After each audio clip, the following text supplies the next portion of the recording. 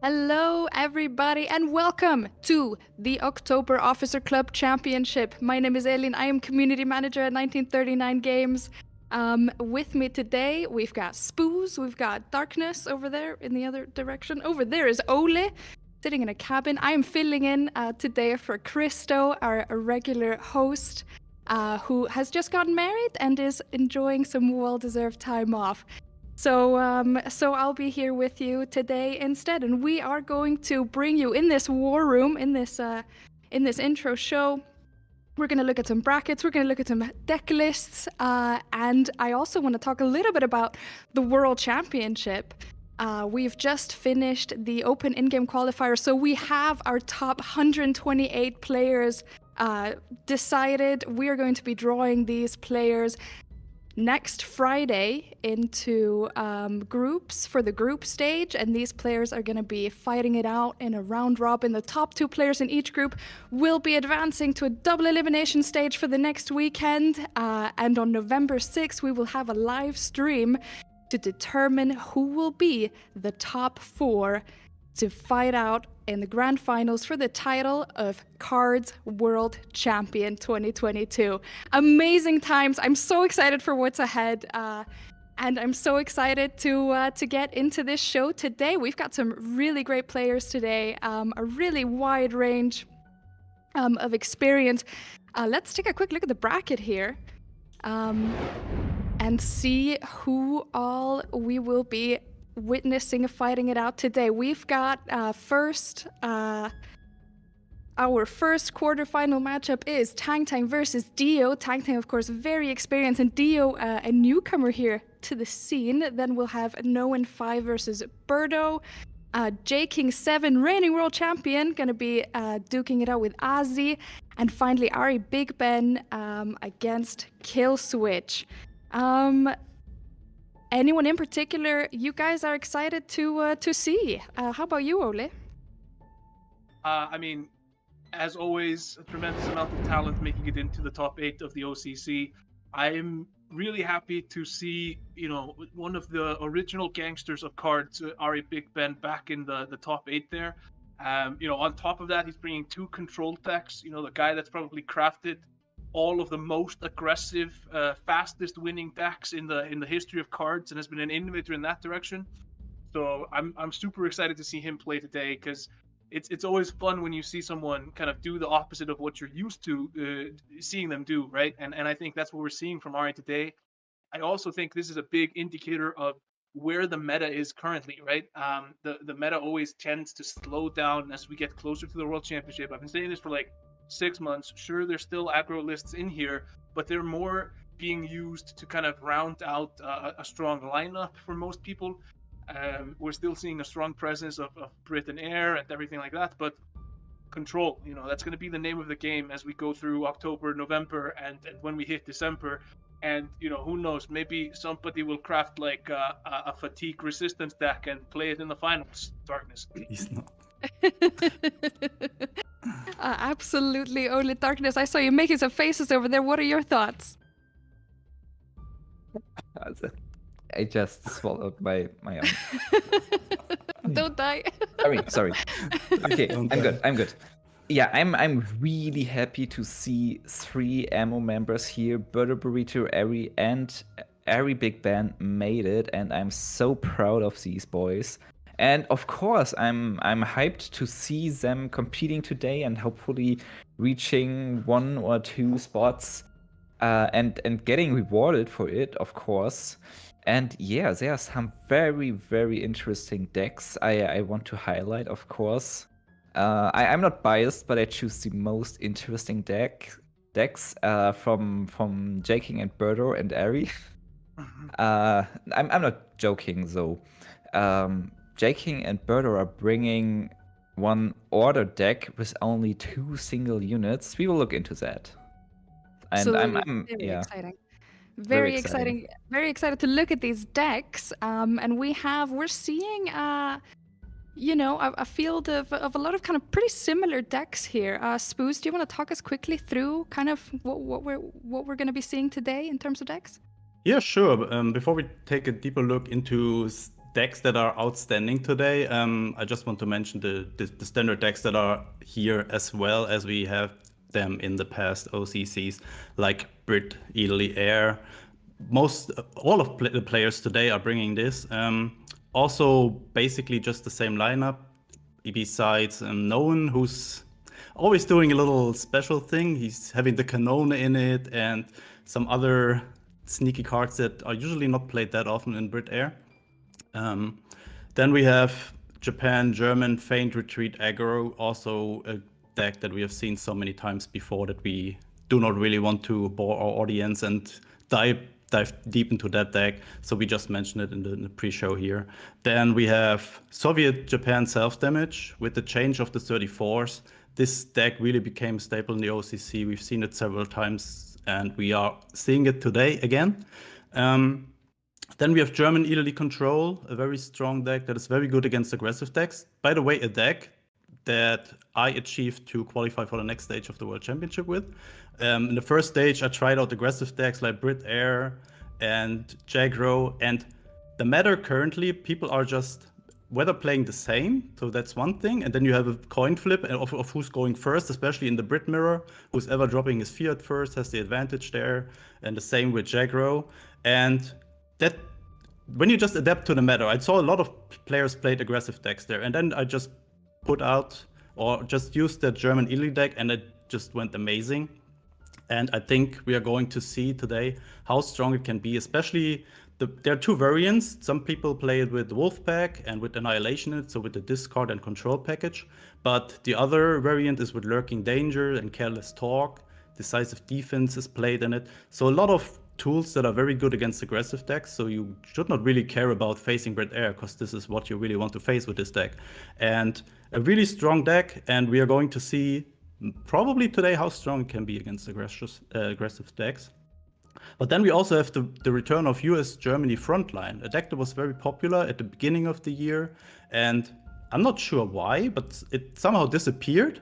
And I think with the introducement of the 5th Rangers, it just got a power boost again. And in the past streams, in the past days, I was also in ladder very successful with it, because it's strong against Brit Air, which is currently very popular. It is also good against Jagro, but it can also win. I think I won one game against the player that played Soviet Italy with Mar Nostrum, 7th Rangers. So he had like 10, 12 guards, and all I had against guards was 2 half tracks, so you can only bounce 2 of the guards, but somehow I could manage to win. And this just shows how good this deck is, and I hope we see a return of this deck, because it's really, it has so much potential and so much different play styles. And yeah, that's mostly the frame that we are seeing today. And then now we're going to take a deeper look into some new decks that are very interesting. Darkness already mentioned that US-France burn deck, let's call it like that.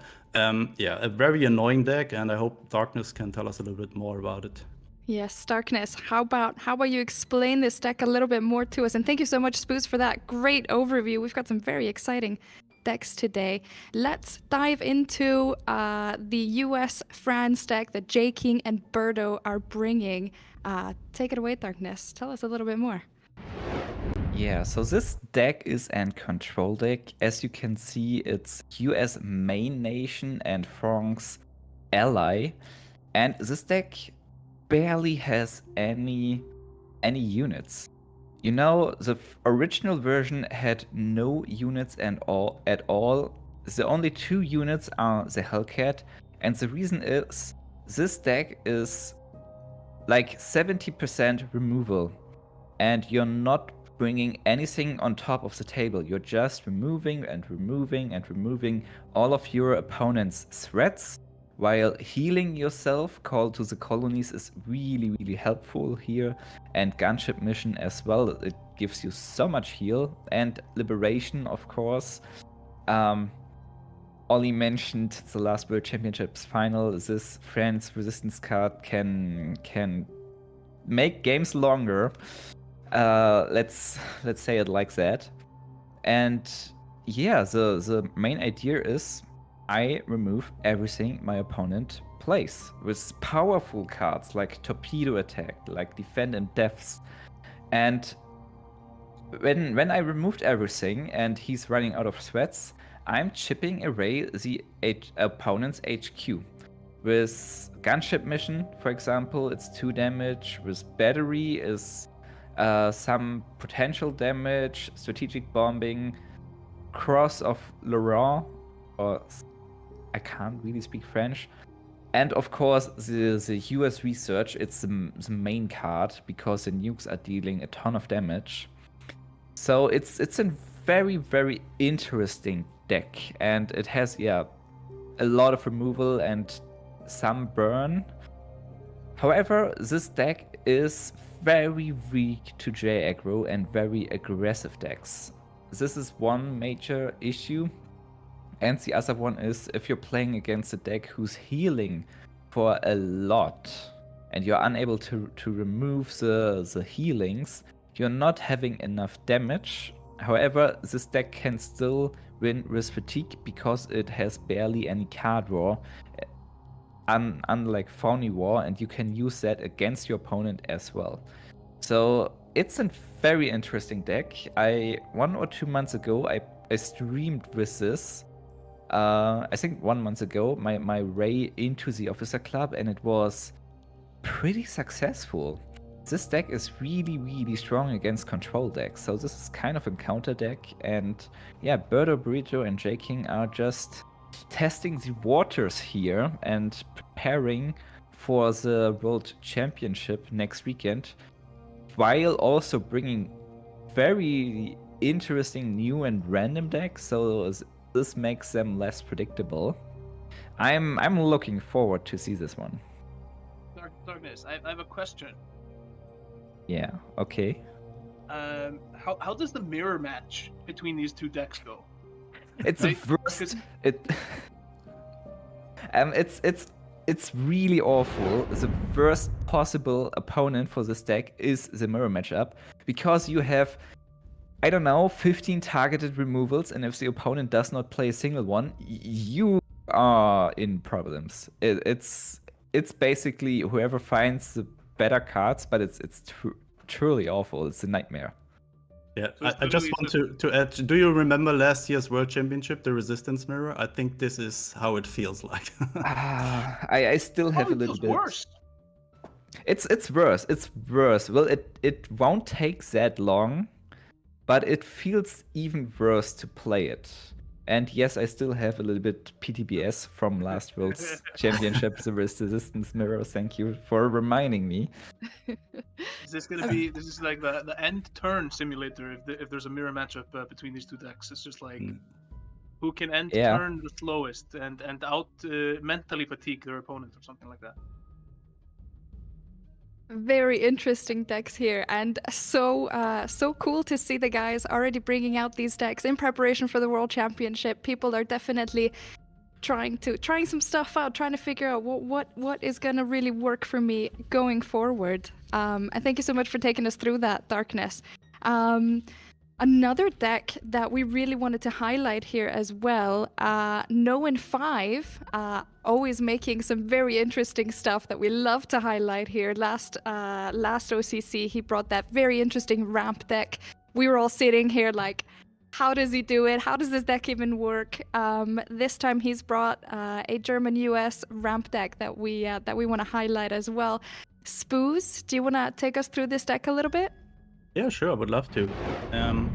So Nolan bringing a deck here that I think we've seen it in his last appearance already, but it's just so interesting that I just want to talk about it again, because I'm still not sure how this deck is working, because it's just looking completely like a draft deck. Like you have triple FW 190, you have 3 of Defense of 4 F2 that can bounce any opponent cards, and yeah, then you just look at the first card, the Greif. What is the Greif for in the deck? Like all of these, it's not even having that many tanks, so I think he's just trying different stuff there. He can play this deck very aggressively if you just drop all these Panzer 38s, and Panzer 3F is also on the deck. So you can blitz out a lot of potential damage at once. But then you can also just play it the ramp style with the Schwalbe in it, Leopold. You can just try to ramp fast into your 10 credit slot, drop a Leopold, and from there on just control the board. So we just saw it in the last OCC where we were talking just, why is the Alliance in this deck? And then suddenly that card just won in the game. It was just the additional +2 damage. And yeah, it's just very interesting. And I like how no one is just seeing the game as differently as the other players mostly. Always very creative with his decks. And we also saw dive bombing. Not a lot of players are playing dive bombing at the moment. And we just saw how strong this could be, especially against cards like the 34s, guards from Soviets and Soviet self-damage. You can just reduce their attack to 0, trade 3 into them, and still have a unit on board, and that's just for 1 credit. And this just shows how strong this deck could be, and I think no one is the perfect guy who's able to pilot the deck like this. It's a no. Absolutely. It is a very known deck, isn't it?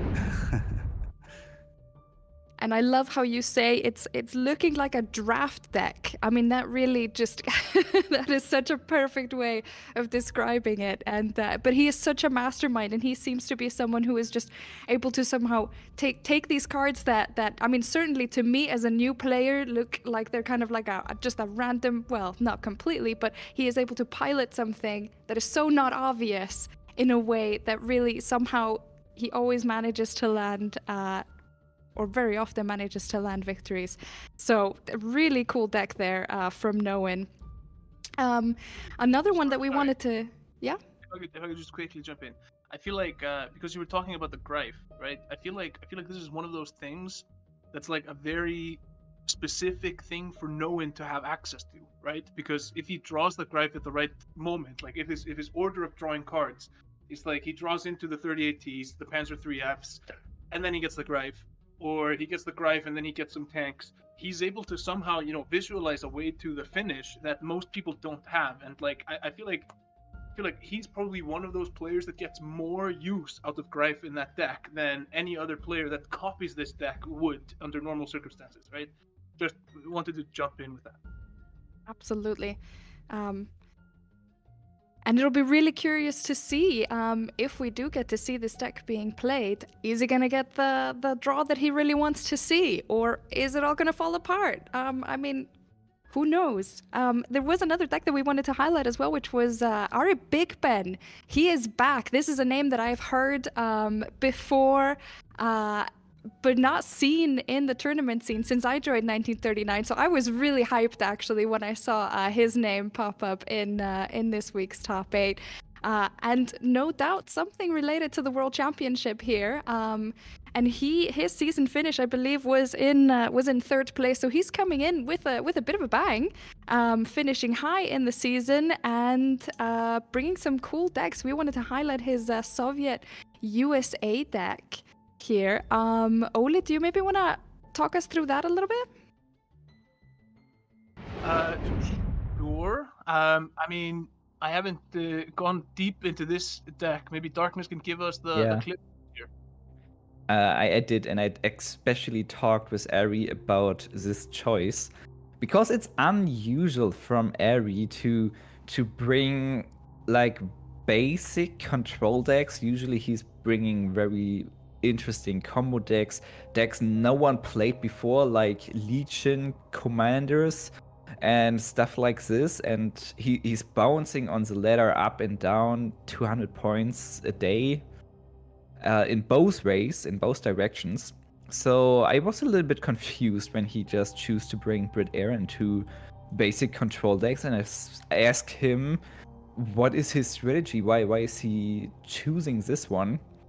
And yeah, he just told me Brit Air super strong. I take that, and I want to have 2 flex picks, being able to win against Brit Air and everything else. So this man is relying on his mechanics, on his abilities, on his tactical understanding from matchups, and choose 2 flexible overall decks.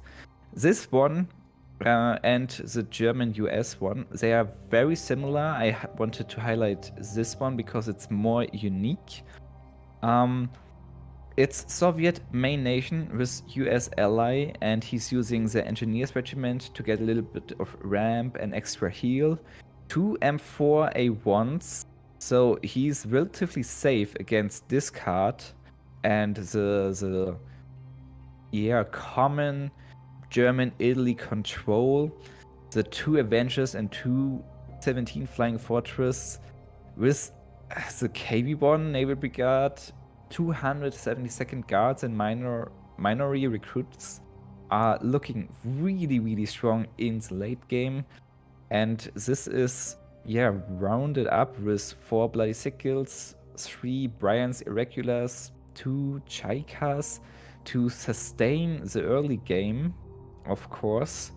And as you can see, there's 4 copies of 52k, the anti-air artillery against Brit Air as well. So this deck looks very, very stable. It's not specifically teched against something and will crash some specific deck, but it's strong overall, and I wouldn't be happy to face Ari Big Ben here in this tournament. So I mean, when I'm looking at the list here, I feel like the lack of the 245th in terms of healing and early presence, it might come back to bite him in the ass if he gets matched up against a Jagro or a US frontline deck.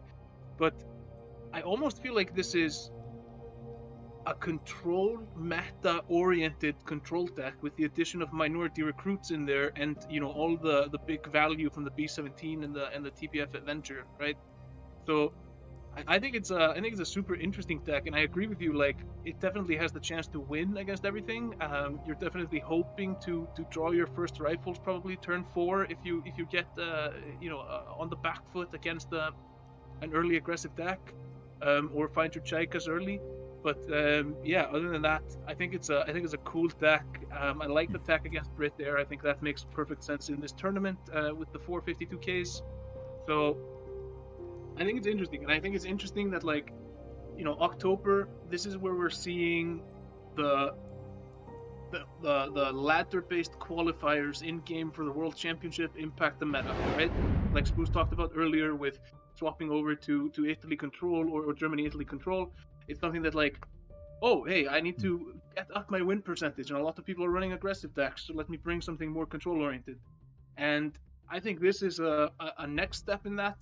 What's going to happen next is when we go into the top 128, everybody's going to sit down and be like, okay, what is the deck that gets me the higher win percentage? And all of a sudden, I think most of the aggro decks are going to be gone.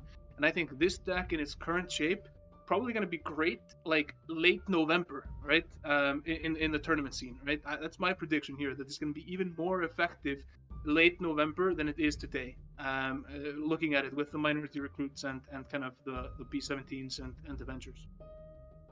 Absolutely, very interesting deck, and I'm really hoping that we'll be able to see it in action later on. And I certainly am very excited to see Ari Big Ben in action in his return to the cards esports scene. And speaking about the World Championship, as I mentioned in the beginning here, we've finished the opening game qualifiers. We are heading into the knockout stage now next weekend. We will have the top 4 decided on November 6th. It feels like it's right around the corner. We are almost there. And in fact, we have some very familiar names who will be competing in the top 128 knockout stage, including Spooz and Darkness, who are sitting right here with us. So very exciting to see how that is gonna all shape up. And of course, we will see who will become the world champion in cards in December. December 3rd and 4th will be our grand finale stream. It is going to be epic. There's going to be so much action. I'm so excited to see what all decks people are going to bring, who is going to be sitting there as the final 4. So very excited for that.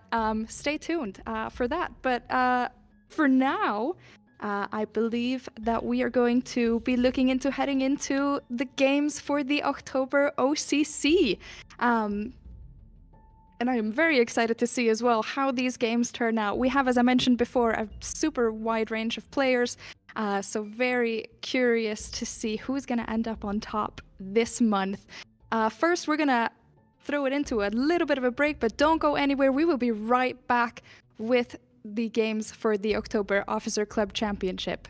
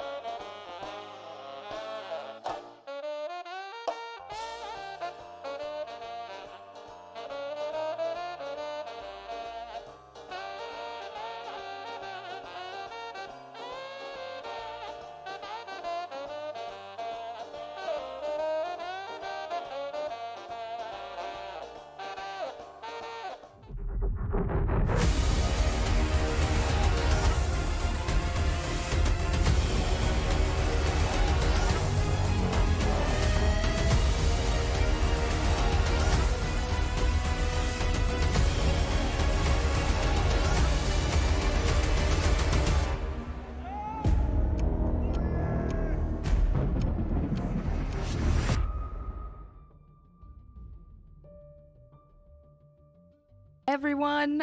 Welcome to the October Officer Club Championship.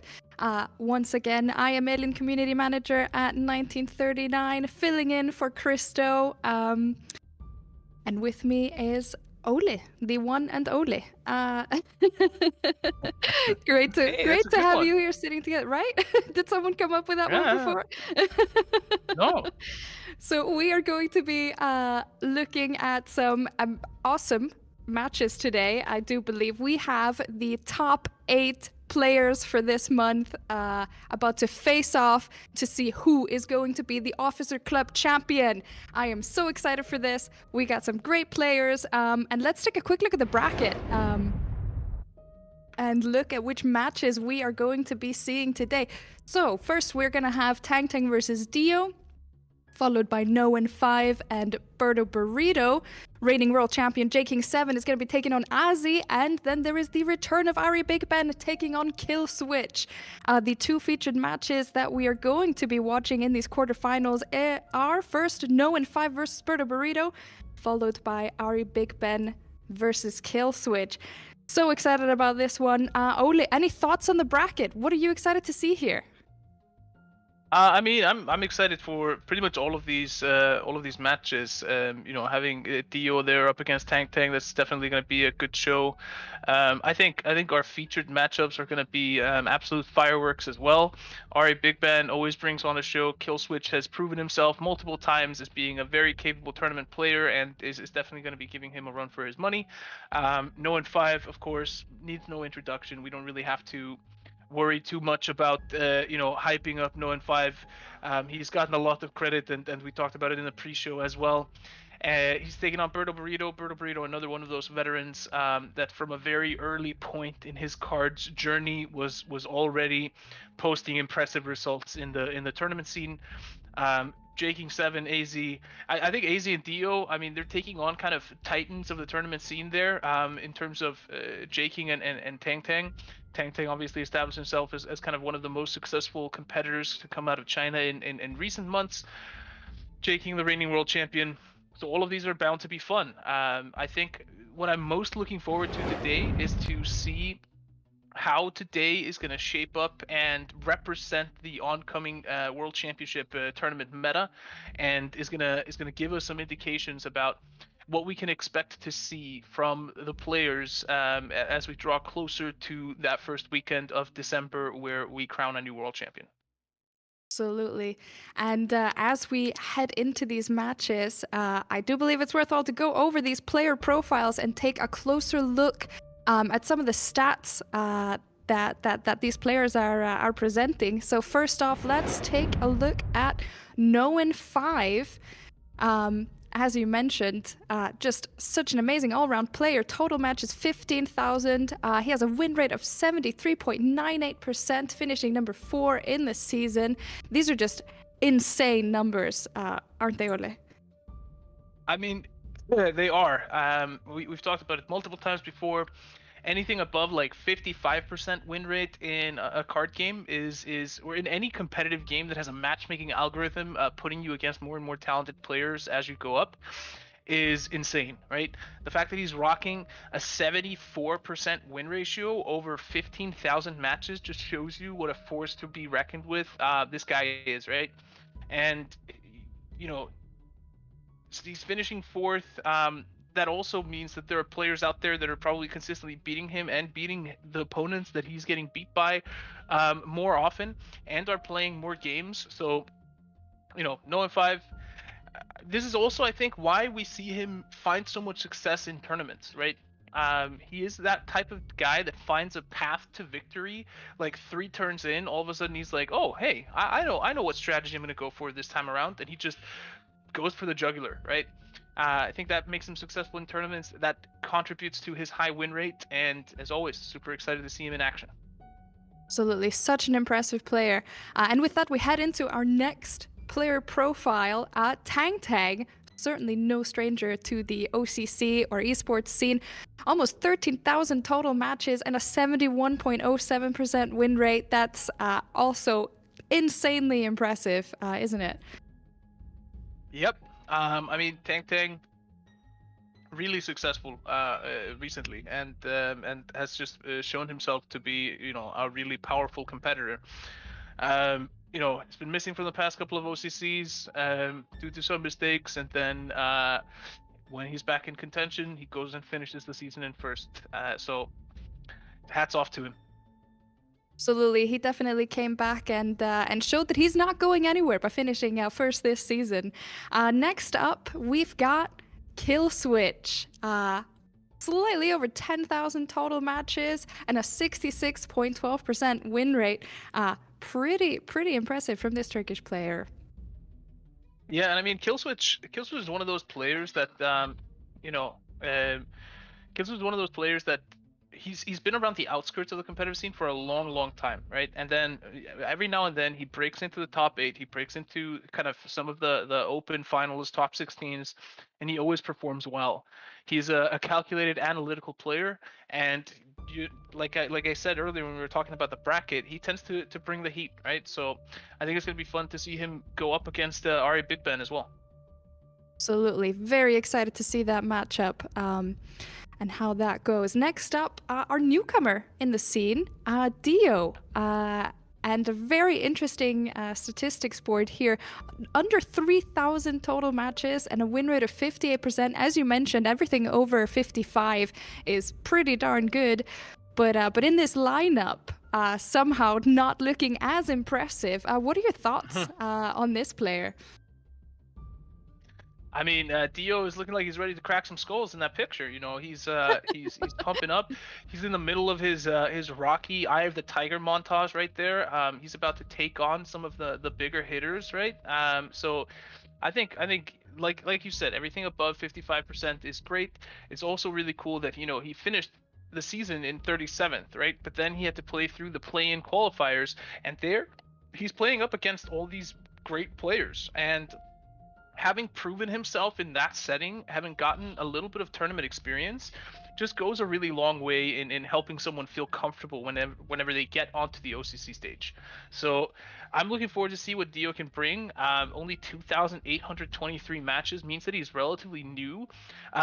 Yet, you know, we say he's relatively new. He still has almost 3,000 matches played, and that's a significant number of matches.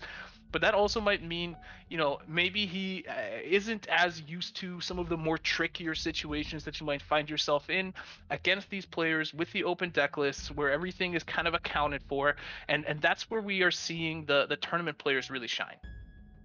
Absolutely, and I do believe that Dio is going to be facing off against Tang Tang in this in his first matchup. So it'll be very interesting to see how that goes. Tang Tang with, of course, 4 times the amount of games that he's played. I'm sure that has a lot to say about someone's experience and someone's card collection. Your options are different when you're not quite as high up there as Tang Tang. So it'll be very interesting to see how that goes. And super well done to him, finishing in 37th and working his way through. Now onto our second qualifier, Ozzy. With 11,000 matches, just over a 67.26% win rate. Very impressive overall. Finished 21st in the season, but again, made his way through the qualifiers and is going to be fighting off today against the reigning world champion, J King 7. What are your thoughts on Ozzy, Ole?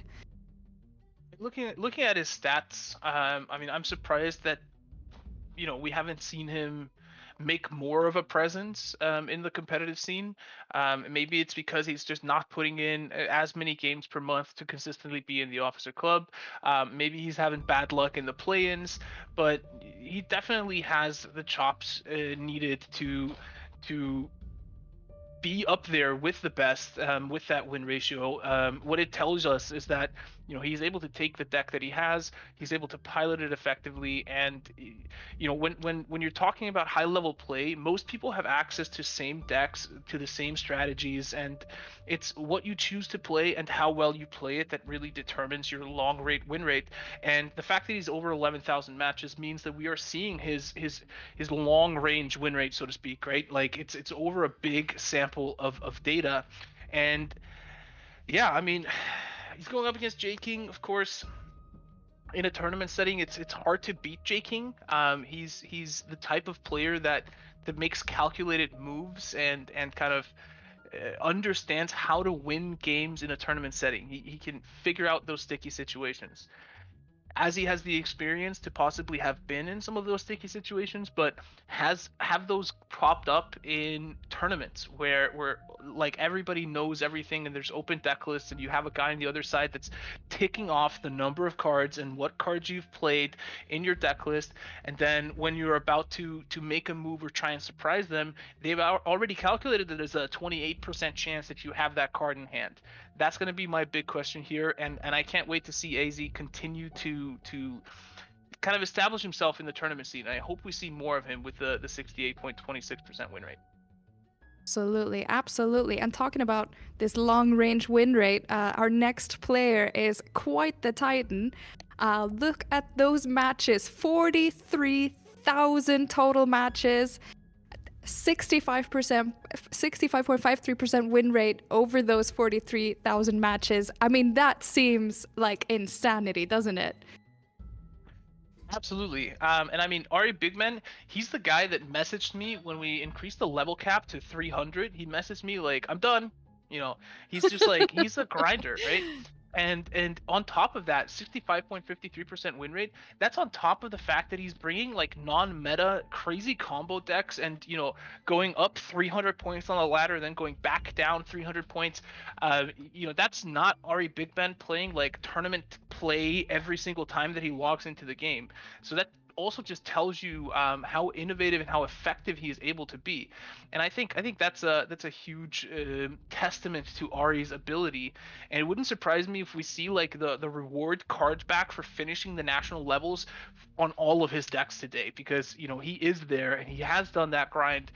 He knows all that stuff. He is the originator of the Fast Heinz German deck that is one of the fastest decks to ever exist within cards. And that's why I'm so excited to see how he pulls out the control decks and plays them in a tournament setting. I'm absolutely stoked for our featured quarterfinals there featuring Ari. Absolutely. I am so excited to see him in action as well after having heard so much about him. Next up, we are going to be looking at reigning world champion JKing7. He is up here. I can't remember the last time he wasn't up here. Definitely a regular face. 20,000 total matches, 70.3% win rate. Incredibly impressive overall, and finished second in this season. Yeah, I mean, what is there to add, right? You know, I feel like this is like OCC number 25, and I've introed JKing in 22 of them or something like that. You know, he's always there. He's always consistent. You see it in his win rate. He's consistently good. He's been playing the game for a similar amount of time as Ari Big Ben, right? But yet he's 23,000 matches behind him. It's because he doesn't necessarily spam as many matches. He focuses a little bit more on kind of the theory side of things. I feel like JKing's slip-ups come when he brings decks that he can't take the initiative with, and he can't kind of use his fantastic strategic and piloting ability to kind of go for the kill shot when he needs to. But bringing what he's bringing today should be a good show, and as always, JKing will bring the talent to the table regardless of who his opponent is. You can pretty much make sure that, you know, be sure that when JKing's playing, the average talent on any table is going to be high. Absolutely, absolutely. I'm very excited to see JKing today. And next up, we are going to be looking at another Ammo member, and JKing's good friend Berta Burrito. Total matches over 9,000 with a 70.43% win rate, very similar to JKing. Finished number 5 in the season. Any thoughts on Berto?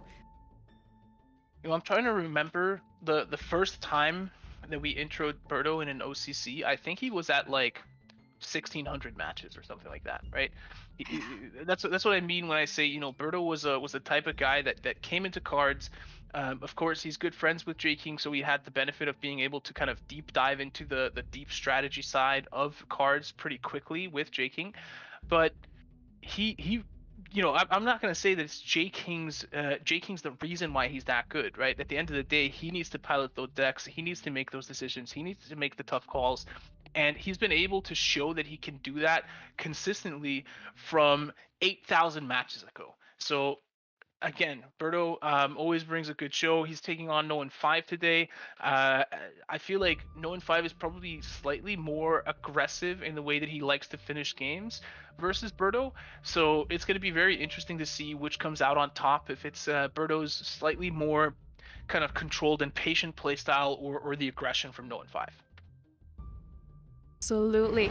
Very exciting to see. Very excited to see how Berto's matches are going to go. And of course, all of these players, we have such a cool, nice bunch of players today. Some very exciting matches ahead. And we will be heading into our first featured quarterfinal here in just a moment, which is going to be No 5 versus Berto Burrito, followed by our second featured quarterfinal, Ari Big Ben versus Killswitch. So how about I just throw it over to yourself and Spooz for the first featured quarterfinal.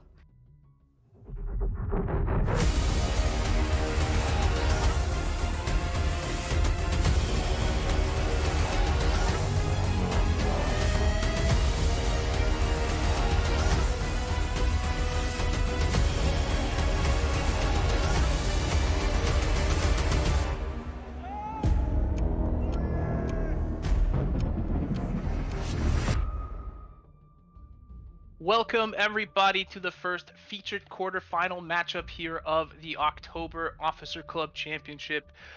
With me is Spooz, and we're going to be leading you through all the action here in this first game of today. Spooz, we did a good chunk of intro there for the players, so we're going to quickly dart through the decks and then get on into the action, as I know both you and I and everybody watching are itching to see some cards getting played. So just to begin with, tell us a little bit about what these players are bringing and how you expect this matchup to go.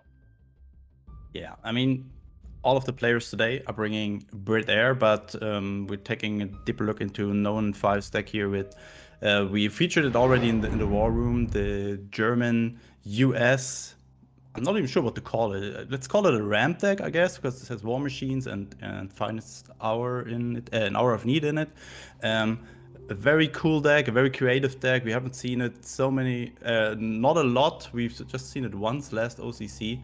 I hope we are going to see it in this matchup, but when I look at Berto's lineup, I might think that this might be a good ban target here. Next up, we have Soviet Japan self-damage, a deck that we've seen a lot in the past months. Interesting that Known is playing with the Perlyakov. Did not realize it by now that it's having that one into it. A good card, especially against stuff like Rough Lightning from the Brits that can just bounce units back into the hand. The Perlyakov just denies that one. So an interesting tech card to just be good in several matchups. And yeah, this Japan self-damage deck, we've seen it a lot, and I think we don't need to explain it any longer. And third deck here for Known is his very creative Brit Air deck. He's packing the autocannon in it, 26 engineers. And yeah, this is just typical Known. He's just trying out different stuff. And I think he was very, very confident or very happy how it worked the last time. And that's why just bringing it again. And then we have Berto's lineup. Maybe you can give us a short introduction into these. Yeah, I mean, as you can see there, Berto is bringing Germany, Italy, control-oriented type of deck. He's, of course, packing everything that you would kind of expect on the Italy side. There's some Mare Nostrums in there, the Bologna Regiment, Lions for a Day, La Decima, they're all absolutely fantastic. But he's also bringing the 7th Alpini Regiment, which is a new addition. I believe we talked about it a lot coming into the last OCC, but we never saw it played once in any of the games where Germany-Italy was played. So it's going to be very interesting to see if that actually gets played today. But then on the Germany side, he's taking the Lurking Danger Careless Talk routes instead of being focusing on and he's bringing the Wolfpack and Annihilation, so he's bringing kind of both of the direct counters to units and discard control hand manipulation packages. So it's going to be interesting to see how this one goes. I feel like also if you just look at the curve up in the right hand side there, this is a fairly balanced deck, right? It seems to have cards to play most turns out of the game, so this could do well against aggressive decks that might be lurking in the tournament. Next up, we have the USA and France deck here from Birdo Burrito, and this is another deck that we highlighted in the pre-show there. There are only 2 units in this entire deck, and those are the 2 Hellcats. Instead, this deck completely relies on using chip damage from different orders, both to remove anything that might hit the board, as well as chip damage to the HQ, ultimately relying on the US military research there to deal a ton of damage through the Manhattan projects and ultimately end out the game. So it's going to be interesting to see how that one plays. I just hope we don't get into a mirror matchup of these 2 decks during today's tournament, because as we discussed in the pre-show, those tend to be a little bit disappointing due to there being no targets on the field to target with any of the targeted orders. And then finally there from Birdo, we have the Britain-Italy air deck, and we don't have to mince words around this one. I think everybody has seen that Brit Air, of course, one of those deck types that's been in the game forever. Italy, now the chosen ally. It has been Japan, it has been the US, it has been pretty much all nations at some point throughout the history of the game, but Italy winning out at the moment. Yeah, especially with Mare Nostrum just got changed to 1 again. It is just so good to pack it in early on. Just if you don't find close air support or just have 1 unit on it, you just play a Mare Nostrum, and can also help you out in a Jaggro matchup. Maybe when your opponent is having all that burn damage, you can just heal back a little bit with it. Yeah, just a good change. I think it's still a very strong card, especially in control decks, where it can be so annoying, especially when played on a Panther G or on a Tiger. It is a very strong card, and that's why Italy is also so popular at the moment with a lot of control decks. Not today, but I think in the ladder, Italy is still one of the most picked allies, whether in Brit Air or in control decks. Absolutely. Let's take a look at the bans for this matchup. We've been seeing a trend over the past few tournaments that Britain is not allowed to participate in tournament matches, but at least one Britain deck is going to make it through this one. Birdo Burrito getting his USA France deck banned out. No one 5 says, ain't nobody got time for that jazz. Get that order deck out of here. Much more comfortable playing against the known quantity of the Brit-Italy air deck there from Birdo Burrito. But that means that Birdo is going to have access to what a lot of people feel like is one of the most powerful decks in the game, the Britain-Italy air, especially in a tournament setting where you can kind of you say make more use of the information available and kind of find victory in a higher percentage of the time. So that's going to be an interesting matchup, and I'm excited to see what 2 decks get chosen first here. So I'm not even sure if that overview was correct there. When I look into the broadcast channel, it says for known the German deck would be banned, and for Birdo the Britain deck. And I would say that these bans also make more sense in my opinion. Because known 5, when you play that self-damage deck, you don't want to face Brit Air. And so I'm not sure what's correct here, but I think the other deck, and for Birdo, the Brit Air is banned, and for known, the German US. And that also makes way more sense than the Brit deck there. Because Birdo is not having a lot against FWs and Panzer IVs that just bounce all of his stuff. So it makes total sense that he would ban that one. So we have Brit Air and Soviet Japan available for known 5, and USA, France, Burn, and German Either Control available for Birdo. So we are going to see probably the US France deck. See how this performs against. It's going to be Brit Air, interesting, for right? example. Yeah. And I'm betting that we're going to see that. We're going to see that up against Brit Air, because I think the matchup that no one 5 wants to avoid there is the Soviet self damage into that, because the whole point of that deck is to chip away at the HQ, and if you're already doing that yourself, you're playing directly into the hand of that deck, possibly giving like a turn 6 strategic bombing the ability to end the game. So what I'm excited to see though is I'm excited to see Noen 5 Brit Air versus Bruto Burritos Brit Air. That's a mirror matchup that I would love to see, because I feel like that's where we get to, you know, have another shot at seeing, are those auto canones really good or not, right? Yeah, but I think we're not going to see it. Unfortunate. Yeah. Unfortunate.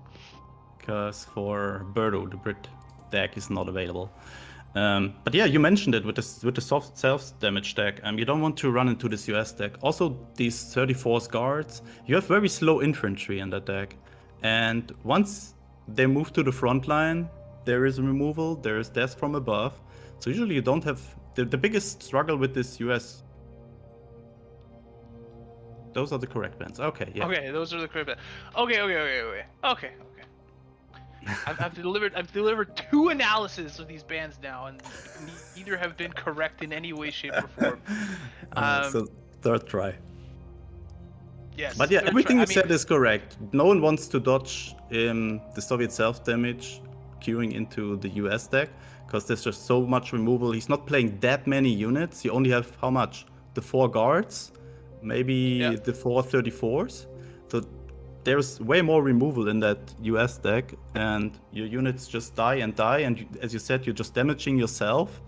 And it looks like he is able to dodge that one, queuing with Brit Air first here into this US deck. Let's see how this... I mean, if no one is not having a great starting hand here, he needs to find way more aggressive start against that deck. And Birdo found the Patrol as his only early removal. Found the... Okay. Okay, I mean, he found the United We Stand as well. So at least he's able to get rid of that on turn 3, more than likely. The Albacore could also play into the hand of the United We Stand. It's going to be interesting for me to see how he plays that Hellcat. If he just keeps it in hand, and waits for, you know, the moment where he has to use it, or if he decides to use it aggressively to deal some damage to the HQ. I'm just not sure how this plays in general in this deck, right? You know, he knows there's not a lot of healing on Noen 5's side, so maybe he could drop it if he sees an opportunity to get some free damage, but... Yeah, speaking about the heal, the only heal that Birdo is having in the deck is the Liberation. So no one also not only has to control the board and the damage he deals to Birdo, but also needs to manage his hand size. And usually with Brit Air, you want to have a wide hand, a lot of cards, so you can play some fancy combos. But against Birdo, you cannot really do it, because you're just giving your opponent too much liberation value. But now that we have a juicy little Fiat on the board that is starting to deliver damage. And look at this. No one at 4 cards, so from the defending desk cannot really kill this. And I think no one is pretty aware that there might be a counter offensive here. A counter strike. I wonder if no one's just gonna draw here and pass. That would be a high IQ move, but almost feels like you can't really afford not to try and take 5 damage off the HQ there for Birdo. Yeah, I completely agree. And at some point, you kind of have to attack there to just get it out. I mean, you can wait 1 turn to get it with the Albacore, but I'm pretty sure Birdo is just removing the smaller unit here and just leaves him in the same situation next turn. Ooh, this is interesting from Noen, actually. Deciding to play the Albacore plus the second Paracy might also just be him being hyper aware of his hand size, making sure that it doesn't get to a point where defend in depth can actually take out that Fiat. Because if he had just gone for, you know, draw and you know, chill and hanging back there that turn, he would have had enough cards in hand to allow Birdo to take out that Fiat easily. That battery also not enough to take out that Fiat. Yeah, and now Birdo's in a situation where he cannot activate the counter-strike, since he's lacking 1 credit there. And Did this he miscalculate that one? No, I don't think so. He has to get rid of the Albacore, I guess. Because otherwise, no one just attacks with his first into counter-strike and then he loses his counter-strike. I think he really needs to get good value out of that. I think that was the reason. But Birdo's still in a not so great spot. No one playing that perfectly at the moment, with just not drawing too much, just having 4 cards in hand all the time, so the front defendant desk can only do 4 damage. And that 5/5 might be the winning unit here for Non. So he has to make sure that this unit stays on the board as long as possible. So what can Birdo do here? He can play Liberation or Battery. That's his only 2 options here. Phony War. Yeah, I mean, Helps No one Battery, probably more than himself. Battery at this point, you know, will only take out one of the fiats, which means that the second Paracy is now still in a position to trigger the Counter-Strike. Yeah. This- You can try to take it out with the Hellcat next turn and then activate Counter-Strike. If no one is not playing another unit here, third one, what I really expect him to do. Maybe even 2 of them, yeah. Yeah, Just to definitely get too. stuff out the hand. Oh no, Mm. not playing both. Interesting. So now, Defend and Death is also being played already, so there's the Torpedo. Also, not too expected to get value out of Torpedo attack against Brit Air, but that Paracy giving a target there for Birdo. And no one going in for a lot of draw here. Yeah, But closer found support some plus Mirror cheap Nostrum. answers. And already down to 4 hand size. And ouch. That Stars and Stripes is not doing a lot, not killing a single unit. I could go Hellcat, kill one of them. And yep, Counter-Strike. But there's still the 7/7 that kills him next turn. And no one definitely playing around that. What can you do? Liberation is healing him for 7. But it takes up almost his entire turn. Yeah. This is a very awkward spot for Birdo right now. Yeah, definitely not the matchup you want to face here, but at some point I think you have to face it. Yeah, I think there's nothing that Birdo can do here to not die. I mean, Liberation buys him a turn. Phony War. Air Defense. I think he was hoping for another defend in depth that he could pull from the Phony War so that he could deal 8 damage to the Fiat. Yeah, That's I probably the only way that he got out of that situation. think, that was the first one, but yeah, really an upper battle for Birdo there with this deck. But might be in a better spot in the next match against Self Damage, where he is the favor, I guess. What is his other deck? Yeah. German Elite Control. Yeah, you could also think about packing that one now, because it has good stuff against the 34s. But he sticks with that I still think this is the better matchup. Yeah, I still think it's a better matchup. Just because of the self-burn of the Soviet deck, right? Yeah. Yeah. And then you just kill him with a battery and gunship mission, Cross of Lorraine. Absolutely. I wonder, go ahead. Yeah. Yeah, I just want to say, just the torpedo attack is just so strong for Birdo here. Whenever those 6/6s, where no one needs to invest a lot to just bring them on the board and move them to the front line, and then you just play a 3-credit removal on it, can be very frustrating. Yeah. Here's the Pelyakov, which is not too good in that matchup. I mean, it's a bomber, and Birdo probably has to take care of that. Ooh, but another not so great hand here for Birdo. Double Liberation. Really needs his torpedoes. Death from above is not that great with all these 33rd on the board. Battery to get rid of the guard.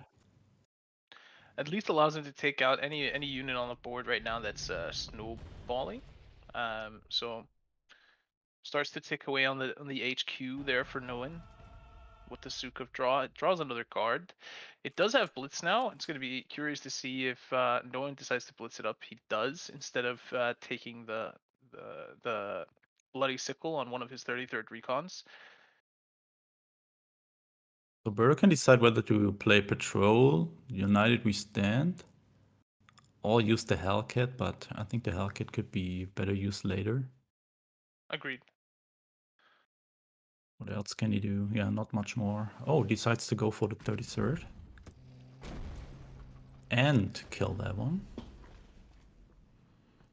Ooh, but he these does have two liberations. Yeah. Holy moly, that's a lot of healing. And he can get that healing off without actually giving Noin a lot of draws, just because of the hand size of Noin. Unless he finds a way to really dump his hand this turn, which I don't really see how he's going to do.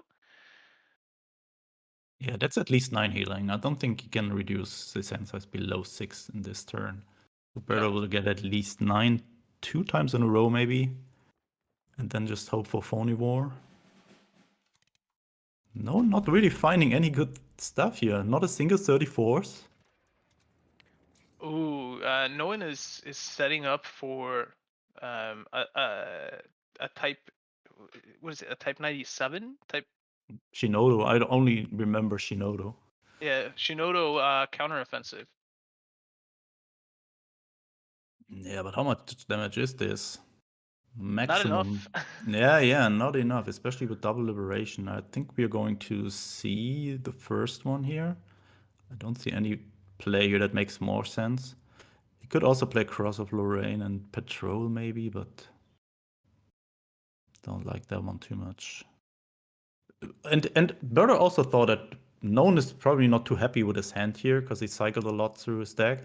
So I think that Liberation could hit Noan hard there, just denying him one additional good draw and also forcing him to spend more credits into stuff that is not helping him, for example, introducing cost of 34s and or growing the 456.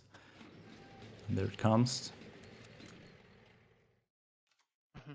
I think what Birdo would really love to see here would be the research, because I think the nukes are pretty strong against Known. Whenever he's developing a big board, like all these 34s have 6 health, just pretty good removal for that.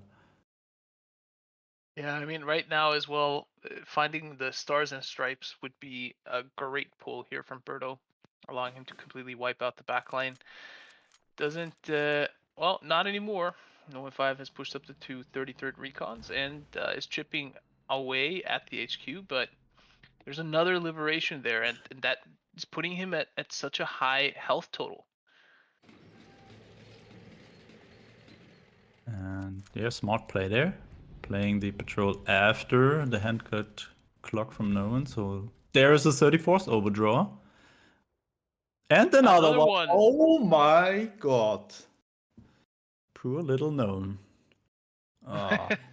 That feeling when you're just desperately looking for a card and you're just not finding it, and then you overdraw 2 of them. But that's a good setup for counter-offensive next turn. Unfortunately, did not have enough credits this turn, but I'm not sure about that. Ooh, I mean, it's a 50-50 if he goes for the death from above there. Kind of unfortunate for Birdo that he can't isolate that 4-6 and get the guaranteed kill on it. Yeah, Birdo really needs a phony wall now. Unlucky with the 50-50. And if no one just finds another unit, this is too expensive, I guess. I mean, yeah, I think you just. I mean, He yeah, needs you to can play winter winter offensive first. Yeah, reduce it to 4, then drop it, play another winter offensive, and then play Counter Strike. Is he just doing it on its own unit? Okay, Yeah. holding the winter offense, the winter warfare back.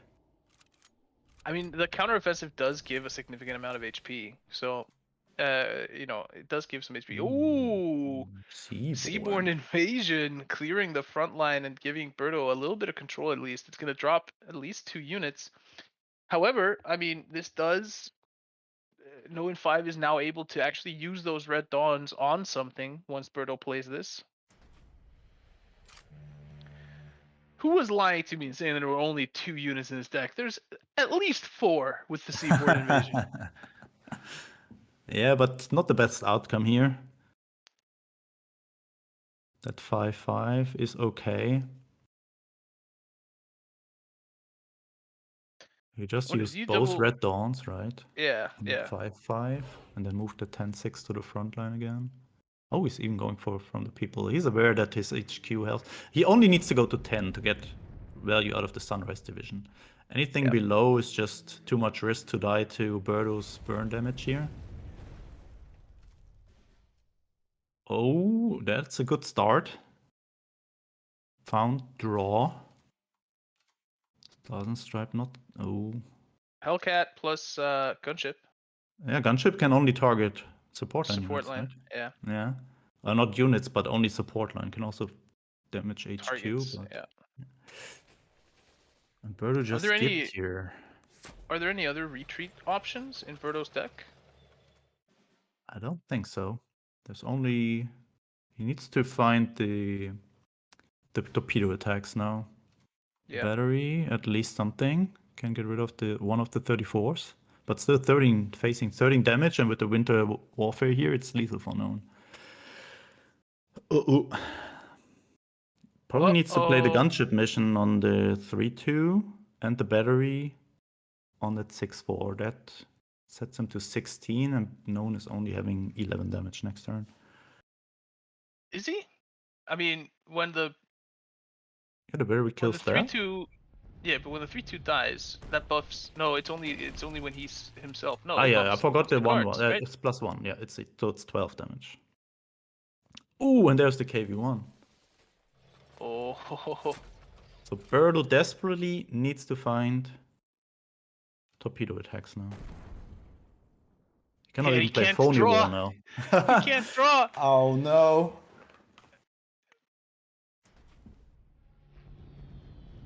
Now he Okay, can. I mean, But what can he can, find you? but- Ah, he can Death Charge!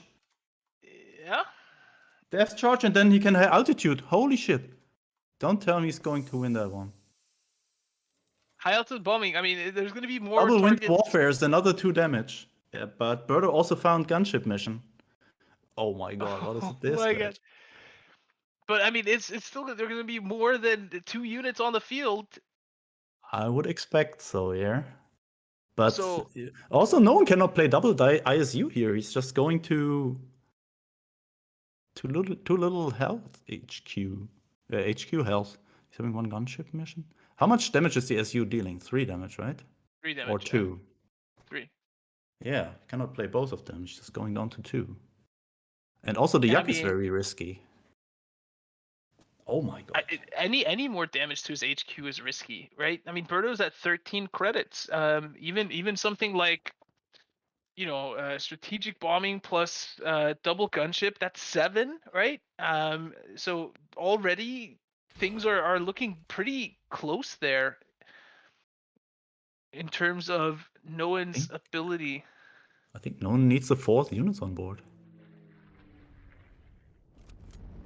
Counter Oh, fencing that's really a smart play there.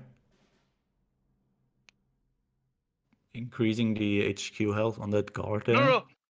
Double patrol on the back line and high altitude bombing. He has enough credits to do it. He's able to wipe the board, Birdo. Yeah, also defend in depth and high altitude would solve the problem here. Oh my god. And then whenever Known is just dropping an ISU next turn, you can just kill him with the Hellcat. What a clutch death from above that was. Like, targeting the KV in the back line. And then finding the death charges. Oh my god, that was so much luck in one situation there, and really giving Birdo the chance, a really good chance to win that series here. Or not that series, or just coming back into this series. And there... So, I mean, Birdo has to use the It gunship is. mission there because there's still a Shinodo in the deck for No and 5, right? He's not just running 1, he's running 2, I believe. Yeah, I think so too. So kind of forced to do it, and he also brings Known in a very difficult situation here. You cannot play the SU, and T80 is also very risky, knowing that your opponent has patrols. Ah no, the patrol is actually not too good against T80 because it's denying the 2 damage there. Yeah. Because it removes destruction effects. Yeah, what can Known do here? You know what? This match is shaping up to be much more interesting than I thought it was going to be about 4 turns ago. So Yeah, that phony war turn was just insane. Hitting the 33% on the KV, and then I think this was the only card that he could find there. Did research that stopped him from dying there. And I think no one can play anything. Whatever he plays, yeah, Bodo wins.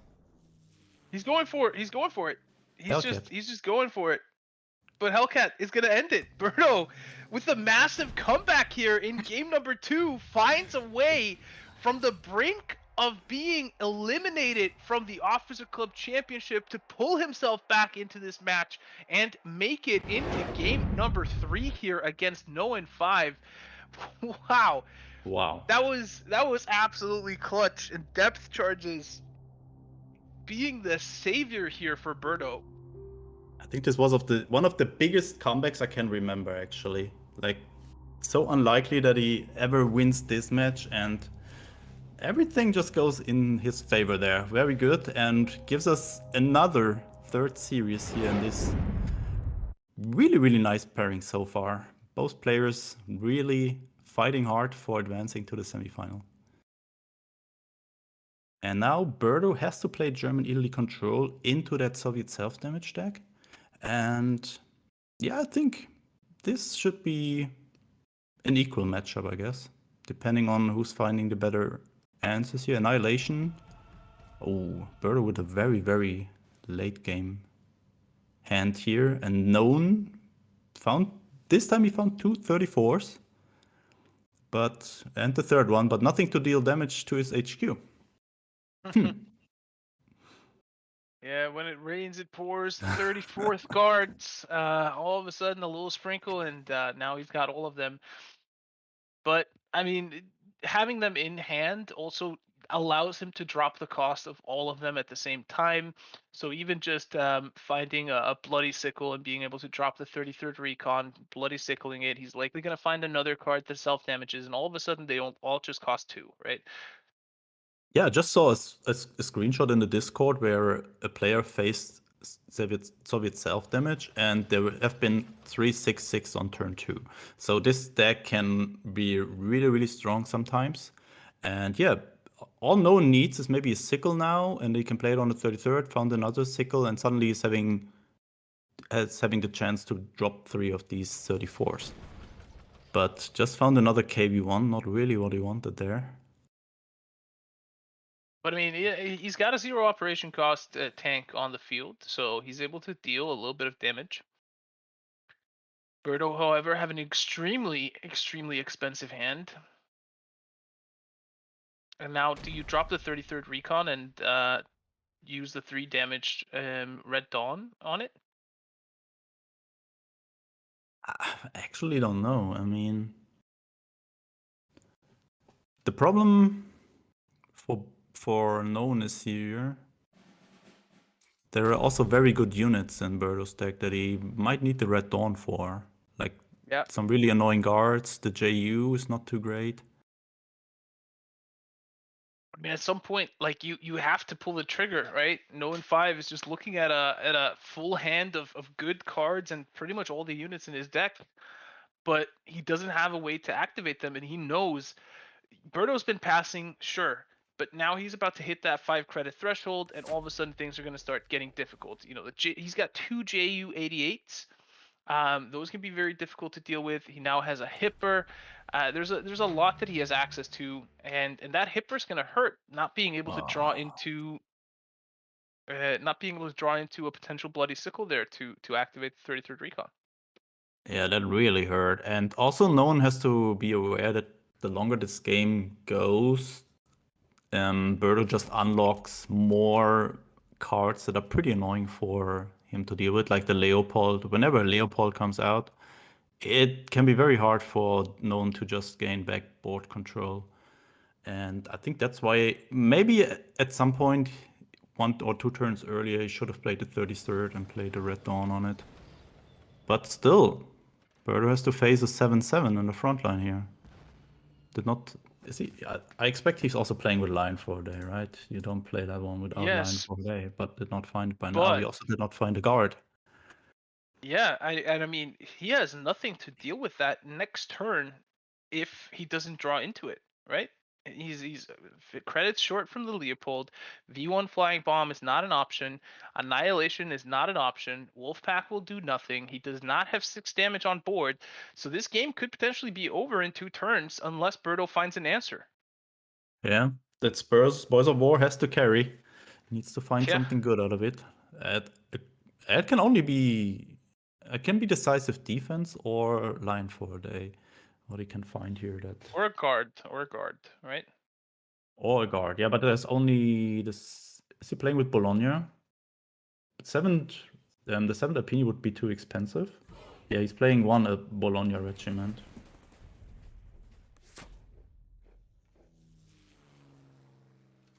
Now, oh wait, no, oh, not man. enough. Yeah, you cannot kill. He can kill the Heinkel, make this a 5/5, but then he's missing 1 damage on killing that 34s. So I think he needs to play the Spoils of War, find something there. Really needs the Lion 4-day. And it is a Mar Does not find it. Nostrum. Wait, Mar Nostrum is good enough, I guess. He can trade the Heinkel into the Yak. Then deploy this as a 6/6. Wait, what? Huh? Ah, no, it's not enough credits. He's 1 credit short. He's 1 credit short from that play. So he has to Yeah. do it like that. That buys him at least a turn. And no. He buys him a turn, but there's a KV1. He's just gonna hit it, drop the KV1, and the game's over. Oh, man. Next draw eliminates Birdo from the OCC this month, and No in 5 wins our first series of the day. Excellent play there by No in 5, and Birdo trying his hardest to stay alive there, but he just did not find the cards that he needed early enough in that match. He like I talked about, right? It was a matter of time there for Noen. He needed to start getting things going once Birdo was about to hit those 5, 6, 7 credit turns, and he just found enough to do that. And it was all that 34th guards drawn with the Sukhov that allowed him to have the blitz, get it into the front line. If that had been a non-Sukhov 34th guards that wouldn't have been able to kind of close the gap to the HQ there for Birdo, Birdo probably walks away with a victory there. So well played by No in 5, and finding the, he played a 34th guard first to bait out any response from Birdo, right? And he played that one 34th got without hammered. blitz first, right? Yeah. He just deployed that one to force out the removal or the bounce, and then he played that one that has blitz, move it to the front line, and Birdo out of removal, and suddenly start chipping away and applying a lot of pressure to him. Really well played. Yeah. Kudos to No in 5 there for taking the victory on that one. We'll throw it back to myself and Elin on the host desk. Wow, Ole, what a cool couple of games. Well, it was a full round of games here. I was so glad to see, especially that Birdo was able to redeem his USA France deck there, which didn't perform so well in the first match. Then he got a more favorable matchup and was able to bring it through, but he couldn't take it all the way to the end. No in 5 managed to beat him there in that last game. What a first pre-qualifying matchup there.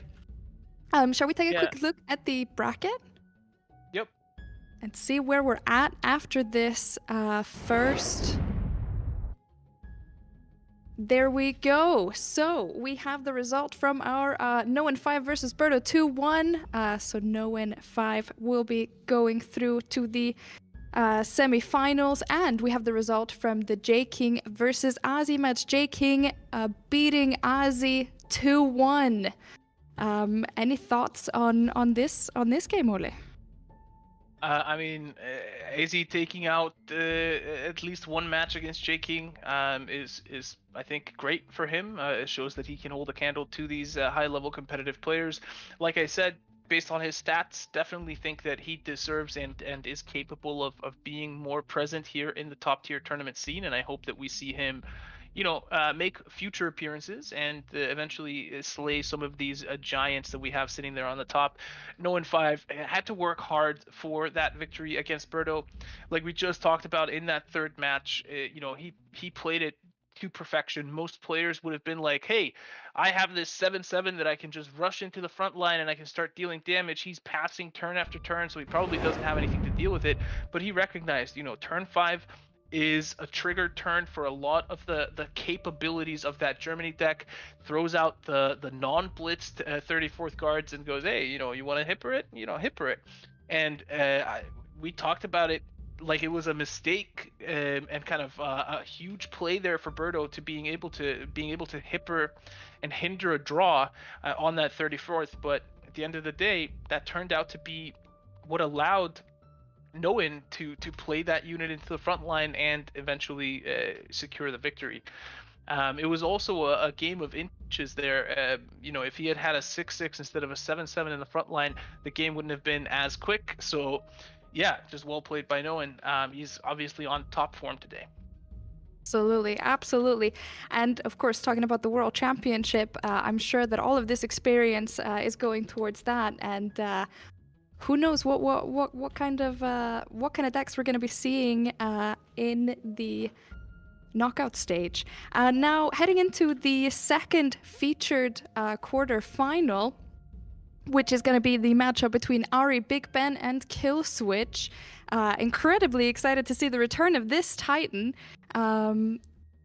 Now, for this next quarterfinal matchup, I myself am going to be casting, and I want to put a tiny little bit of a disclaimer on this. I am, of course, a bit of a new player here. I'm fairly new to the company. I've been here just finishing my 4th month here, and certainly don't have the same breadth of experience that these players that we're watching have, or these casters that we have here have. So fortunately, I have Darkness with me, who is going to be helping me along the way and giving us all the deep data, all the deep analysis on that. But let's head into this second quarterfinals matchup. And how about we see some deck lists?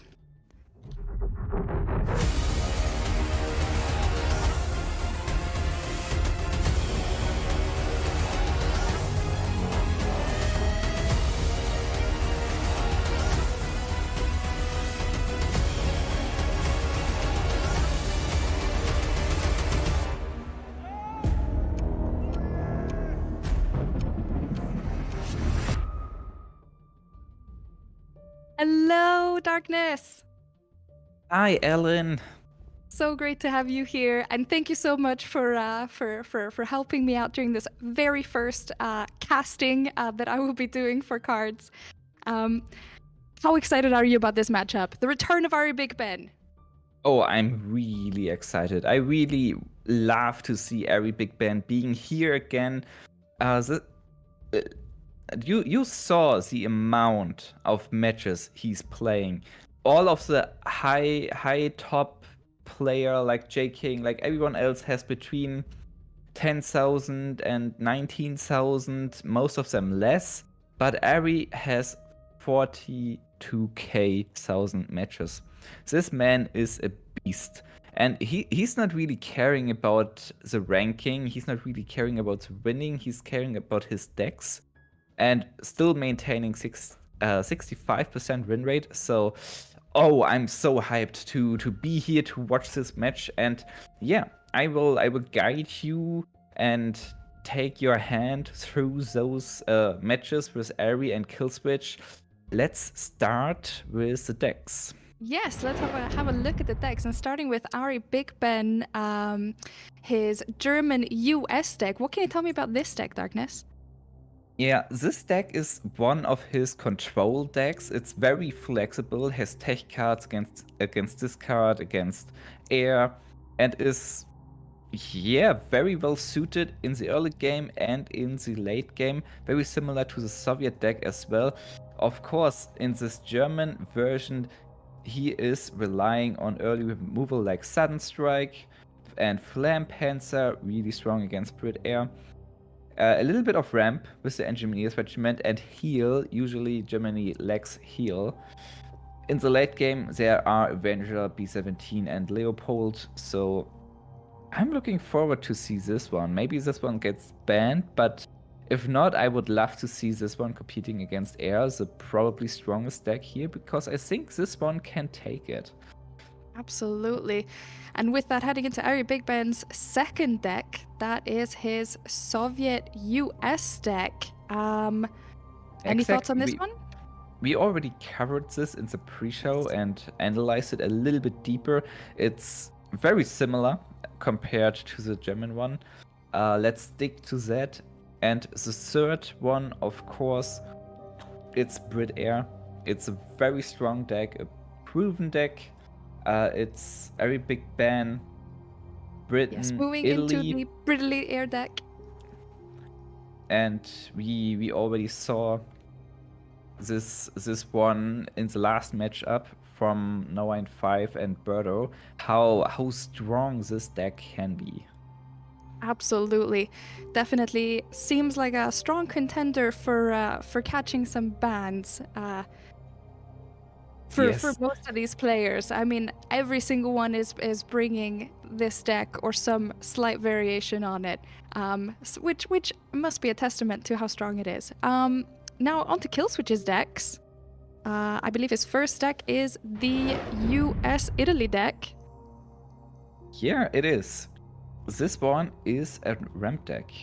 It's featuring US cards, ramp cards like United We Stand, The War Machine, an Hour of Need to give you more credits and to be able to play those powerful units and orders like high altitude bombing, Flying Fortress, B-17F, B-17F, and he chose as ally Italy.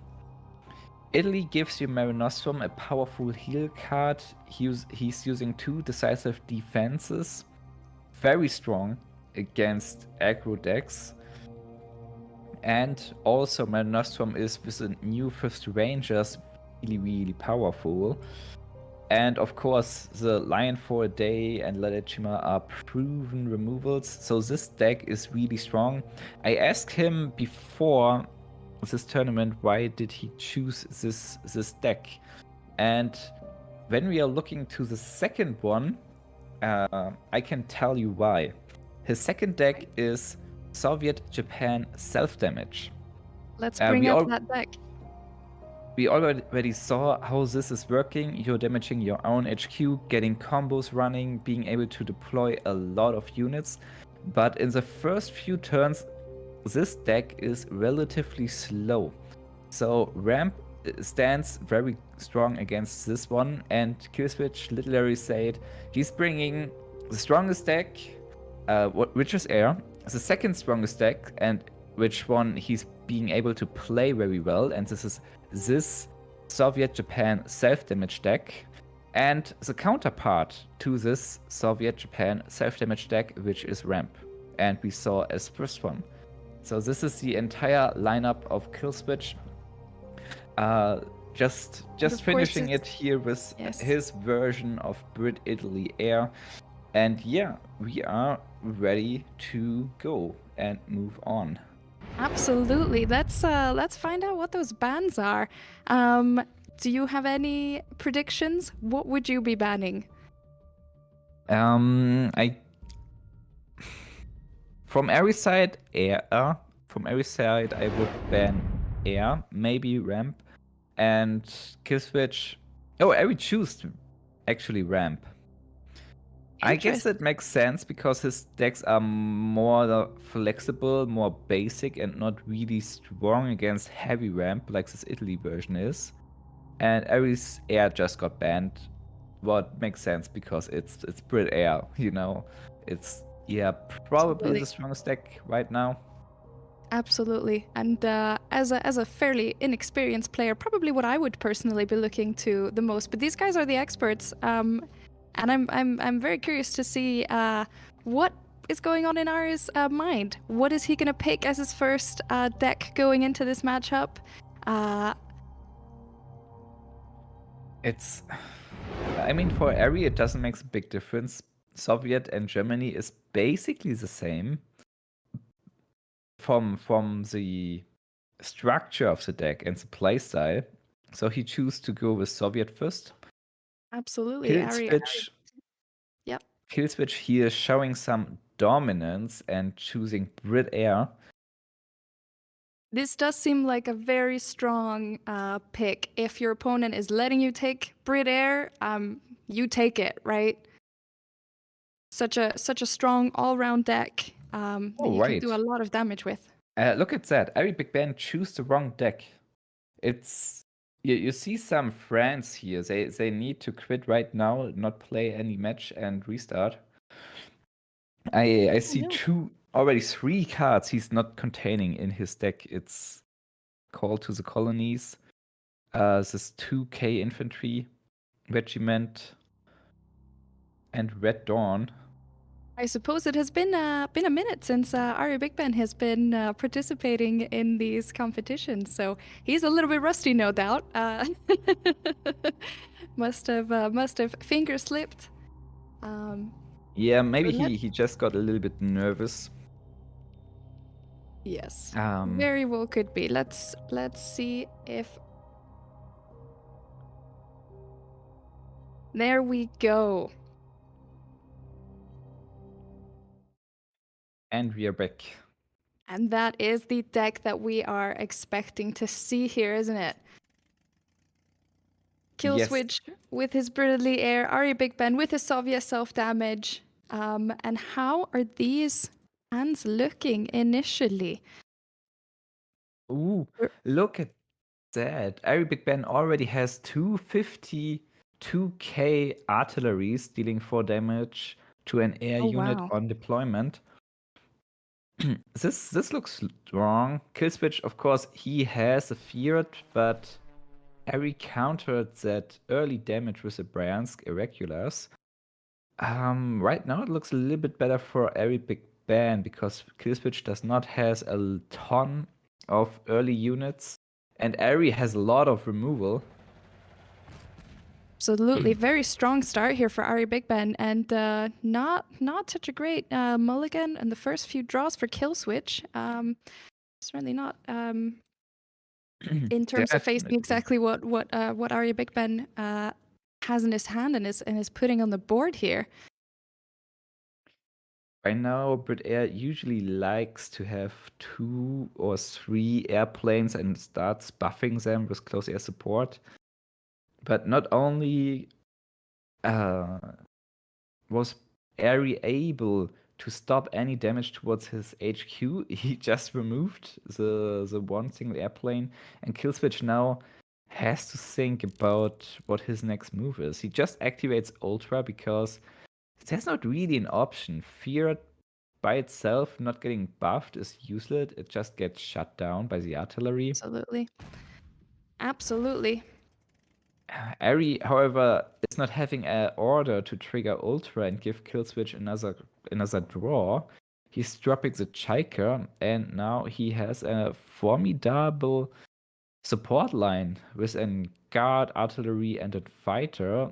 Kill switch still has nothing. Lend-Lease is not going. No, not going. Yes, sorry. I apologize.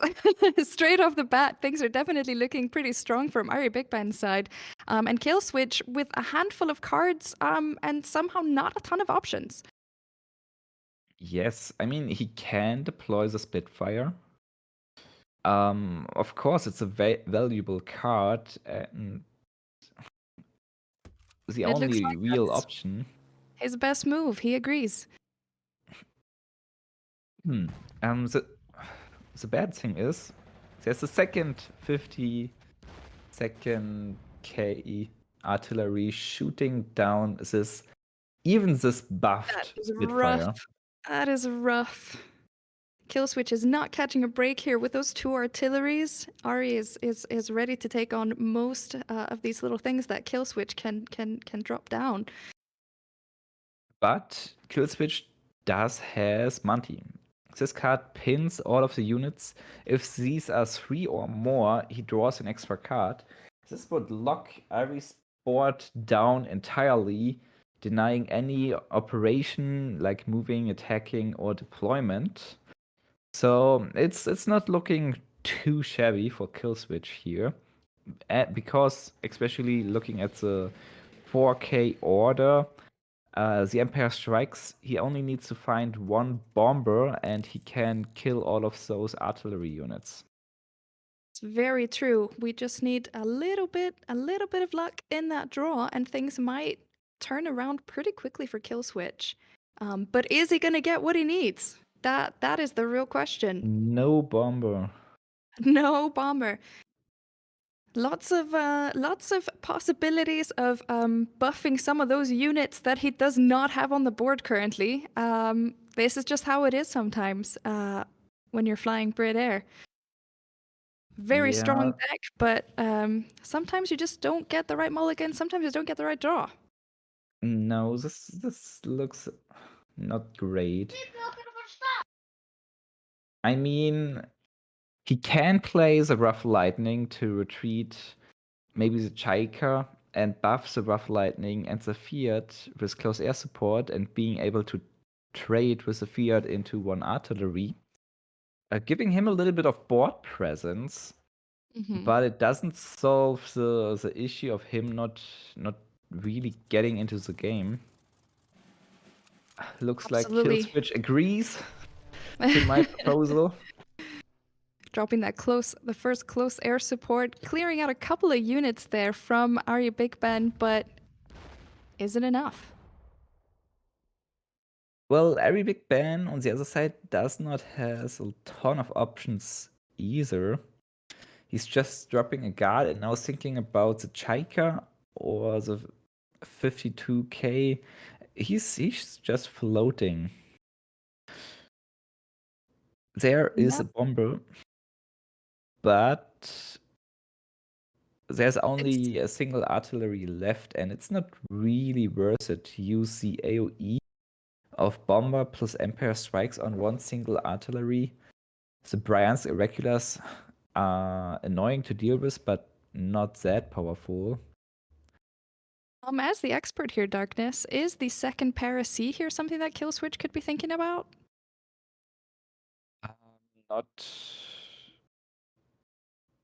Not really. You want to use the second Para C to buff a bomber or a blitz unit to get rid of a very powerful unit.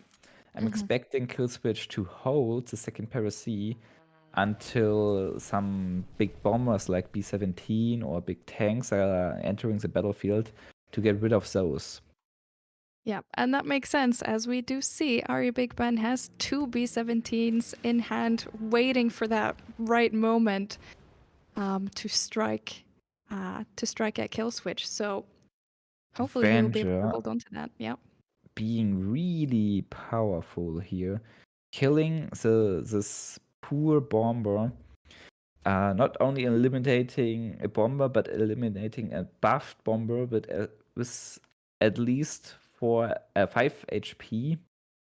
So Killswitch could trade into the ranks, Irregulars, even use the second Para C to kill it, but the distraction effect would kill the Rough Lightning, so this is not a good use at all.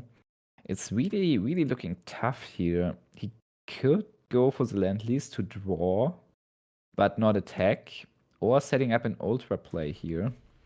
Killswitch decides to need some card draw. Yep, he needs to find some options. And are there any good options from this?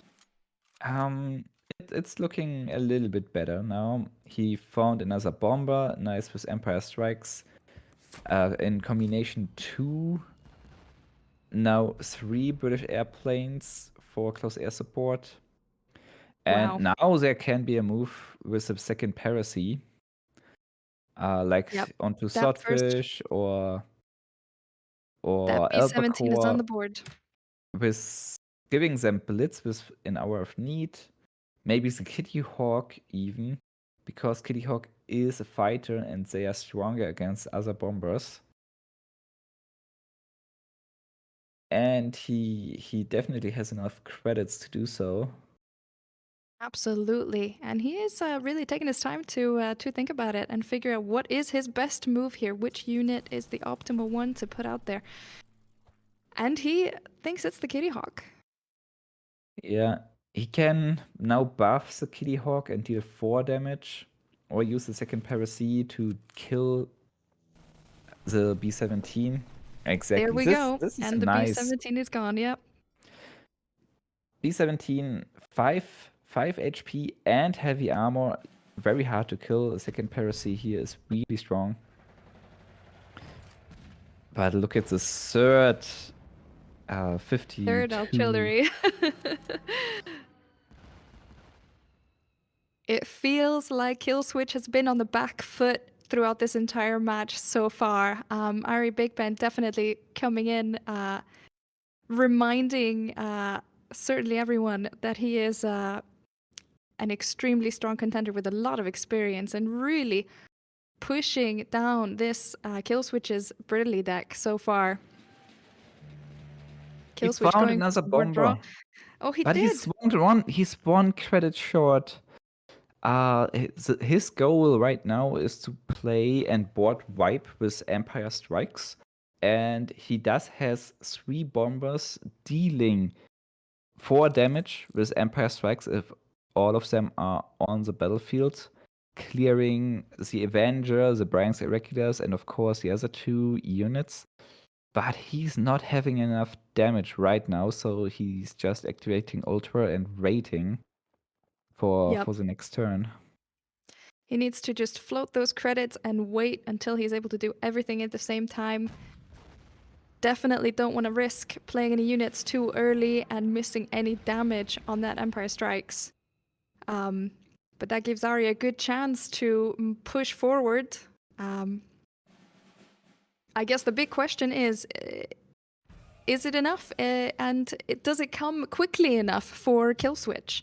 Is he able to turn it around before it's all over for him? Oh wow, look at that. Ari Big Ben not only used the sickle to activate Ultra and then using the Soviet heroes, but also found an, what is this again? T28, I believe. To this pincer effect puts the dying unit on top of the deck. So this is another potential anti-air artillery. It's looking... Killswitch. He's going to have a lot of bombers on the board. He's about to clear some stuff up. Yeah, look at that. And the artillery back into his backpack. Wow, just like that. Oh my god. Ari Big Ben, all of his units have been wiped. Killswitch is trying to turn this around for himself. He's got 3 bombers on the board. All a little bit buffed. Time for him to deal some damage. But Ari Big Ben is not going to be beaten that easily. He is ready with some units in hand. Another artillery, another B17, sorry. Well, it was a nice comeback with the artillery and the B17, but Mosquito is able to kill this artillery. The second Paracy is able to buff the Swordfish, and with 2 damage, it's just dealing 1 damage plus lethal ability to kill the B17. Ari Big Ben is running very low here. Denied. No comeback for Ari Big Ben, at least. Killswitch's comeback is on. Amazing. Killswitch, thinking about dropping Feared or not, Ari Big Ben is running Winter Offensive, dealing 4 damage to everything. So this is a little bit risky, like all-in move. On the other side, Ari Big Ben is not having a lot of cards. No, not at all. He's drawing ramp. It's not a big contribution to his battlefield. He's just killing it. Ari just emptying his entire hand. Not a lot of options for him there. And perhaps not quite the right moment for ramp, would you say? Now, Eric Ben is running low card draw. 2 mobilizations are in his deck. Killswitch is having just more options, but not enough to close the game right now. There are 2 fighters, and the destruction effect are giving them more fighters, so the bombers are still in danger for Killswitch. Of course, he would love to just go into the HQ of every Big Ben, and he's doing he this does. apparently. But besides that, he needs to think about dealing with those fighters as well, because Absolutely. these fighters are blocking his swordfish. Would you say this is a mistake, going straight for the HQ instead of dealing with those fighters? No, I think it's a good way. Every Big Ben has no cards. It's a single top deck here, and it's a probably best single top deck. It's a 272nd guard, protecting his HQ from the fighter. That was massive. That was lucky. That was incredibly lucky from Ari Oh, Big this air Ben. support is strong, though. This air support is really strong. He can buff 3 fighter, deal 5 damage to the guard, drop the albacore to finish off the guard, or attack with another fighter to pin the Joseph Stalin and give him a little bit more time. But, of course, the Joseph Stalin will be a big tank, but Ari is not running Mare Nostrum, so it's pretty hard to deal with all of those little units. Absolutely, absolutely. And let's see, Killswitch definitely seeing that the guard is the main thing he must deal with right now. Pinning the Joseph Stalin and dealing 5 additional damage. Every Big Ben is running really low. Wow. Wow, this is so down to the wire. Could you at this point say which way it's gonna go? It's looking absolutely close. Wait a second. Hey, Big Ben is not able to destroy any spot in the support line because the fighters are producing more fighters, and he's not able to deploy the 332nd Infantry Regiment to heal him above the damage potential of Killswitch. So he just has to surrender. Ari Big Ben sees that he's completely out of options, and he just surrenders his first match back into the OCC. Amazing, amazing performance from Killswitch there. Wasn't looking super great for him all the time there, but very impressive. And I suppose, in a way, a testament to how incredibly strong the Brittany Air deck, even when you don't get exactly what you need, still able to turn it around. That's absolutely true. Killswitch had a great performance here, not making any mistakes, playing this very calm until he finds enough options to finish the game.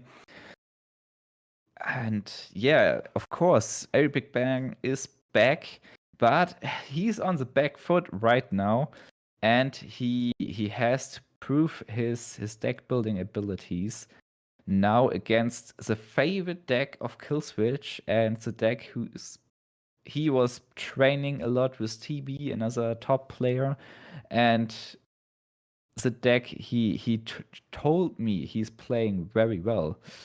This will be a tough challenge for Ari Big Ben. Absolutely, and very curious to see how this matchup goes. To be fair, I think this matchup will be a little bit better for Ari Big Bang, because yeah, the self-damage deck has a lot of snowball potential. Ari Big Ben has some ramp and a lot of removal, and maybe he will find a little bit more card draw this time to be able to deal with Killswitch. Let's see. Let's see how this is going. Absolutely. So Killswitch just dropped the 33 weekend. Every big ban definitely not want to use Bloody Sickle on that one. Killswitch, however, only having the Sunrise Division ready to play, he could use Winter Warfare. This will produce the 34th guards and give him a card draw from the 33rd weekend.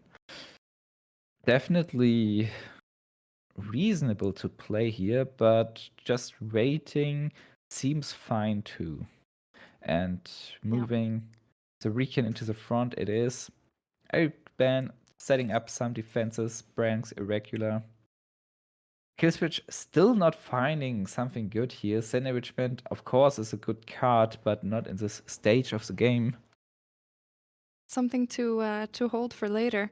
But Ari Big Ben, as you say, putting up a good initial defense. Blocking Killswitch's push. Winter Warfare here makes a lot of sense, because this allows Killswitch to play next turn the 34 guards, reducing this to 4 credits. And the card draw is nice as well. Absolutely. Bloody Sickle now reduced the credits to 2. I'm expecting the 34 guards being deployed next. Ari Big Ben just ramping a little bit and healing. Oh, the SU. SU will deal additional damage, and the 34 guards can deploy for free. Killswitch can even use the last credit to attack and grind down the Branks Irregulars. It's Absolutely, and that would be an incredibly strong turn for Killswitch at this stage in the game. Yeah, it looks a little bit better now for Killswitch, bringing finally some stats to the field. However, Eric Big Ben already wrapped a little bit, and in credit, he's now ahead of Killswitch. Which could open up more options. But does he have the right cards? Does he have the cards that he wants in his hand? He does not has a lot of options, but he has 3 Bloody Sickles, enough to kill the SU. And he's doing it. He's just cycling through his deck. He found more options. Just killing the Recon as well. Found more ramp with his 332nd engineers, or the milk truck, some player calls his cards. He also found the 272nd guards, what is very valuable here. Of course, Killswitch has Sender Regiment and Naval Brigade as counter options, but this will finally give Eric Big Bang some options to work with. Absolutely. And tell me a little bit more about what the usefulness here is of the 272nd guards. As the 272nd guards is bringing a big guard to the table. Killswitch decks is all about dropping units, making them very strong, but if they have to attack into another strong guards, this will protect Ares HQ. And the Joseph Stalin, of course, can trade extremely well against everything Killswitch is working with. Ari Big Bang only needs to get to this point to be able to play this, and he used the 3rd milk truck to get more credit advantage to be able to play the 272nd guards in the next turn. Definitely progressing fast here. Yeah, Killswitch options here are not that great. He has found the 2nd scouting party, but without Winter Warfare, there's no real card advantage from that. Of course, Intel is nice. He's just starting to kill some stuff. The Branks Irregulars killing the artillery, deploying the scouting party. At least this will give him Intel 1, so he sees the KV1 now from Ari Big Bang. Yes. I really think about Winter Offensive here. He could kill everything, but this would lead to a lot of card draw. Ari Big Bang trading greatly with a small infantry unit into the SU with 5 damage and playing the card Killswitch knows about, not revealing any more of his hand cards, of his remaining options. Absolutely. He's looking pretty comfortable over there, Ari Big Ben, at the moment. Yeah, especially with 28 HP, but this can change very fast with Great Patriotic War. This is a good point, and this is what Killswitch has just drawn, isn't it? Yeah, he just top decked this card and he can think about using it right now.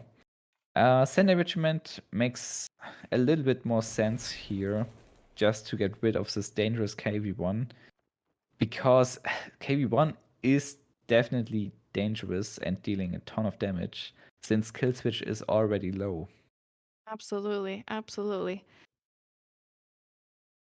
Things can't shift too far off the path for Killswitch. And But that said, he Band, can turn things. He can turn things around quickly. Sorry, go ahead. there is finally the 272nd guard. I think every Big Band also played the KV first to check if there's removal, like the Sendai Regiment. Now Killswitch, he wants to deal more damage, but he has to get rid of this guard, and he can't just hide it. He has to kill it, but there is a Joseph Stalin, what is maybe an even bigger problem. Absolutely. So maybe he will just wait for the Naval Brigade to kill the Joseph Stalin. This is a tough position. I mean, he's drawing a lot of cards with the weekends, and he found rifles. This is a great opportunity here. Using his remaining credits, bringing more stuff to the table, even protecting his 34th guards, 32nd guards. It's because it's relatively valuable stats wise. A Big Band choosing to draw. He's finding a hammer. Hammer is great here. Let's see. He's choosing the first Signal Regiment and guarding his HQ a lot. Killswitch really trying to find a way out of this. Let me check real quick. No, he's not running Yura, so his way to end the game is through all of the guards every Big Bang is playing. And this is quite a lot. Absolutely. This is a tough one to break through here for Killswitch. What does he really want to find? What is the best way for him to clear out these guards in the front? He needs to find Red Dawn as removal, Winter Warfare, and counteroffensive to set up an counteroffensive play to not only find removal to deal with the guards, but also finding enough damage to deal with Ares HQ. Of course, it's right now a lot of HP points. The Great Patriotic War can change that to 12. But again, there's the Engineers Battalion. Every time he's losing a unit, it's another problem because it's more HP. So the Great Patriotic War, what is Killswitch really waiting for here? What is the right moment for him to play this? The right moment is to play this after he got rid of the most important units, especially the guards. Yeah. He is not really having a way how to deal with this Engineers Battalion sitting in smokescreen. So he needs to deal with all of those units first, This will heal every Big Bang up with the Engineers Battalion, and then resetting the HP of his HQ to 12, being able to kill him after that. But this is a tough goal to achieve. Absolutely. He really needs to set things up well in order to be able to quickly take some good swipes at Ari. But I guess the question is, if and when will that moment come for Killswitch? Well, Killswitch didn't find Bloody Sickle or Winter Warfare. He's sitting at 11 HP, and this is truly awful because of his 2 Sunrise divisions. The Sunrise divisions are 2-2, but 9-9 if he's having 10 or less. So now there's a possibility getting them buffed, but there are 2 bombers threatening him really bad. Absolutely. What So is opportunities, but who knows what that cost is going to be? It's really looking bad right now for Killswitch. He kind of has to trade into the guard to get another card draw. But this will give every Big Bang the Joseph Stalin, and this is even worse to deal with. Absolutely. And if he doesn't do anything about these bombers, there's not much left for him in this game, is there? No, this looks definitely hard. I mean, it's an option to buff the Recon, deal with 1 bomber, and just sending units into the front line, or finally deploying a Sunrise division. But every Big Bang has lethal here. The bomber is dealing 4 damage, Winter Offensive is dealing 4 damage, and yeah, that's it. And Every that's Big Bang it. coming back. He's still got it. Ari Big Ben 1-1 against Killswitch. So we are heading into the 3rd match in this series. And who knows who's going to take it in the end? I have to say, I'm extremely excited to see this matchup between Ari Big Ben and Killswitch. I mean, Ari Big Ben, obviously, this big kind of titan that is returning. But over the course of, if you're not playing the game for a few months, you miss out on a few things. And how quickly can you really get your groove back, So. Well, this is game number 3. We are going to find out about that one. Every Big Bang now playing Germany. First time he's showing us this deck. And maybe this one is even stronger against the Killswitch Soviet self-damage deck. I already spotted the Sudden Strike, one of the best cards in the entire cosmos of cards against the self-damage deck, because Sunrise Division is 2 credits, 456 rifles is 2 credits, and every Big Bang has just the perfect removal no matter how much stats those cards have. Killswitch starting very strong. Turn 2, the Yak 7 is an amazing play, but Sudden Strike removes that, and Killswitch now is a little bit sad about this one.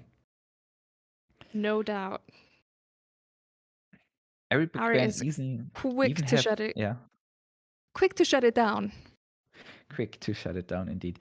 Every Big Bang even has joint operation, more removal, and because Killswitch is running relatively slow, and every Big Bang found early game, this looks very, very good for every Big Bang in this stage of the game. Absolutely. So my question, or my thoughts are right now, will every Big Bang go turn 3 for the autocannon or the ramp? And Killswitch right now thinking about the T80 or the rifle regiment. It's the T80. It gives a little bit more speed to the field. Every Big Bang with a little bit of ramp. a little bit of ramp. Not thinking twice about this one. He don't want to sacrifice the Autokanone into the T80. Absolutely.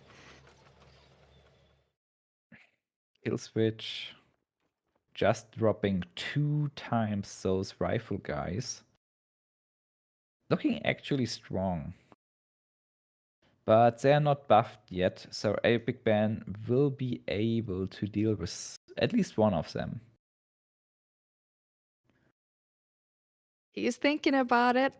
Is he gonna hit face or is he gonna take out the what did you call it? The milk truck? The milk truck. Actually, hacking out the milk truck is better because now Eric Big Ben can't drop the Wirbelwind and has 2 unit types dealing 3 damage with joint operation. What makes it a little bit more difficult for him right here, right now.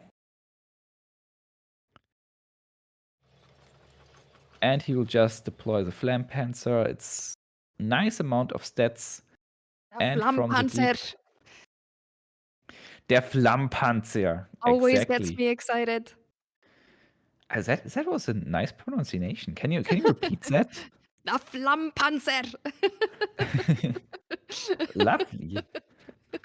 I had a stream with Ollie to talk about the pronunciation and to train clarify. the pronunciation. Yeah. That was a lot of fun, and he was very good as Oh, well. great. We should do a session sometime. Well, Aries Big Ben from the deep. Unfortunately, getting- the Flampanzer did not last long. No. The countermeasure triggered nothing, and the 456 rifles going into the front line already buffed from the destruction effect of the T80. And Killswitch setting up an recon play. Scouting party giving him 2 recons. Ooh, a Big Ben finding a sudden strike. So this eliminates 1 unit here. But Killswitch will be able to draw a ton of cards in this turn. I'm checking Aries' deck. He's not running Root out. That's a little bit sad. Root is the best card against those weekends. Yeah. And there's the Winter Warfare. Card draw Kill coming switch in. Second gets one. the draw.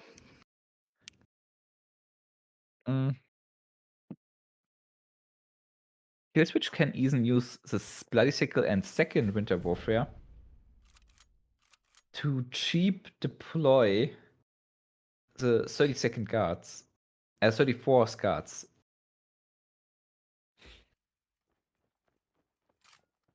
He's not choosing to kill his recons now. Just Nope. deploying them with 2.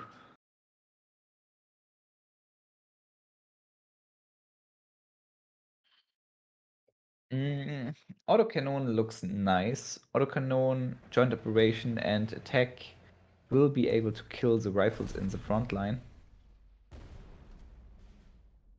And Clearing Killswitch the is not way. having an immediate response to the Autokanone.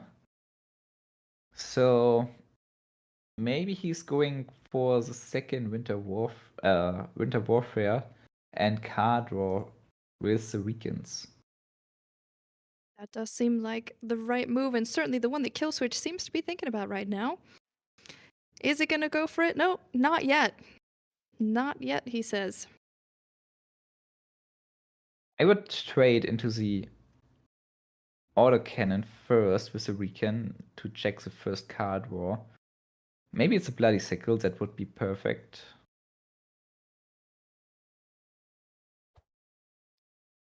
Switch thinking. And There's he a Bloody gets the Sickle. Bloody Sickle. So, Bloody Sickle first, in terms he's able to find another 34 guards. Winter Warfare will finish the Autokanone Perfect. and SU coming next. So, it looks really strong. Yeah, looking like he's in a very good position here. Admiral Hipper. Pushing And from the Pushing deep Killswitch back. activated. So no card was this turn, but Killswitch already drew a ton of units with all of his recon plays.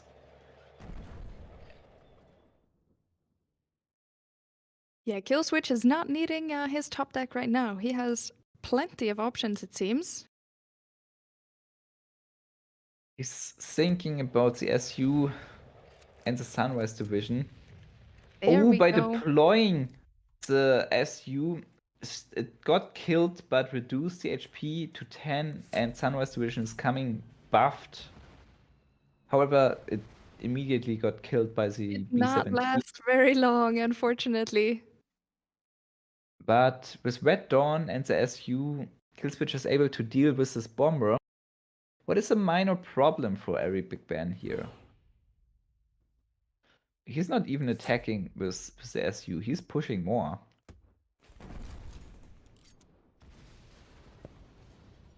Wow.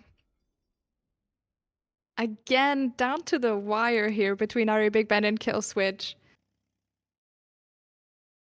Both of their HQs having taken quite a bit of a beating.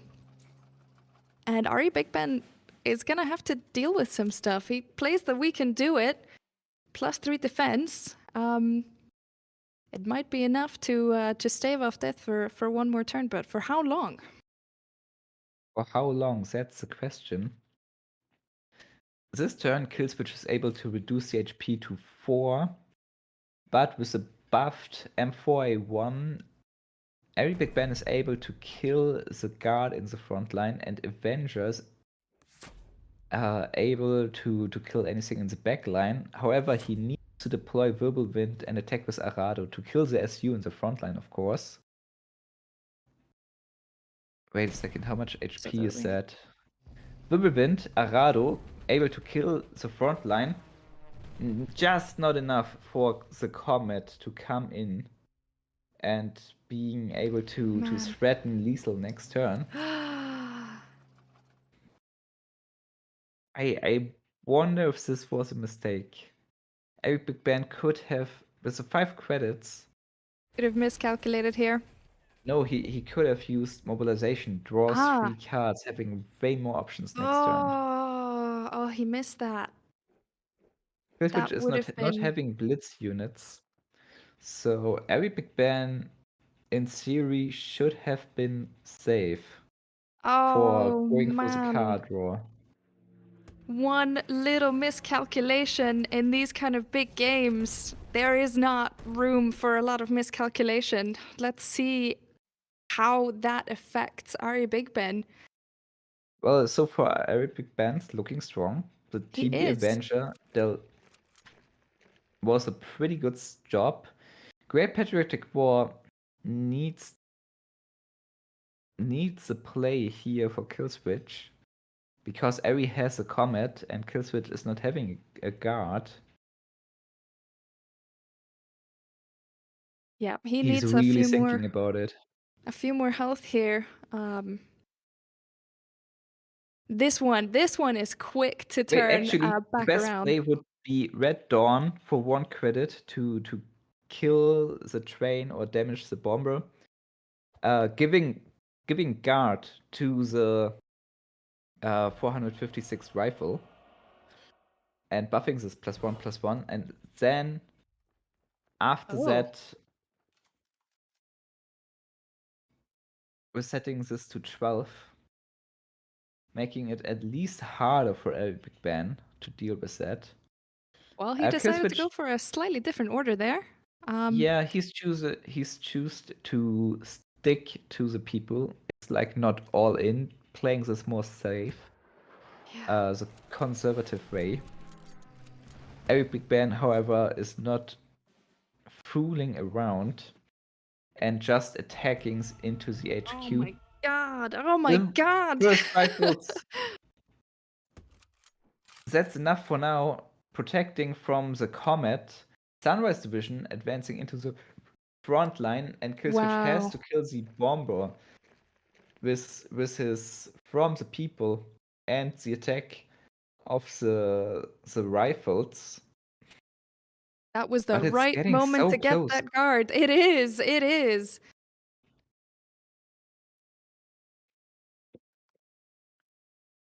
It's ridiculous close, and every big ban has a top deck and mobilization in hand. I really wonder what options he could have if he had chosen to draw earlier. Absolutely.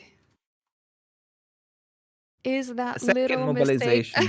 He needs card draw. It's almost like it's rubbing it in his face. Here's another one. Please play it.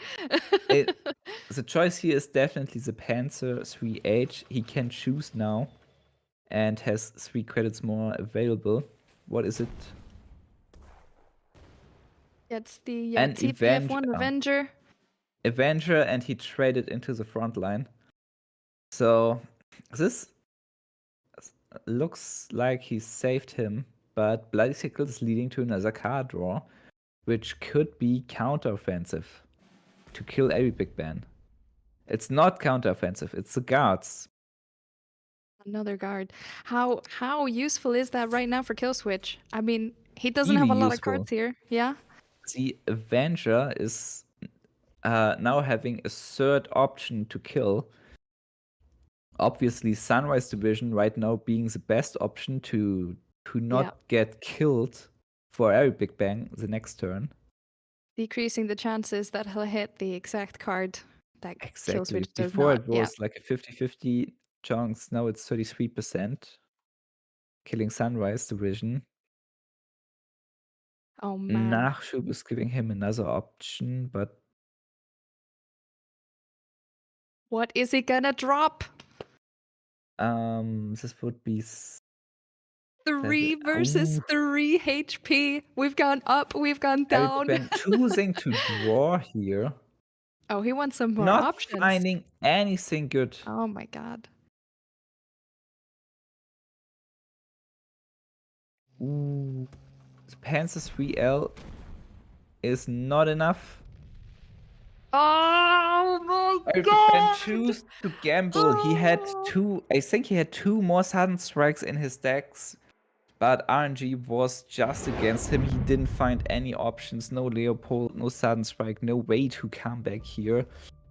A little That was mistake there. close. That was close. What a series of games. And the return of Ari Big Ben. I mean, he had some great plays in there, but he made that little mistake there at the end. And it feels like that may have had a big impact on how things played out there throughout the end.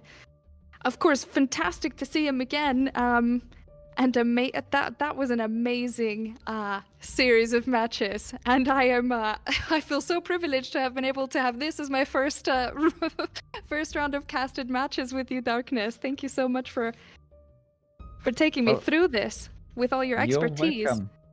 You're welcome. It's nice to have new cards casters, new cards players, seeing the game growing. Always nice. Well, congratulations, Killswitch, for advancing here, and every big ban, don't you worry, buddy. Next weekend will be better. This was just the final exercise for the World Championship. So absolutely, we're looking forward to seeing Ari Big Ben again. Yeah, and, I'm looking forward. Let's throw it back to myself and Ole on the host desk.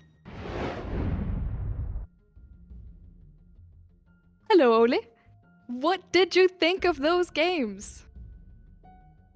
Those were extremely close games, and what a hard-fought series by both players. Killswitch just edging it out there in the end. I feel like both players played well. I feel like Killswitch is a deserving winner of that series, and I feel like at every moment Ari wish he had Blitz tank to hit Killswitch's HQ, right? But it was just one of those hard-fought series.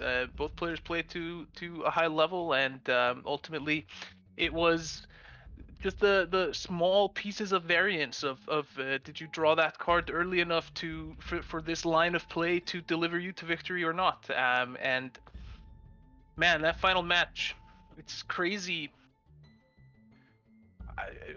Someone's probably gonna do the math, but like given the size of the deck for Ari and the fact that he had 2 sudden strikes remaining, did he have a higher than 33% chance to draw one of them through 3 cards? If so, then that definitely made sense. If not, then maybe dropping the B17 or the Avenger would have been a better idea, just to maximize the chances. Of course, that whole match would be a completely different story if he drops a B17 and he kills the Sunrise Division. All of a sudden, no real way for Killswitch to come back, overcome the distance of the front line to take out that bomber and finish the game himself. So, man, really close one. Absolutely, absolutely, and so interesting, especially for me as a bit of a newcomer to cards here, to see how, you know, these moves that seem like they're just these small little differences, but it can change everything. But with that, let's have a quick look here at the bracket and see where we stand. I think no surprises here, really, in terms of if you were to have voted for a favorite going into each one of these matches. I think the biggest upset or surprise here is Ari Big Ben losing to Killswitch. That's probably a very even matchup, but you know, J King won against AZ as he should have. No one won against Birdo as he should have. Even though Birdo and AZ are both great players, No 5 and J King are just more consistently at the top in terms of the tournament play. And then Tang Tang winning against Dio as he should have. What's interesting though is that all of these matches went to 3 games, which is very, very rare to see happen in the OCC. So that also tells us there's a lot of talent here. Now, we're about to see Tang Tang take on No 5, and that's a battle of the 2 Chinese giants, right? And on the bottom side, J King 7 taking on Killswitch. And I feel like, you know, we're finally getting to the point, you know, I've said this before when it comes to Killswitch, but like, he needs to take this opportunity to prove himself, to prove that he is among the best players in cards. I do think he has everything that he needs to be among the top there every time that he wants to, and puts in the number of games each month to kind of make it into the OCC. But now he faces a tall task in defeating J King, and it's going to be interesting to see if he's able to take that step once again into the finals of the OCC. Absolutely. And just like that, we are about to head into our first semi-final matchup between Tang Tang and No 5.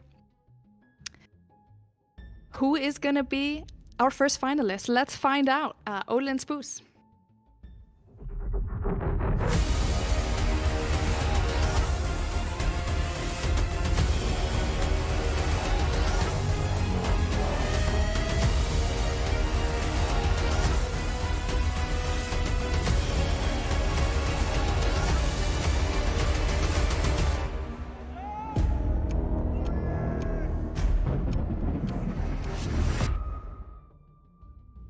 Thank you for that. I'm back with Spooz, and it's time to cast another crazy series here in this Officer Club Championship. Will it be 2 games? Will it be 3 games? Nobody knows, but it should be a lot of fun. This is Tang Tang taking on No 5.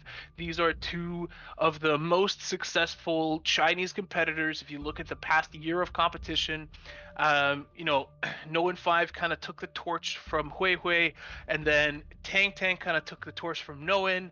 So I believe there's not just a place in the finals, there's not just money on the line, there's a lot of pride on the line here as well. So Spooz, before we head into the matches here, why don't you take us through the decks of Tang Tang at the very least, and then we'll quickly review No 5's decks as we've already looked at those. Sure. So Tang Tang bringing 2 aggressive lineups here today, or one more aggressive lineup with the Japan, German, Feint Retreat, aggro deck. We've seen it several times. It's still one of the most aggressive decks and can be very hard to deal with the early aggression. And then there you have stuff like Mido, Aikido that just deals so much additional burn damage.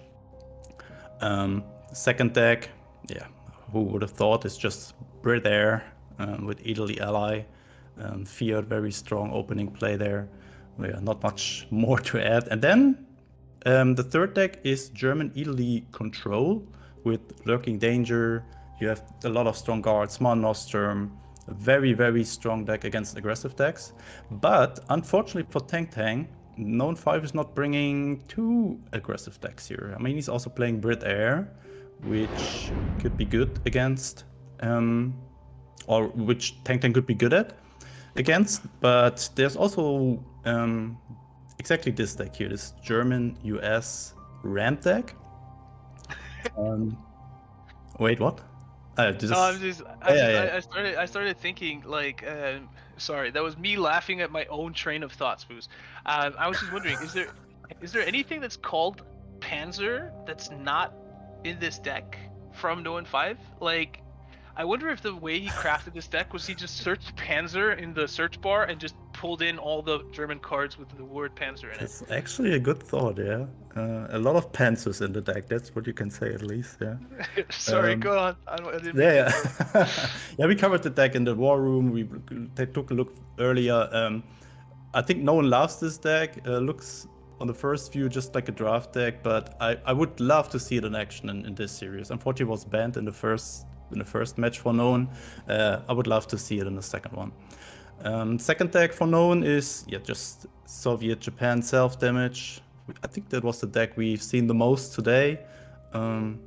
Very interesting deck, can be very, very strong early on, but also in the mid game it can just drop. You can just push out a lot of strong units. Very consistent deck in the last OCCs.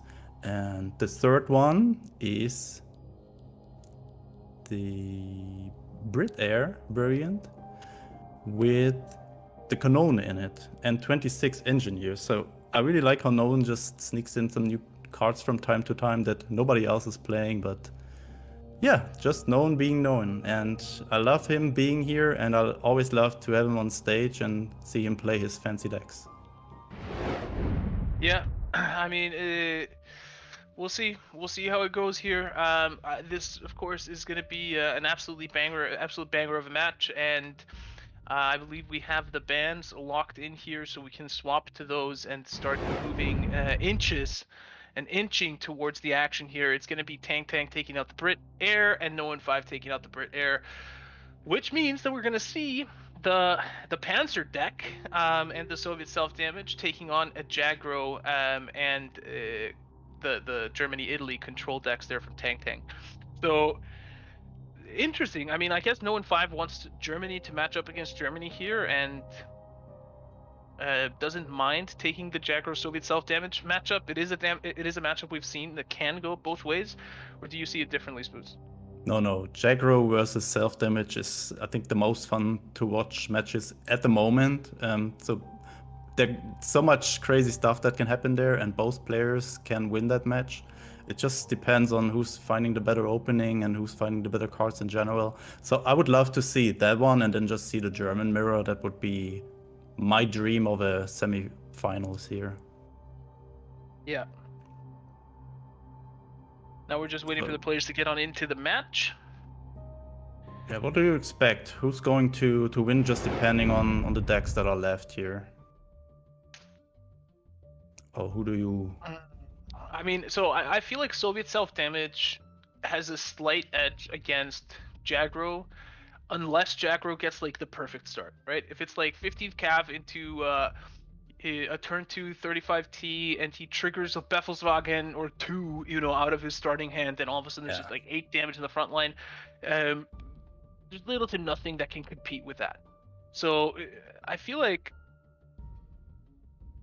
it's going to be a super interesting. These are two matchups that I think are very, very close. I want to say that Known 5 is going to find a way to somehow in the mid game win with his Panzer deck, right? It's going to be like he's going to drop that Greif and he's going to be like, I'm going to make Spooz ever regret mentioning that I have the Greif in my deck, right? I'm going to prove once and for all that this Greif is here for a reason. He's going to have like 8 Panzers in hand. He's going to drop the Greif and he's going to end the game in 2 turns. And then I think the Jagro Soviet matchup is going to be pretty close. I definitely think if Tang is able to find a matchup where he gets his Jagro deck into the German Panzer deck, then I would give the edge to Tang. If not, then I will give the edge to Known 5. If that makes sense. Yeah, I think it depends a lot of who's matching or who's facing which deck in the beginning, and then which deck is left. But we see the German mirror here. I think this is not really what Tang wants, because no one is having a lot of late game stuff, and Tang, yeah, he's having a lot of hard removal, a lot of guards, but I think no one is having a slight advantage here. But I'm not sure. I'm not sure how the matchup plays, but 5th Rangers is very important here for no one. Such a strong card on turn 4, just goes to the front line. Applies a lot of pressure into Tang. But Tang on the other hand is having the, oh, what is it called? 939? That 3/3 guy that blitzes as a 5/5 when no unit is on board. Yeah, 959, is it? Too many numbers in the game, for sure. It's called something numbers. Something with numbers in it, yeah. And yeah, no one finding the early ramp. That means on turn 3 you can already blitz out the 5th Rangers, which is in general a very strong play. And Tang with 2 sudden strikes here. Not really what he's looking for. Advancing his research over deploying from deep, and no one continuing to ramp here. That is also interesting. He's not starting to apply early pressure there, mostly because of decisive defense, maybe, because this would shut down any aggression very early on. Just deciding to ramp straight into 7 credits here next turn. Oh, wow. How much ramp do you want? And no one just answered yes. Yes. All of them. Give it to me. I mean, that means everything that he's drawing now is pretty strong. You don't want to top deck these later on. Now is the correct time. Also, Tang is playing a deck that is just there to remove stuff from the board. And if no one is not playing anything, that hurt. Oh my.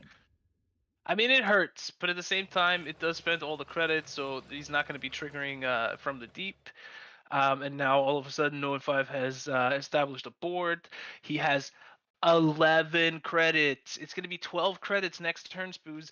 And Tang is just going to be sitting pretty at 6. No 5 with the 6 credit advantage here coming into next turn. And that all of a sudden means, he has access to cards like the Leopold, right? What does Tang do if he just drops a Leopold next turn, right? I mean, not that he probably will, but what do you do? Yeah, not too much with Tang's hand. The From the Deep could catch it, and he needs 3 more turns until he can ever play the U-boat there. And looks like he's just spending a whole turn, just advancing the research. Oh, he's going for synthetic oil. That is not too bad. Ooh, so he can just decide if he wants to play a Leopold for himself next turn. Yeah, but I mean, okay, now he's played. Now he probably will, right? But now he's played his research, and he's taken a bunch of damage. And he just played his Leopold, and No 5 is just gonna Leopold right back, and it's still gonna be 3 turns until Tang can play his Leopold again.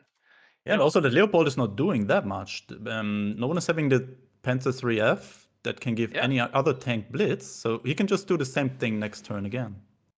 Okay. To go for the route. Why? Still a lot of stuff on the board. Yeah, probably because Leopold is not doing anything. He's just dying if he's playing Leopold, yeah. Because of Panther 3F. Would be another 7 damage if there is enough credits. I think it's not enough credits to operate and deploy them, but... Tang is like desperately trying to duct tape the 2 sudden strikes together right now. Be like, can I make this into a more powerful removal somehow?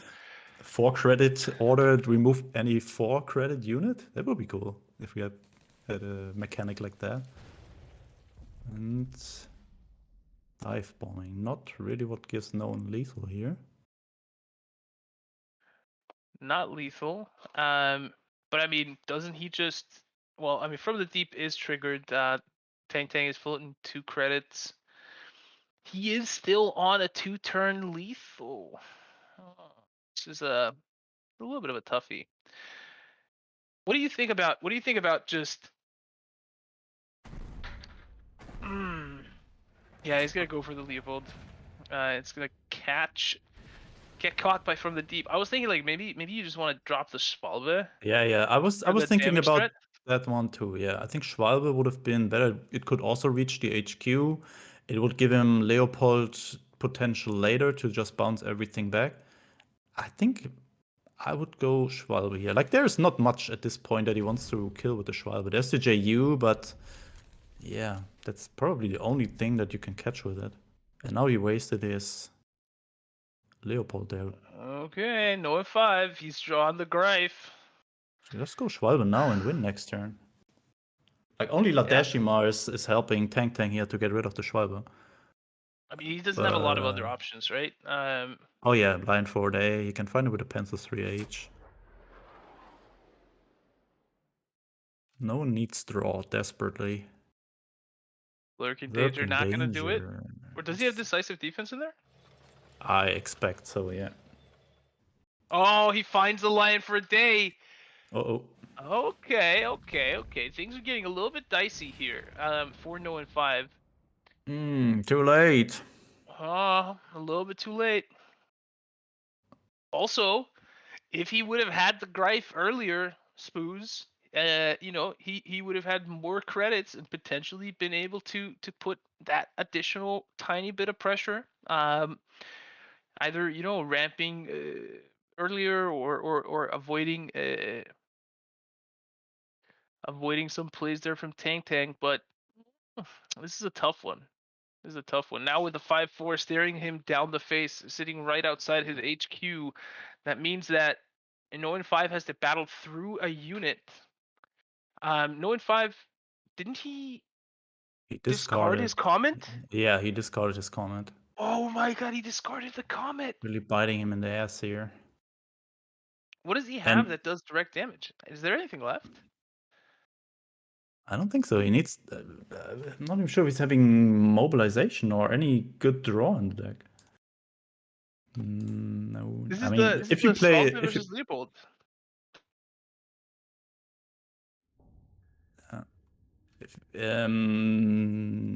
I want to say? I just forgot it. If you play. Yeah, if you play an Hour of Need, you probably also play mobilization. Otherwise, it would not make too much sense, I guess. The War Machine? No. What is his draw then? Heinkel, maybe? Heinkel would definitely be good. Ball here. He's also playing the FW, so FW also cycles through your deck. Yeah. FW 190. Oh yeah, that's his main draw. I mean, I guess that's he hasn't drawn or played any of those yet. That's going to be his big win condition at this point. But now, Tank has more credits potentially available to deal with stuff, right? He's able to use Annihilation on that Panzer IV. That's going to hit any of the cards in hand. No, he can't. It's 6k, so he can't. Oh yeah, it's 6k. Oh no, it's true. My bad. Ooh. Interesting that Known is going above 14 here. And not keeps the Hour of Need for a discard target. But yeah, he's probably not caring about dive bombing in the Alliance at this point anyways. Maybe he should.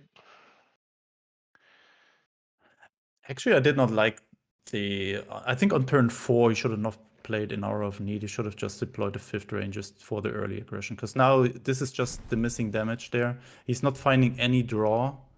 Hipper? Yeah, what do you want to Hipper here? Nothing, I guess. Yeah, well, you need to hit for the 5-4. Really backfiring, yeah.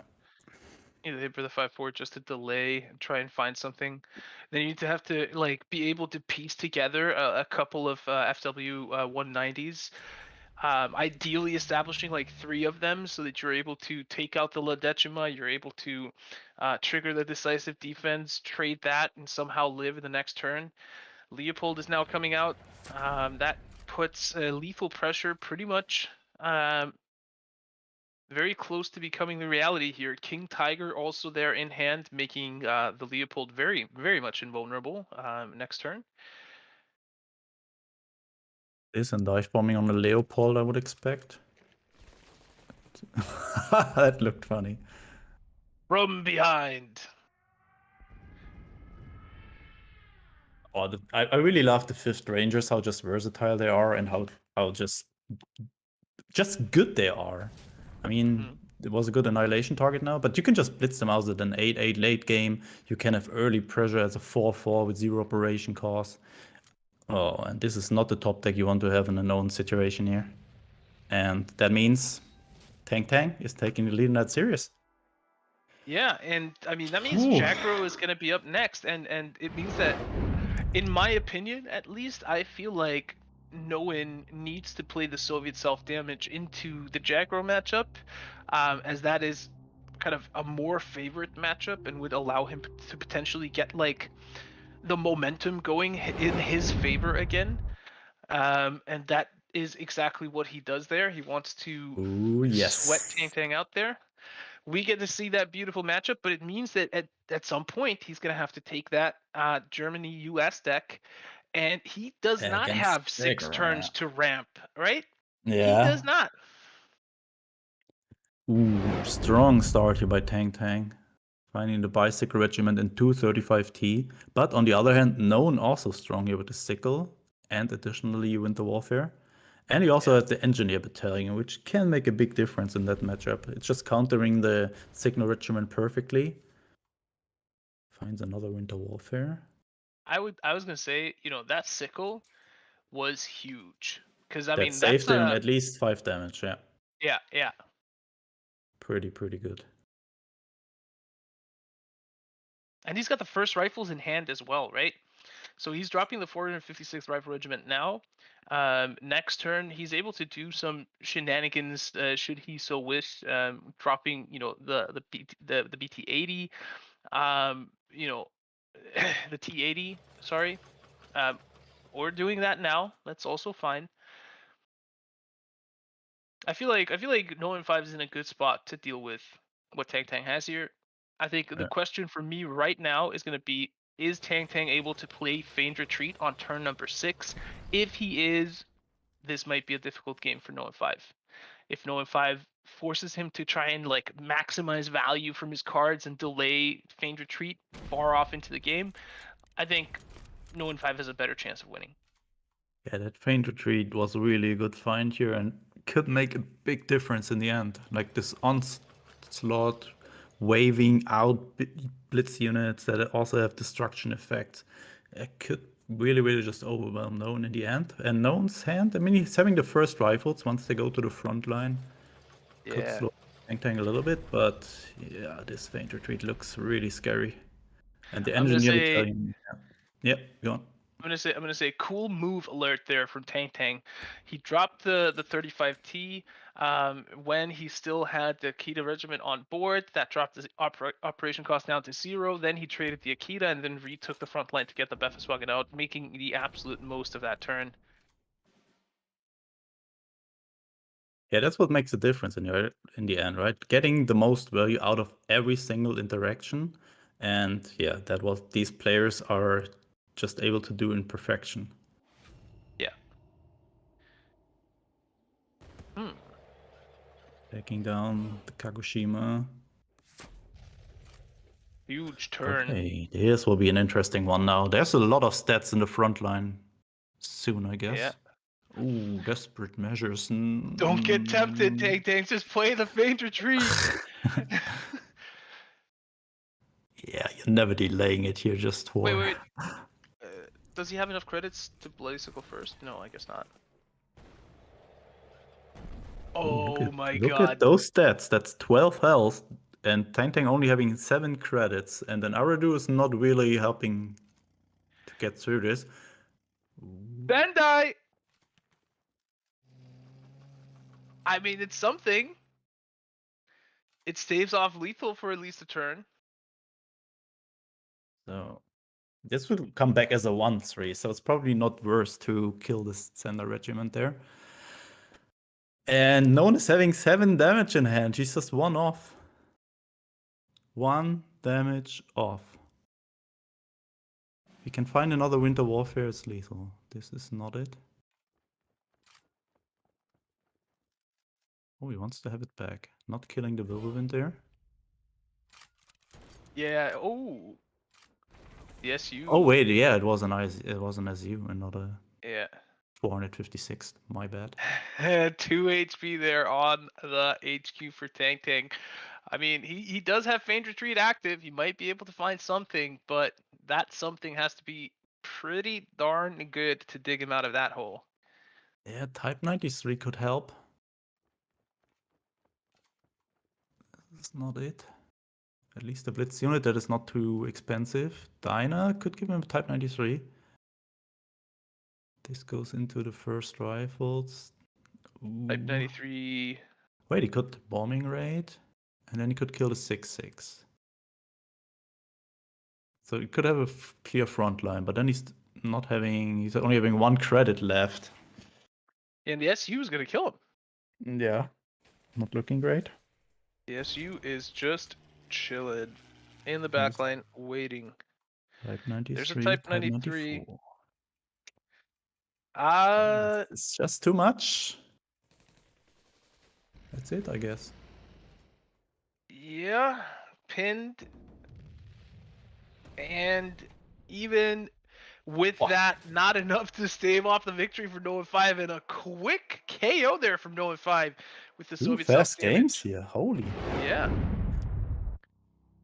Good games as well. I mean, those are fun games. I think No 5, he played that well. He was really, aggressive in the way that he approached that, and Tang, it was just, that game was won or lost pretty much based on whether or not No 5 has a bloody sickle in his opening hand or not, right? If he struggles with that bicycle regiment, that game plays entirely different. Now, let's see what Tang can find this time around. And it doesn't look like it's going to be a fantastic opening hand. No 15th Cavalry Regiment.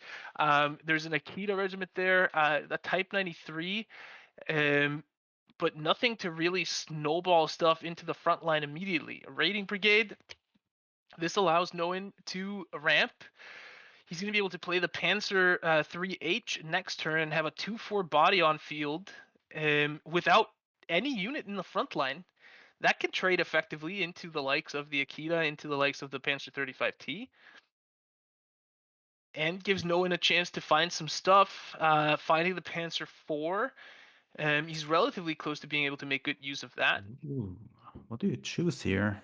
You could choose the ramp just to go to turn 10 for big Leopold. Yeah. But I'm not sure. Maybe you want to have bodies on board here. And that 38T would have been a body. Like, what are you doing now? You can bounce the Akita maybe? Or you just ramp? Okay. So he needs to survive 3 turns. A dive bombing, that takes a lot of pressure off. A 2-2-2 frontline is significantly less scary than a 3-3-3 frontline. But there will be a 2-2-2 frontline now. Yeah. And but Panzer 3H is good. I mean, he can also take the Jag Bomber and throw one of these targets back into the hand of Tang. So and then he also has something that trades effectively in the backline, and it's going to be the Akita, because the Akita is the only single card there that could take out that Jag Bomber in one fell swoop.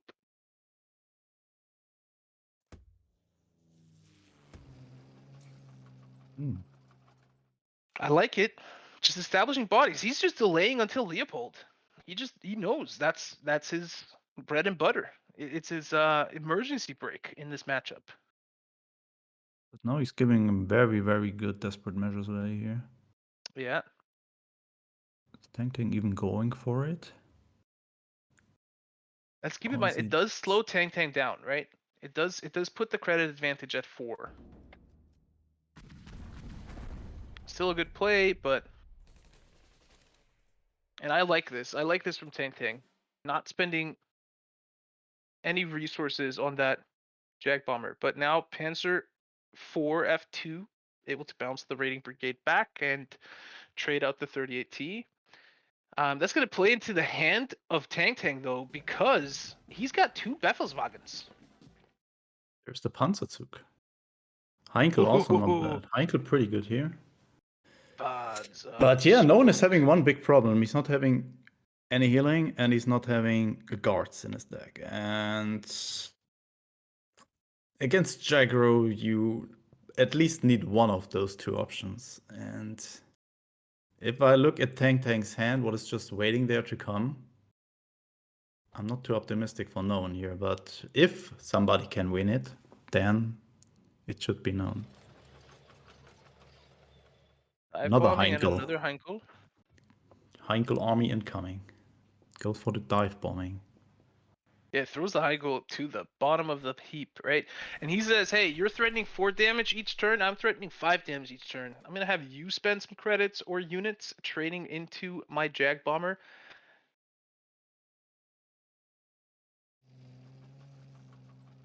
Whirlwind.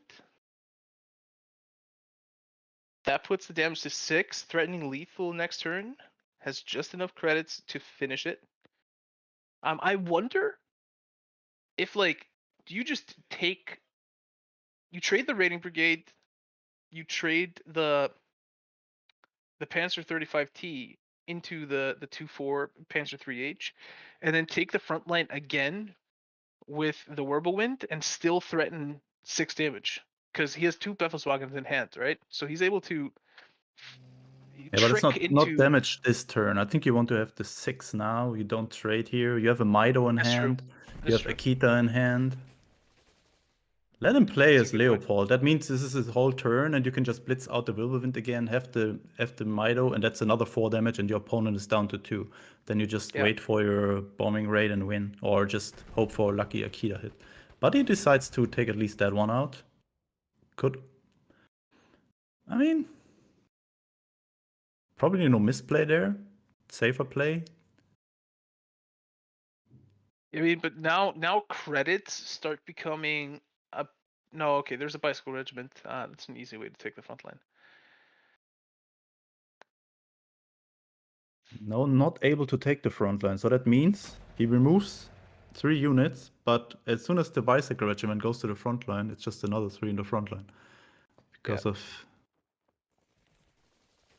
Does not even need it. Takes away that one. Yeah, known. Not having root out in the deck. No This root looks out. like a scary board. FW 190A, not gonna do it. Panzer 4 bounces the Raiding Brigade. You can limit the damage. Wait, that's 6. He can V1 flying bomb. That takes care of 1 target. He can Heinkel. That takes care of another. And he can dive bombing. That takes care of a 3rd. And then attack with a Leopold. That takes care of the 4th. For next turn only. Bear in Yeah, mind. you can reduce the damage next turn to 0 at the moment, but there's a lot of stuff waiting there in Tang's hand. Deciding to bring an additional body, kill this with that, take the 2 more damage here. Uh-oh. Bombing rate. Bombing rate alert. That can be 5 damage to face. Plus the Mido is 7. Still 1 to go. Tang needs to find a signal regiment. If he would have found a signal regiment earlier here, I think the game would have already been decided, but he did not, so... Also, this is series number 5 to go all 3 games today, which is kind of crazy if you think about it. Yeah. We don't have that too often. And now surprise attack as well can limit the options that No Win 5 has to deal with the state of the board there for Tang. More than likely going to surprise attack the FW instead of the Leopold. That's probably because of the operating cost, forcing No Win 5 to have to spend 1 additional credit to deal with one of those units. Chevalde not going to do anything really. No real viable research paths here for No Win 5 either to get him out of this sticky situation. Heinkel taking out the Type 94. No, can't do that because there is a Dina protecting it. So the Heinkel just spawning a Spoils of War to potentially draw into something to answer the board is likely going to be No Win 5's best bet here, because once those units, even if it's just the Type 94 plus either of the frontline units, once they hit, That's Oh. gonna be it. I think That Nolan is just rhymes. trying to set up lethal for himself here. At this point. Yes, With Leopold. he's just hoping. Yeah. He's just hoping He's there's just no hoping. bombing rate in Tang's Yeah. hand. But we know better. We know better. But it's still not lethal. Oh, it is Type 93 off the top. That's gonna be enough. Okay. That's 2 damage. That's 4 damage, and with the bombing raid, makes it 7 damage. And Tang just finding enough before facing sudden death there from the 16 damage on the board, developed by No5, clutches victory in this battle of the Chinese Titans here. Tang is our first finalist of today. No5 hard-fought series, and it completely just escaped my mind until you pointed it out. No5 was of course just putting up lethal for himself on the following turn. So 1 turn away, if there's no bombing raid in hand there, that's potentially No5's game. Yeah, very close and intense series, and great. Tang in the finals. No5. We will see him later in the bronze match, but for now, I think we will see the second semifinal. Yeah, which throw it back. is Killswitch It's versus J-King versus Killswitch, yeah. We'll throw it back to myself and Elin before heading on into that match for a brief interlude. Wow, what a game! Yet again, as you pointed out, the 5th series of games today that we're seeing going all 3 matches.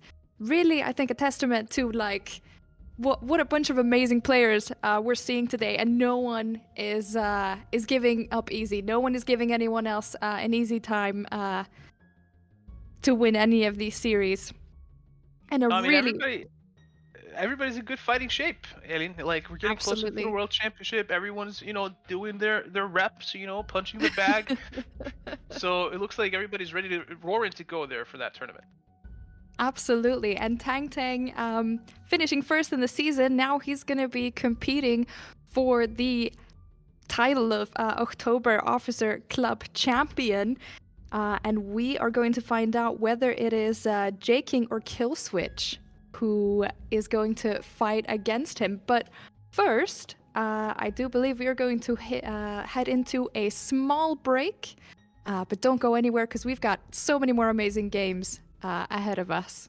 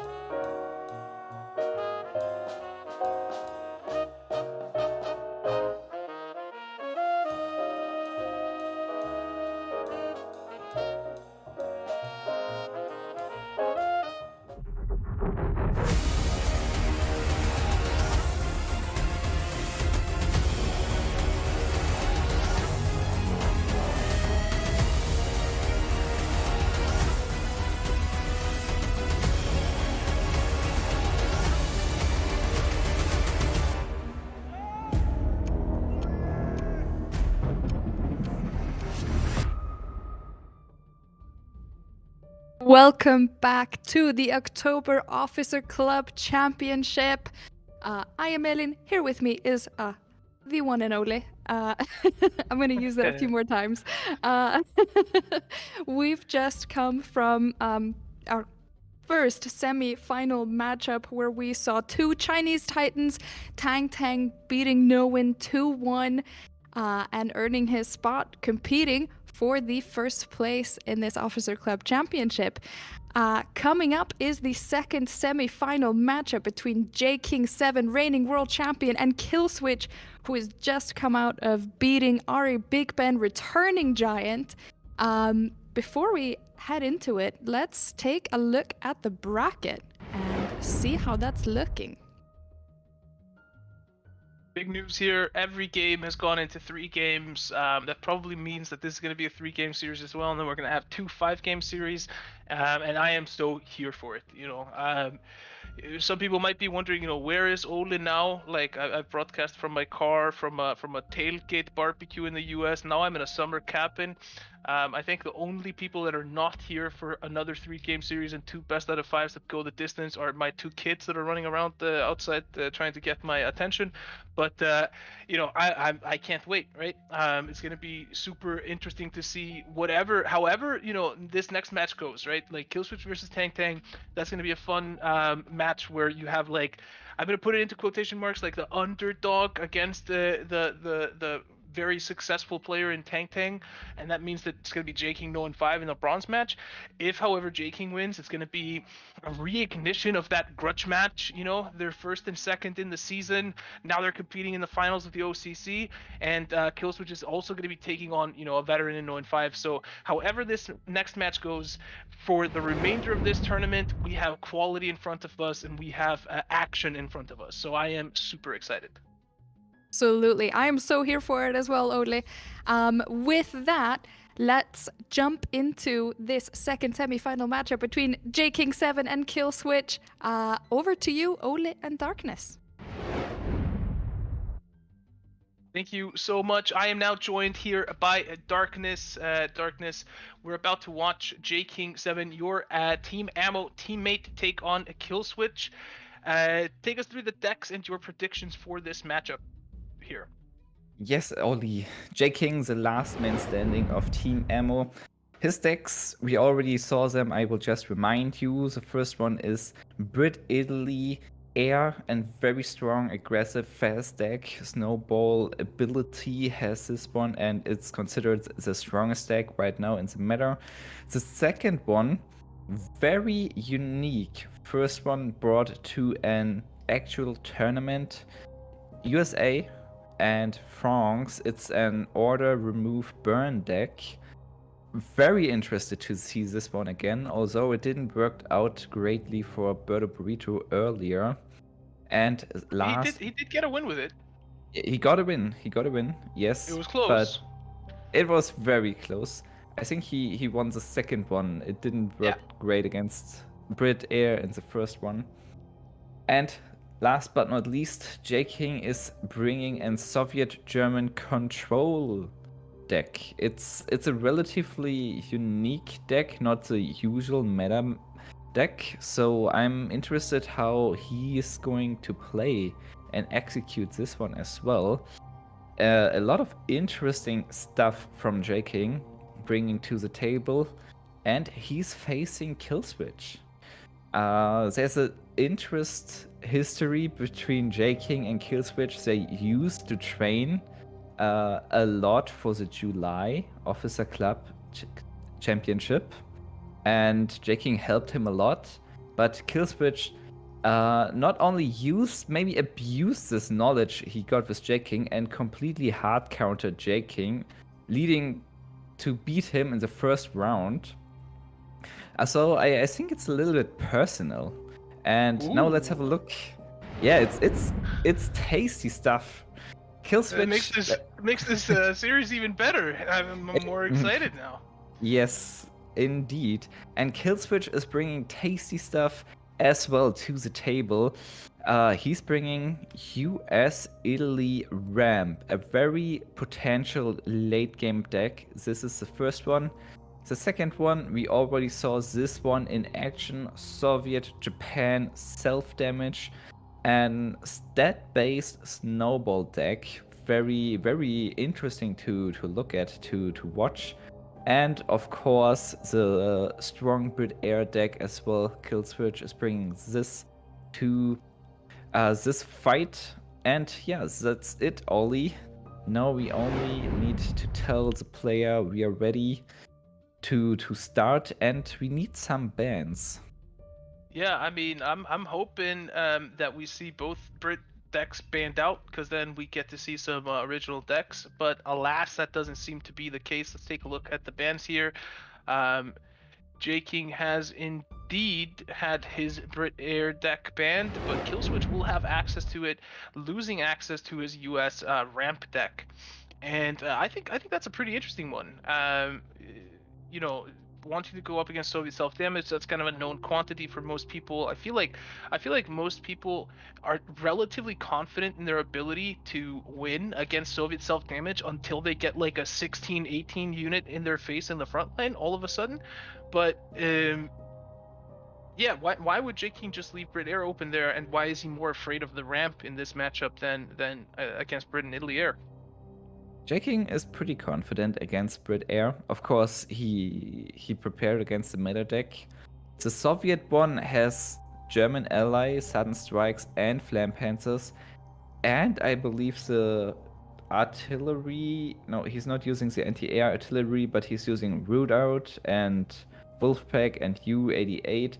So there is definitely stuff against air in his control deck. And also, he told me before, when I asked him about his decks, that he is confident with US control, the US front's control, to fight into air. What makes it definitely interesting.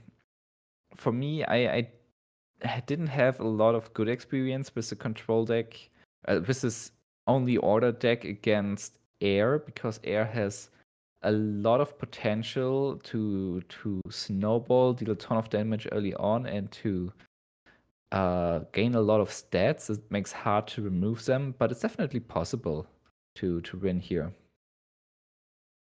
All right, now it's mulligan time. J King 7 looking very suspiciously a lot like Killswitch there on the bottom.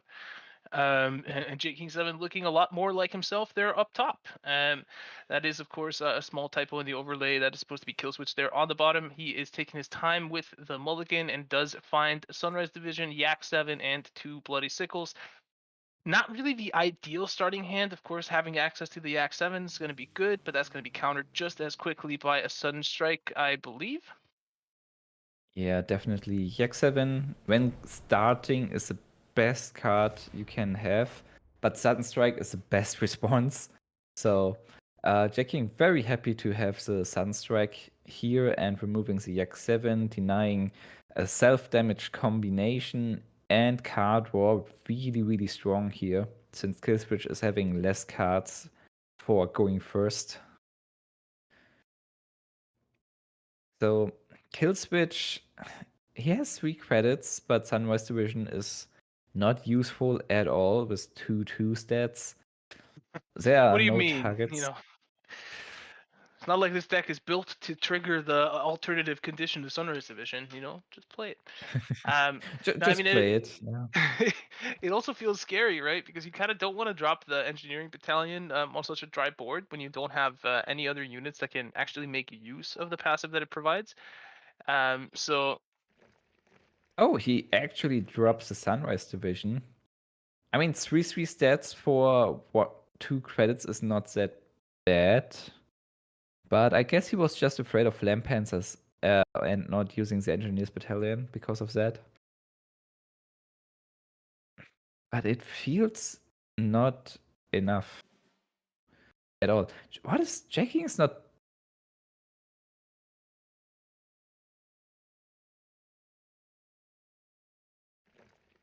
I'm trying to understand J King's move here. passing. Just passing turn 3. Not even playing the second guards. Not playing anything. J-King only makes a move when he has to. You know, just cool, calm, and collected. I mean, he pretty much has like all the answers in the world to any type of aggression from Killswitch. He's got the two 845th rifles. He's got a first rifles there. He's got a second rifles. I think that JU-88 is going to be a real big pain for Killswitch to deal with if he's not able to find a good way to establish some presence in the front line and threaten that relatively quickly. So, yeah. And think Killswitch J-King- also. I think J-King analyzed the situation and is expecting Killswitch to have two Bloody Sickles in hand and not giving him a target to cycle through the deck while getting the combo ready and giving him free 30-second guards to deploy turn 4 and 5. And okay. he kind of sticks to that. First time we are seeing his control deck, and I really wonder if this is the best way of executing this deck. Like I mean, passing. let's say this, right? Like for anyone unfamiliar, that maybe has just watched for the past year or so, right? You weren't around when J-King was just known as a Soviet player, right? He was just known as a Soviet control player. He would build decks, main nation would be Soviet, and he would take you to fatigue and play a super calm and collected game all the time. Now, looks like he's kind of back to those old tricks. He probably feels very comfortable at this point in time. Yeah, I mean, he can play around Bloody Sickle, not giving Killswitch options. Well, now he had to respond because there are quite a lot of stats threatening his HQ. And of course, there's the danger of counteroffensive plus winter warfare all the time. There we go, Red Dawn. Red Dawn buffs the 456 rifles and looking relatively strong so far for Killswitch. Gonna deliver 6 damage to face here, right? Or 3 because of credit and trading. No, just 6. 6 Yeah, damage. I mean, I feel like it makes sense if he attacks into the 845th rifles, then you know, he doesn't get the ability to just bloody sickle it. Well, he could have bloody. He doesn't get the chance of. Sorry, never mind. I was thinking about it like the Sunrise division was 2-3. Somehow thinking that J-King could get 2 hits out of it, but no. Now what do you do if you're J-King? I'm thinking about root out here, but first rifles is definitely a strong move. Looks like he's going for Bloody Sickle and trade first. Ooh, he found Partisans. That is lovely. And yeah, just for first rifles, going for the trade, getting some HP back. Killswitch finally found the 34 guards. I think I'm calling it 32nd all the time. I don't know why. And another Bloody Sickle found. He's able to reduce your deployment cost down to 0 this turn. So I'm expecting quite a lot. Does he want to do that? I mean, does he need to? Doesn't he just have 2 credits to spare? Or does it make sense at this point in time to just flood the board and also play the T80? I think he should flood the board, and by using the destruction effect, he can save another Bloody Sickle. Yeah. He could also drop the Engineers Battalion that turn, but he chose not to. What is definitely interesting. Maybe he's still worried about Flam Panzers.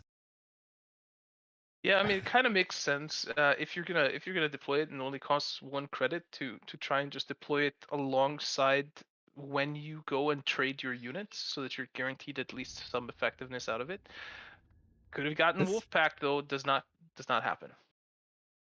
this Wolfpack looks strong. Denying kill switch the Winter Warfare prevents the scouting party draw and refill of the hand. And of course, Wolfpack is denying it draws this turn, so Killswitch looks not happy at all here. Bloody Sickle But it still is. 6 damage to face. Even more. No, exactly 6. Yeah, you're right. But No, does he get buffed from the T80? Right? Doesn't that trigger the yeah, 456 as well? it So triggers. it's maybe 7. So he's able to deploy the engineer and the guards as well. Yeah, I mean, But I would just go surely all in. Maybe he's at thinking this like, what point. if I draw a Sunrise division? I'm fine with being at 9. Yeah, this is another option, definitely. And I thought about this option since last term when he did not play the Engineers Battalion.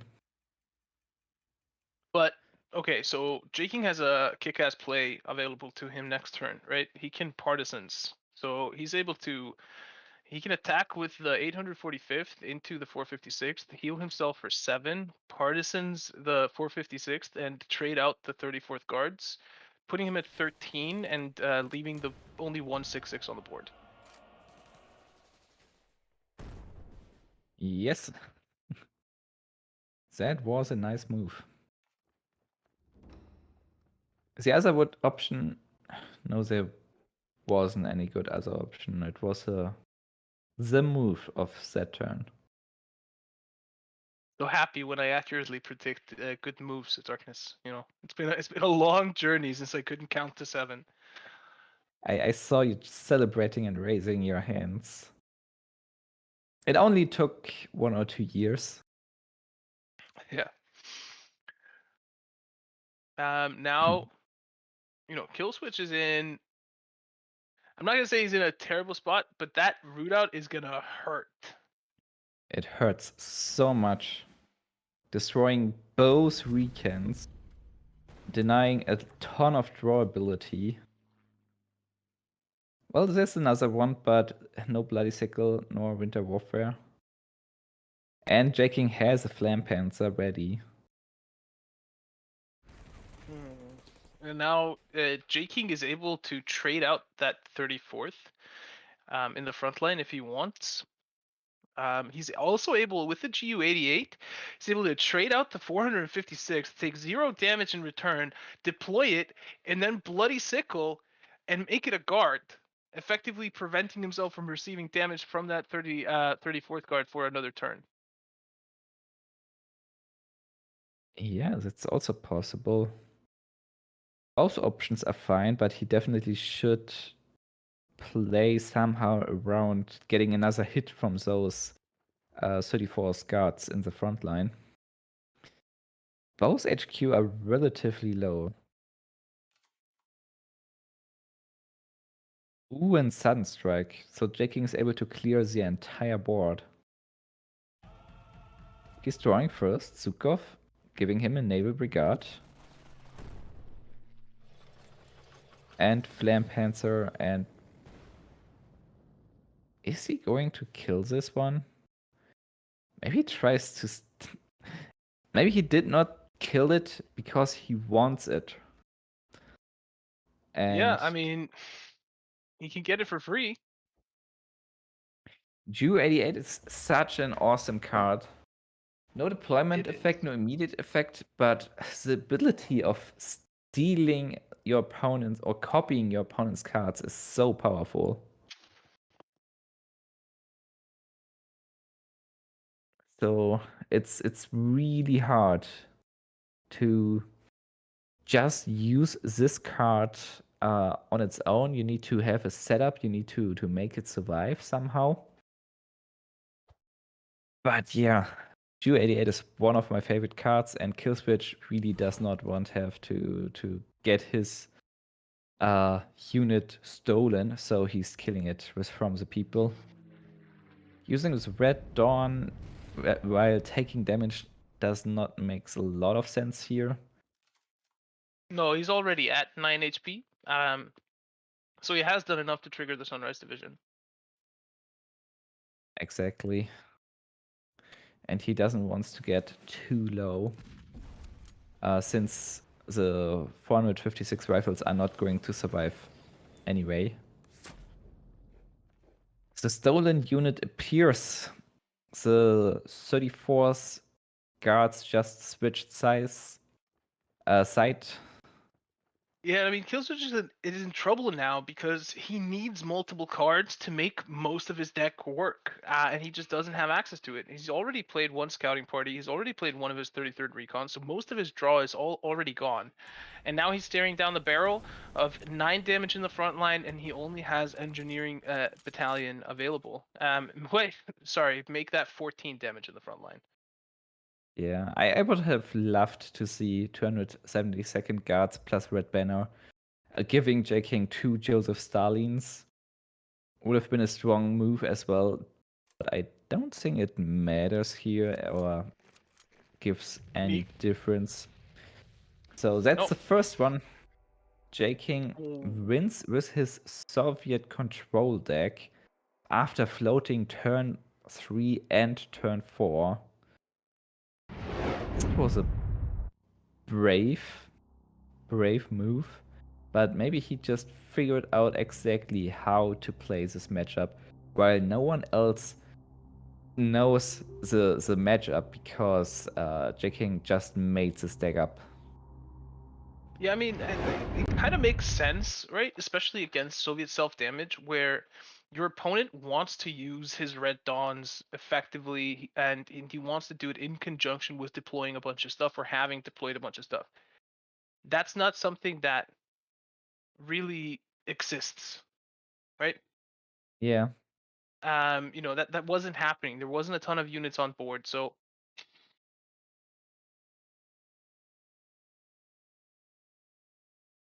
kind of makes sense. It kind of makes sense.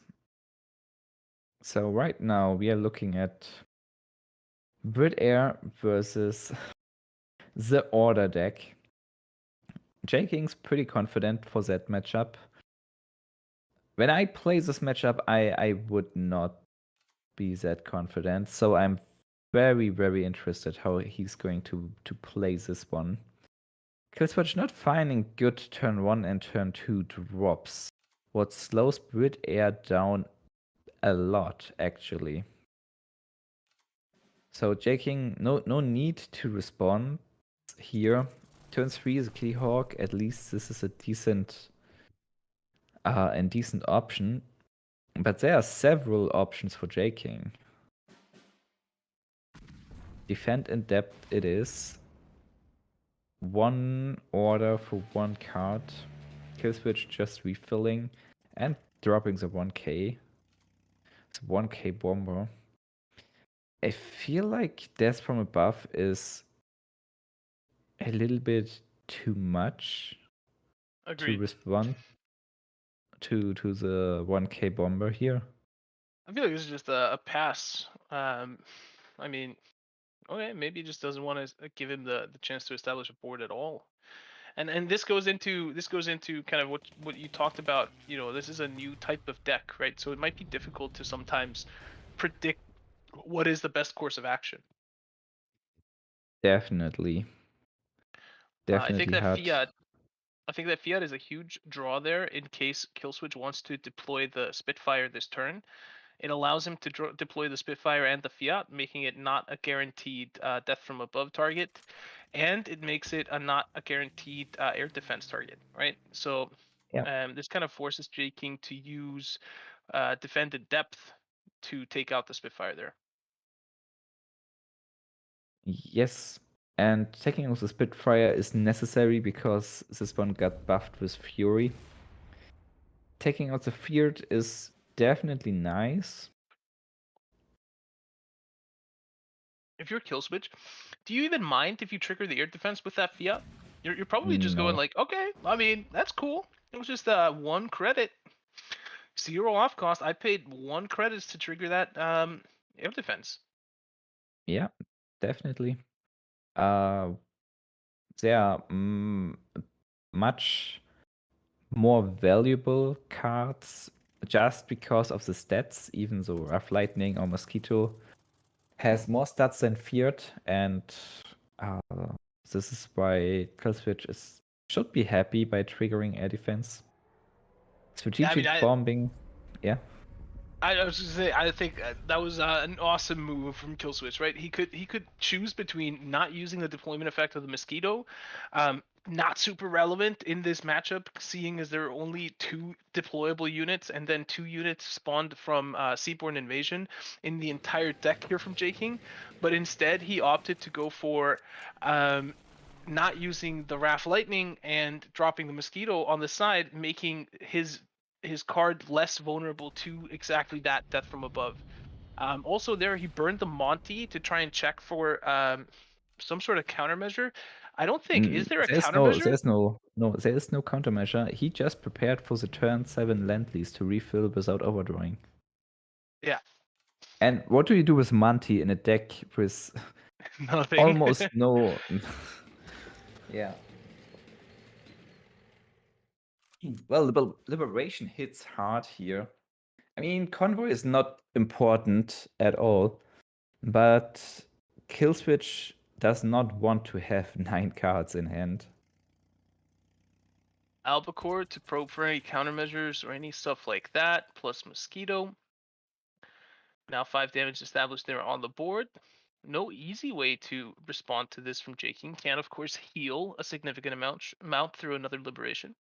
I would play another Liberation and kill the Albacore. With Gunship Mission.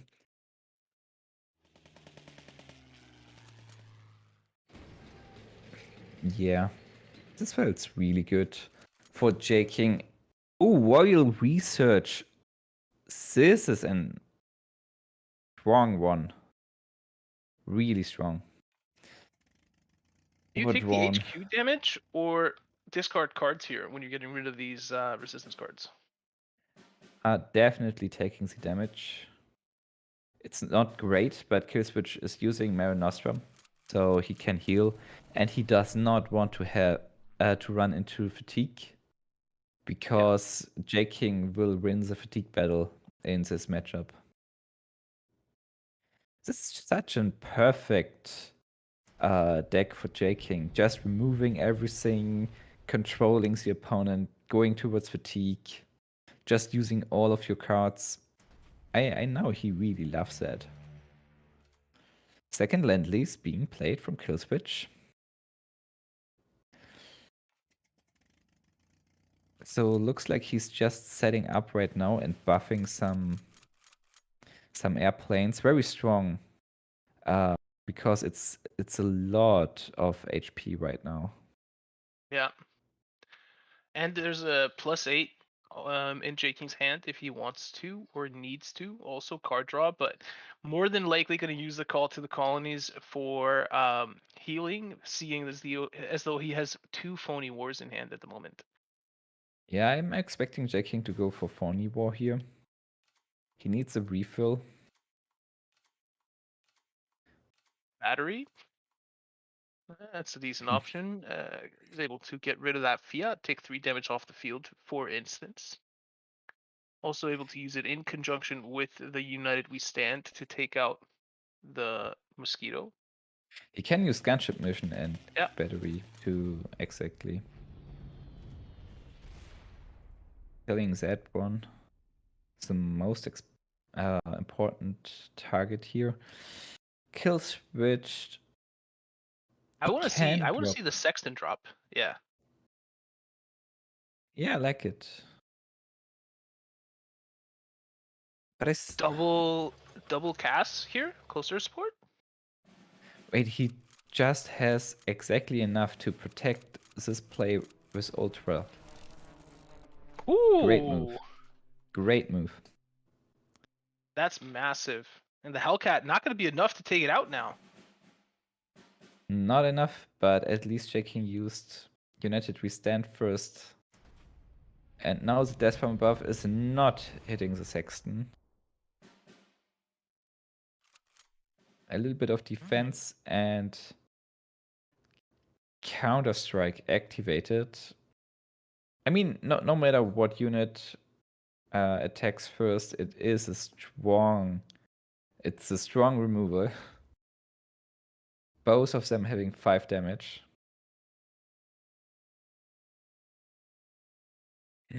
It would be pretty crazy if Killswitch just assumed that there was an actual countermeasure up here and developed board. I don't think he should play around the countermeasure in general. Jaking also playing with. Wait a second. Let me have a look in his deck list. 1 Stars and Stripes. So just developing a board is not a great option. He's patient.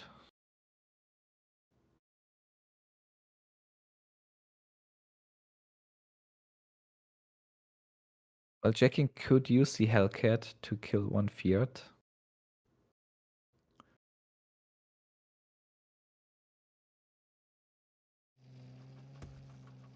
With continue going for the Counter-Strike play, I think he has to. I mean,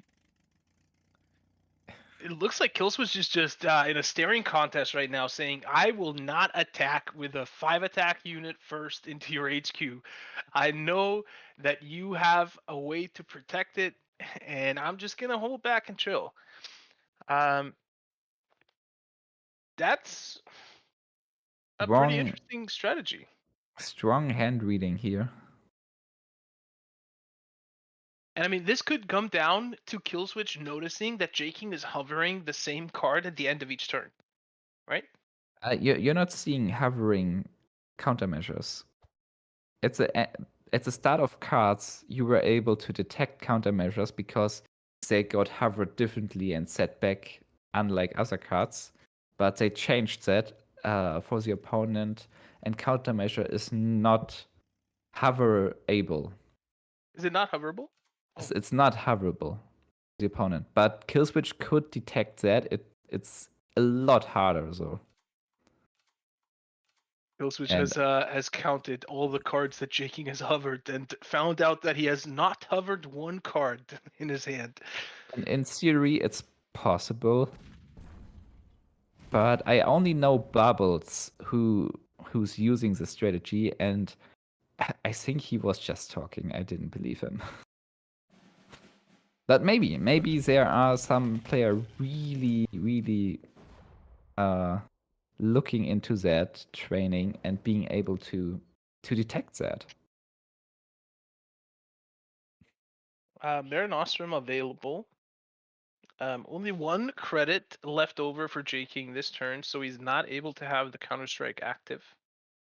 That might prompt an attack from Killswitch, and will definitely tell us whether or not he has been playing around that so far. Well, now he has to attack because he knows Jaking is not holding countermeasures. Yeah. It's not possible anymore.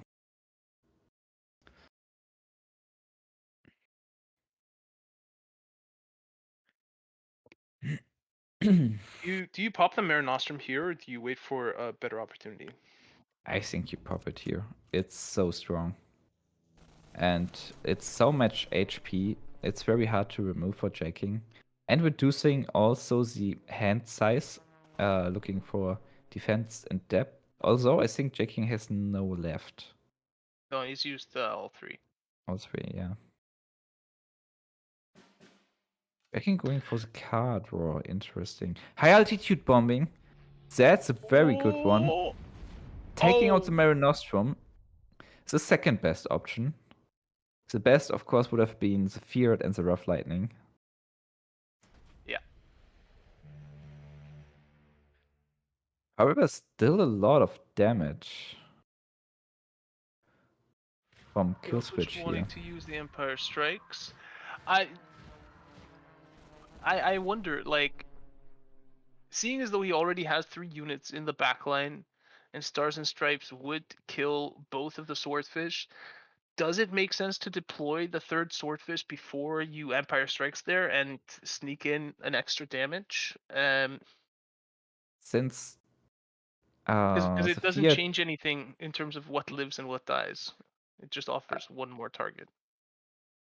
so the Feared will still live, and there's no 1 damage order from J King, so a 2 damage patrol would kill that as well. Yeah. So it doesn't change a lot, but I think Killswitch is running out of cards, so he does not want to get everything removed at once, and is holding, even though it's just a little swordfish. Checking going for the research. You're gonna Of go course, for the heal and draw, or he kind of needs the Manhattan Project to have enough damage to win this match. But another option would be Project Cabin to have removal and just remove everything Killswitch is playing to win with fatigue. And looks like J King is heading towards fatigue. Now Killswitch playing the last. That's so Ooh, close to lethal. It's so close to lethal. If you would have deployed the last, if you would have deployed the last Swordfish last turn, this would have been the game lethal. over. This would have been game over. So it mattered. It mattered a lot. I was thinking about saying earlier. I was gonna say, well, if Killswitch ends up losing this game with J King at 1 HP, you know, we'll know that it mattered. But to be fair, still... I think it's very hard for J King to come back here. Looking at his yes, hand, yes. Yeah, he can get high altitude bombing, but this will be 8 credits and it's only able to kill 2 units. There's 1 swordfish he can't deal with, or in general 1 unit he can't deal with. He's missing 2 credits. Otherwise, he would be able to deal with all of it, right? 8 credits in high altitude bombing, patrol plus death from above. But even then, I mean, Killswitch is out of cards, right? He's completely out of cards. Completely, no cards left, and J King is relatively safe from fatigue. But there's God, that is literally, he's 2 credits away from winning this game because he has both torpedoes still available and in hand, so he would be able to snipe both second Parasees. I think going for the research was a mistake for the higher research. The tier 1 research would have given him smokescreen for another turn and allowing J King to find more removal. That's not going to be enough. That's not going to be enough. That was so close. 2 credits away from winning this game. Killswitch finishing his deck completely, and J King ending up taking a loss here in the second game. Killswitch evening up the series 1-1. What a crazy match that was. And so if that would have happened, I would have been like, I would have made a t-shirt that said, "I told you so, darkness." But it didn't. So Killswitch eventually walks away from the victory there. But those were tight margins by which he won that match, and now has to play his Soviet self-damage deck into J King's order deck. And that's an interesting one because I feel like the Soviet self-damage deck is an even more difficult deck to find a win against what J-King is bringing, because J-King is able to make use of those torpedoes, and the Yes. damage platforms that Killswitch is using are infantry units, meaning that they have to go into the front line where they can be easier dealt with easier, and already J-King has one of those torpedoes in hand. And there's a lot of removal, like Bloody Sickle, Killswitch can only use this to his own units, and Red Dawn, which is completely useless in this matchup. Yeah, that's a great point. Red Dawn is completely useless. We saw it mulliganed, and none of them returned, so... So Killswitch is happy now to not get his hand clocked. Bloody Sickles, of course, will be still useful with the Recons, and Killswitch is able to play a bunch of them. However, this matchup is definitely stronger for J-King compared to the Brit Air matchup. Although he told me he's confident to win against Brit Air with this deck. Well, Killswitch proved him wrong.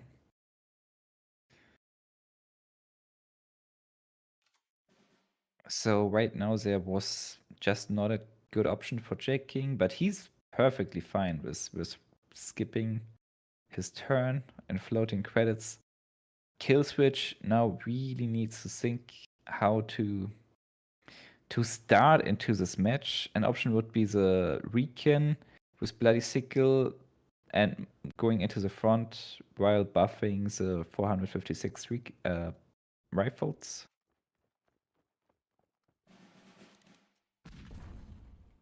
Ooh, finding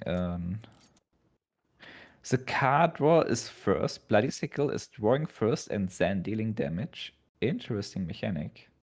And beneficial for Killswitch here.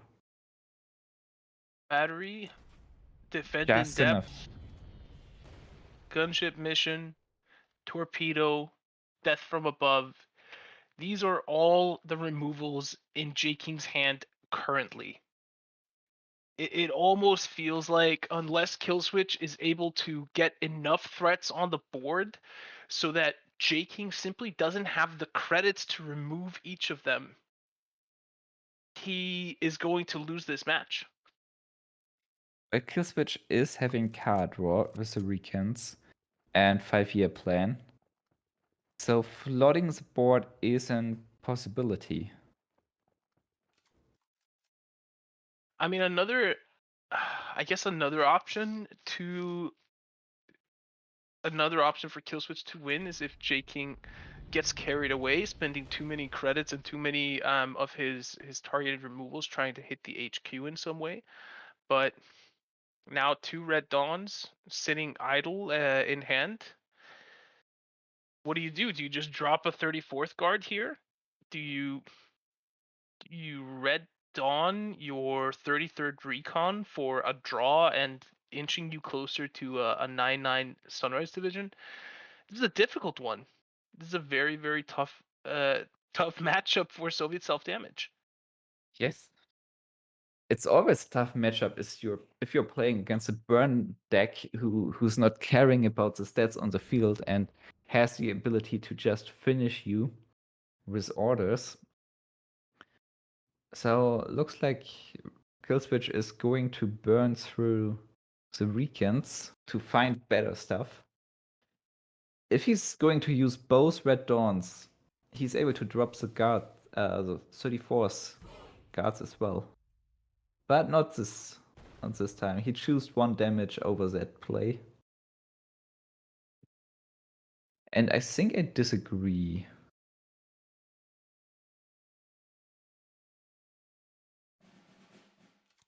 Stars and Stripes filling the hand to 9 and Scouting Party.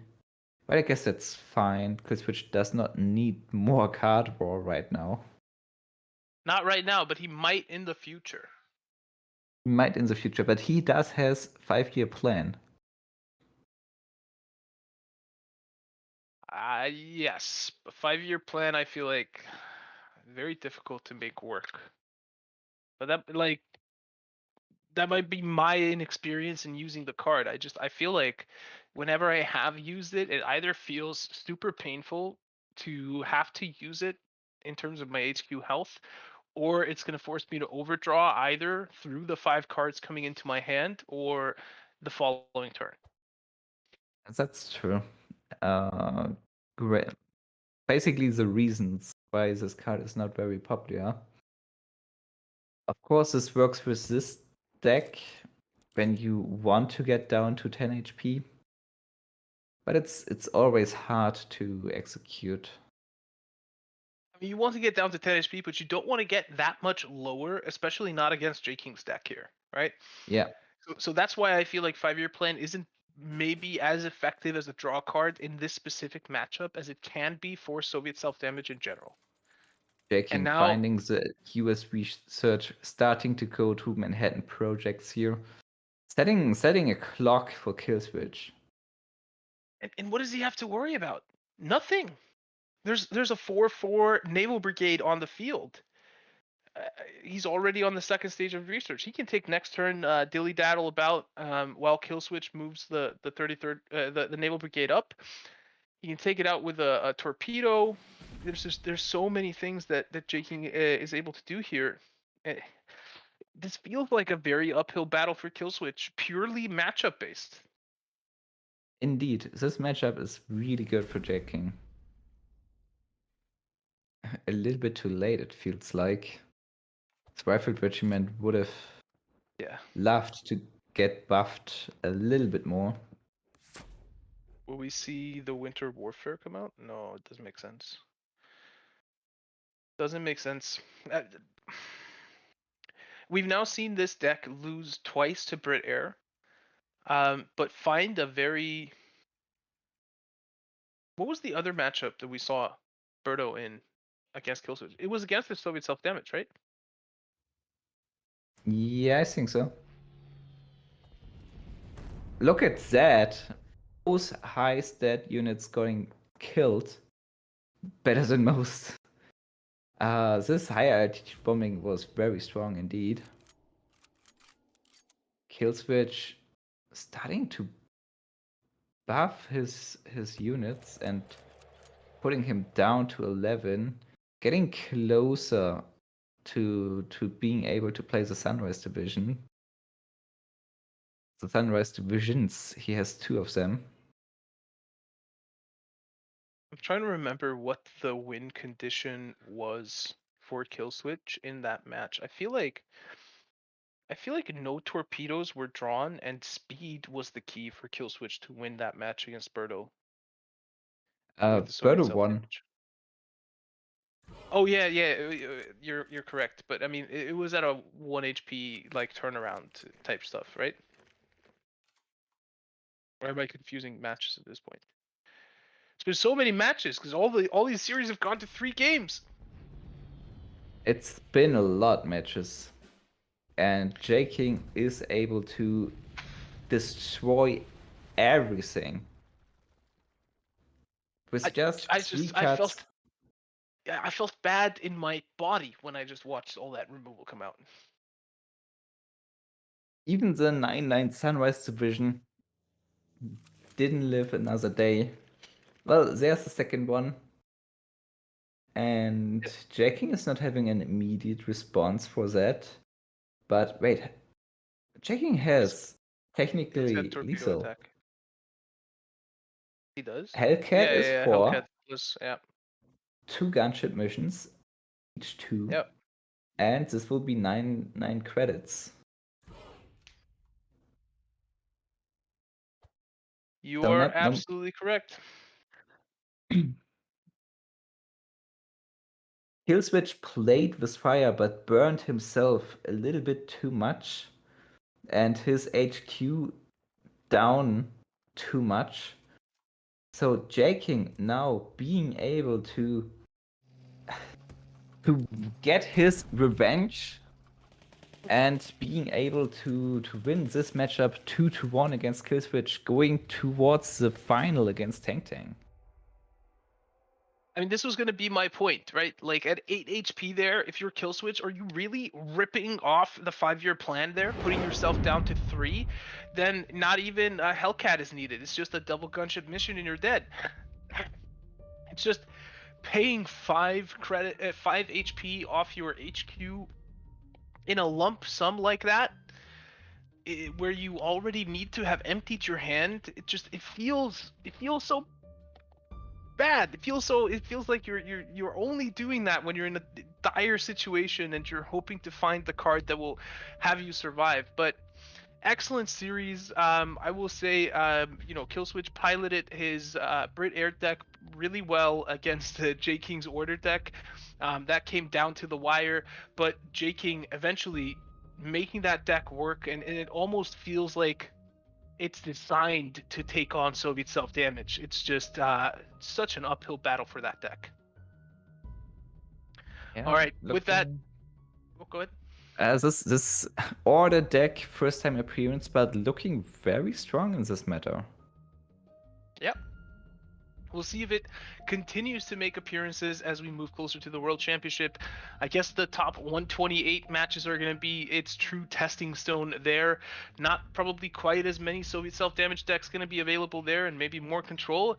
Let's see if it works, if it doesn't. But before we head on into the next series, we're going to throw it back to the host desk where Elin and Spooz are waiting for you.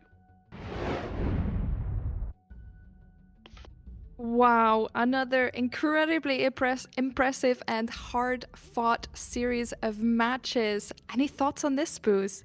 Yeah, as you mentioned, it was really intense. Another 3-point match or 3-match game.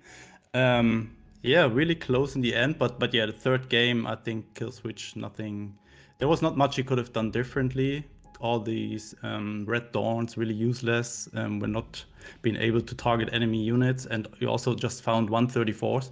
I think the only way he wins this is when he finds 3 or 4 of them early on and just deploys them on turns 3-4.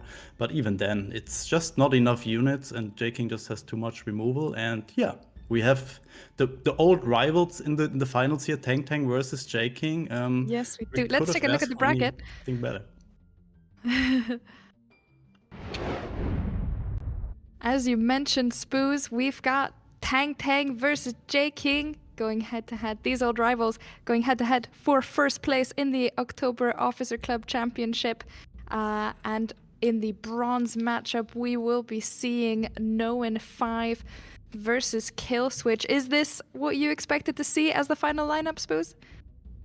I mean, Tang finished first, J King finished second, so I mean, it was kind of an easy bet if you just bet that both of them would be in the finals. But actually, as I remember correctly, Tang did not win an OCC so far, so a lot on the line here for Tang to finish to just win his first OCC. And yeah, I think J King will do everything to just not make that happen. Absolutely. But first, let's head into our bronze match. And I believe it is yourself, Spooz, and Oli who are going to take it away for that one. Okay.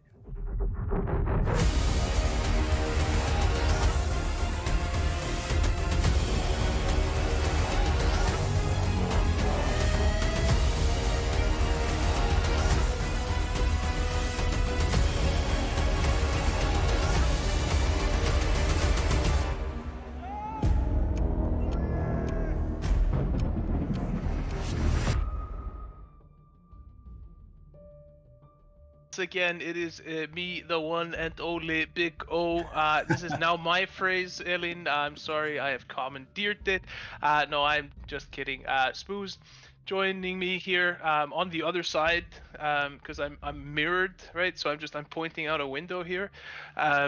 Maybe Germany is like that direction from my window, so maybe you are actually in that direction. Who knows? I haven't looked up the directions, but third place.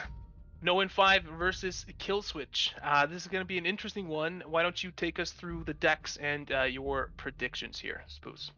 Yeah, let's take a first quick look over the decks that both players are bringing to the bronze match here.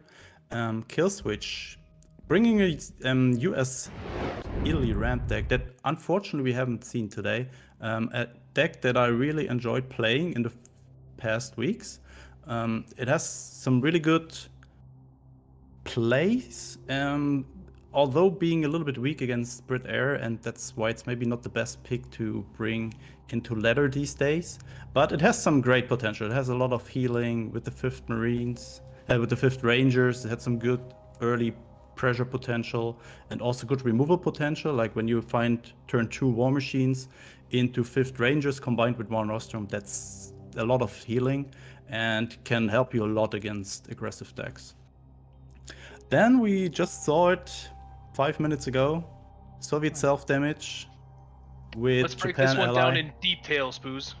Oh yeah, we just saw how annoying it could be to play against several decks, especially this US French deck. But it can also be very strong against other archetypes.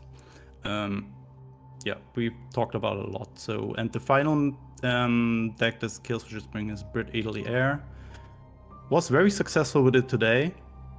Beat J King with a lot of patience with his USA France deck, not triggering the counter offensive, the counter strike there.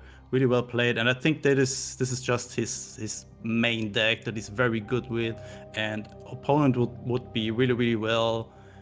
Yeah, there would be a good advice for them to just ban his Brit Air list, because I think he's really good with it. Yeah, I agree. And then we have Known bringing also Brit Italy Air. Wait, we need a few seconds here. No problem. So we start with the German US variant. A deck that can be good. It was not too good today. It's looking really interesting. It looks like a deck that I would also enjoy playing, and I think I'm giving it a shot just after OCC here today. And as you mentioned, it just has a lot of panzers, yeah. Let's call it the panzer deck. Then Known is also bringing Soviet Japan self-damage, but with some interesting tech cards like the Pelyakov in it. Not sure what it's exactly trying to target. Probably Rough Lightnings, just to let his 34s longer on the board there in the Brit Air matchup. That might be a reason to just bring this. And then there's just Brit Italy Air with a sweet little twist like Canone and 26 Engineer. Just Known with... Why would you bring standard Brit Air deck? Why not sneak in some interesting cards just for the audience? So, and my prediction, yeah, that's actually pretty tough. I mean, both players really experienced. Known maybe with a slight edge just because I think so if Known is doing the correct bans here, and speaking of banning Brit Air, you might have it. It's the best of 5. You're correct. So yeah, that's really bad news for Known. But no, actually not. He's also having a good Brit Air list, and I think he's definitely has the possibility to just defeat Killswitch here. I think I give Known the slight edge just because, yeah, just experience-wise maybe. He has been here more often, and I think he's a little bit more on the ladder and knows every matchup that he's playing with his decks, and that's why I think he's taking the 3rd place here today. All right. Well, I mean, that's going to be an interesting one as we wait for the players to get ready to head on into the match. I think I kind of tend to agree with you. I think if we think about it from the perspective of the decks, right, you have basically very similar Brit Air lists, right? Known, of course, bringing the Canona with him as well. We probably will get to see a mirror matchup there, and we will get to know if that is truly better. He did make it work against another Britain Italy air deck before, and used it to find victory, right? Then both are running Soviet self-damage. I wonder if the Petliakov is actually going to do something in the mirror matchup, right? It can stop the Sunrise division from triggering, right? Because that's a deployment effect. Oh, you're actually correct, yeah. So in the mirror, that might give him a slight edge. At the very least, it gives him tools to counter the Sunrise division. And then it comes down to the final decks for each, right? And we've seen that Panzer deck be extremely effective. So I kind of tend to agree with you that No in 5 is going to be our winner here. But it's a tough one, right? It can always come down to individual play, and like you said, Killswitch is really good at piloting that Brit Air deck. So I wonder if he's able to clutch that win. Will he feel comfortable in the final matchup? You know, does he have another deck? Is that just going to be a default win then for No One's Brit Air against whatever else Killswitch brings next? How is the US ramp going to play into this? What is the favorite matchup for that, and at what point can Killswitch get that one out? Yeah, those are the questions that are kind of plaguing me at the moment. Yeah, there are a lot of ifs and whens, and yeah, it mostly depends on who's queuing into which deck of the opponent. Yeah, and in the end, it might just come to the decision which ramp deck is better, like US-Italy ramp or German-US ramp. Yeah, I'm really excited to see how this is going and who's taking the third place today. I hope we get 5 games and we get all the mirrors, right? I hope we get like Brit Air versus Brit Air, then Brit Air beating whatever gets brought next, then we get Soviet Self-Damage versus Soviet Self-Damage, and then Soviet Self-Damage beating whatever is brought next, and then we get the 2 ramp decks facing off in the 5th game that'll decide it all. Those are my hopes and dreams for this series, Spooz. Okay, so it sounds like you don't have any other plans for this evening. Because I mean, this series. Oh man, and there's still the finals. Oh my god. I'm the worst host in the world. No, but I mean, you know, I explained to them I have 2 families, right? I have the cards family, and then I have my real family, and sometimes I need to spend time with the other one, right? And the OCCs are my opportunities to do that. So yeah. As I hear from production, we are tracking down. We're tracking down the players. We're currently just waiting on No in 5 to be ready, I believe. But as soon as he is, we will get these matches on the road. I feel like it's been a long day already with every series. JK and Killswitch also won 3 games. All the series, 6 series, all 3 games. So there might actually be a chance that we just have a 5-match series here. So close the games today. Yeah, I mean, if that happens, this is going to be the most amount of matches played within an OCC from the beginning. Yeah, I mean, if all of these matches just go full length. We've never had that happen before, that all series go 2-1, 2-1, 2-1, 3-2, 3-2. I mean, that just shows how much the players just want to practice today, or want to use the day today to practice for next week World Championship, right?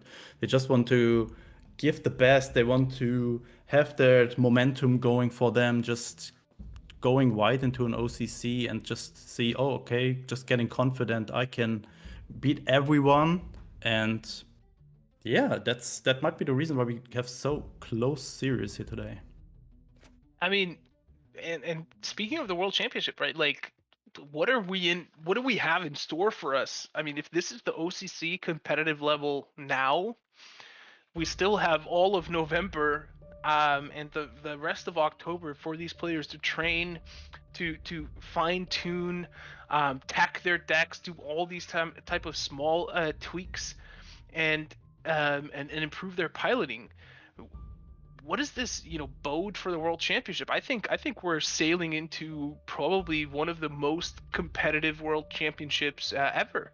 Of course, now with it being online, there's not going to be any fallout due to COVID, right? So we're going to be having all of the players there. We're going to be seeing a true battle of people from around the world.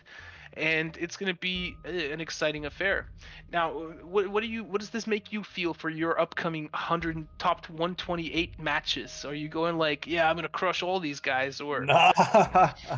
No, I would never say that, and I would never expect that. I mean, my goal was top 128. I wanted to play the qualifier successfully and somehow managed to do it. And I think I achieved everything I wanted already, and the rest is just a nice bonus. Actually, I'm not even sure if I want to go top 4, because that means I'm probably not coming to Iceland, see you again in person. It's like, I mean, you want to get a world champion, right? If I had the chance, I would take it for sure. But on the other hand, I would be really, really sad to not see you again. What are we gonna do when you get to Iceland? What are you gonna eat? Are you willing to commit to this on stream? Oh, really? for all I'm the down people? for that. We just said it, and I'm eating everything you're offering, 100%. Everything? I mean, I was just gonna give you shark, but I mean, there's also pickled ram's testicles. That's way worse. Come, bring it on. Ooh! Oh All god. right. Oh wait, I have All to right. go. Maybe I have to go top 4. Okay. Now Jellied sheep's head, pickled ram's testicles. what are you guys fermented eating shark. over there? Holy shit. I mean, this all comes from the days of the Vikings, man. They needed to make everything last. They Ah, were yeah. like, hey, you know, we have this one sheep for food for all of winter. What do we do? Pickle its balls, right? Like, so I don't know, man. But it's funny because everybody talks about this and they're just like, you know what? This is like, nobody really eats this food unironically anymore, or at least Yeah. not in a way that Why is would like you, huh? once a year. The only thing is like the boiled sheep's head is really good actually, right? But the rest of it is like, you have two types of people that eat it. You have the people that are like, look at me, I'm such a Viking, and then the people that are like trying it once a year, right? Yeah, the tourists, yeah. Or just as a kind of a, yeah, as a celebration each year, yeah. Yeah, then we just prank tourists with this. It's like, this is traditional Icelandic food. It hasn't been for 400 years, but you know, try it. It's like, Okay, yeah, I'm looking forward to that. that's gonna be good. We're gonna do a video about it, right? I feel like Absolutely. I we're think getting Mark some- would also. Mark was also in the house there. Yeah. Let's see. I have some special abilities regarding that. Mark, having produced all of the OCCs for a long time now, is finally gonna step in front of the camera, and at which point I'm gonna have him eat fermented shark. That one time, and then he's just puking. Maybe. I don't know. Gonna be his I'm not thing sure now. how tasty or how not tasty it is. I don't know. Do you like ammonia? Just pure ammonia?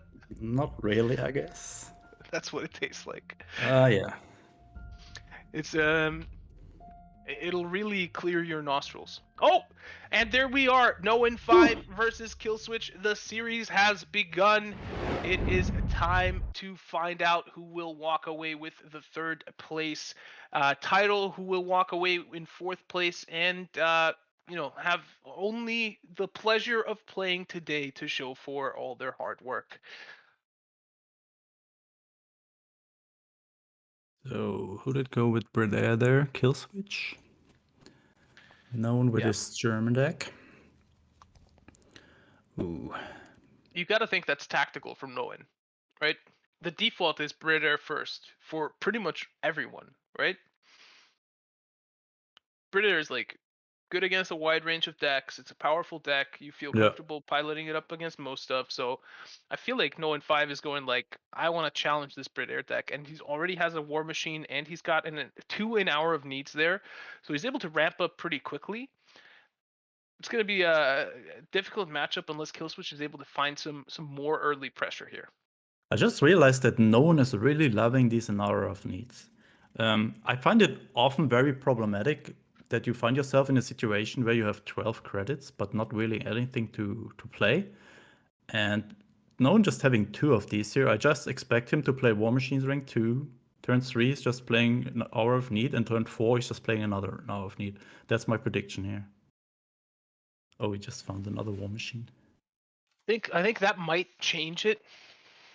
slightly, to the point where after he plays an Hour of Need next turn, he might V1 Flying Bomb the following turn.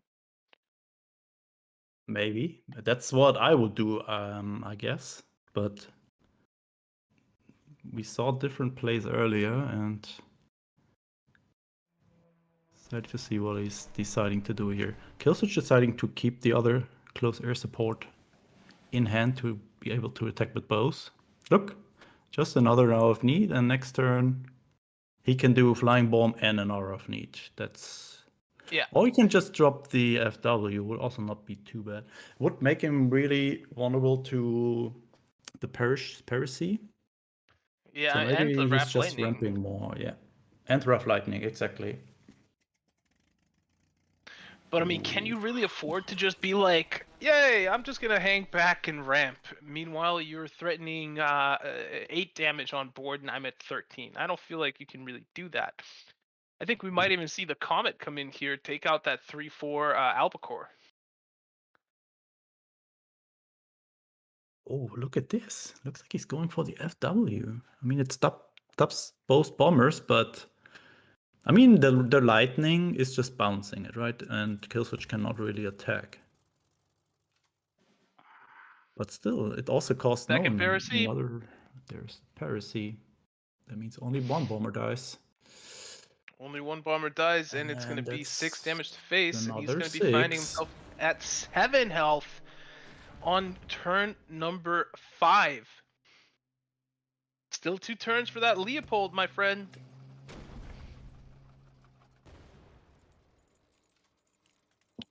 All right, stabilizing now. Here. Yeah. Might see a Saxon from Killswitch now. But I feel like this is so dangerous against Brit Air because, as we've seen so many times in the past, Spooz, Brit Air has endless potential of, drawing into card draw, refilling hands, doing everything it needs to do to get back into the match. And what's he gonna do if Killswitch now just drops a Sexton and pins that Hellcat, right? Is he gonna sack his Comet into it? He can't play Leopold next turn. Is he just gonna sit back and ramp and say, all right, I'll just be at 4? But then he's now open to lethal through Empire Strikes. It's tough. You can't really absorb this much damage this early against Brit Air. Yeah, that's what makes it so annoying or so hard to play against Brit Air. First of all, it's the early aggression. Your opponent probably dealing 10, 12 damage early on. And even if you manage to just remove all of his stuff, suddenly he's sit there with the opponent sitting there with 2 cards. Then he plays a land lease, refills his hand, finds a Finest Hour, any air unit, and just threatens lethal. And this could be very frustrating. And I can understand everyone that's just complaining that Brit Air is a little bit too strong. And there are several reasons for it, right? Like Swordfish, a 1-drop bomber that has 3 health, is very, very strong. Then we have the Feared. Why would the Feared ever have 0 operation cost? It's just very, very, very, very strong. And then we have Finest Hour. Like Finest Hour can, combined with the Spitfire, there's just so much damage. It's just absurd. And that's why we see 8 players bringing Brit Air today, because it's just so strong. But that Schwalbe is really destroying any hopes that Killswitch had winning this one. But no, look, he's just playing a land lease, refilling his hand, finding a Spitfire or anything else, and then... I mean that's my thing, right? I feel like Killswitch still has plenty of opportunities to win this game, even though he's on a 2-turn timer right now when it comes to lethal. He's able to play the Mosquito, and he's able to kill the Hellcat.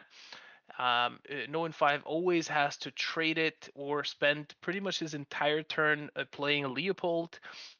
Sure, he can dive bombing it and all that kind of stuff, but it's still going to absorb an attack from that Schwalbe, and it's going to delay the damage being done to his HQ. And then all he needs is to draw into an Empire Strikes and an HMS Illustrious, and all of a sudden, boom, the board is cleared, 3 damage to face. If he drops another Swordfish, 4 damage to face. Next turn, he can draw into another one, and now it's lethal.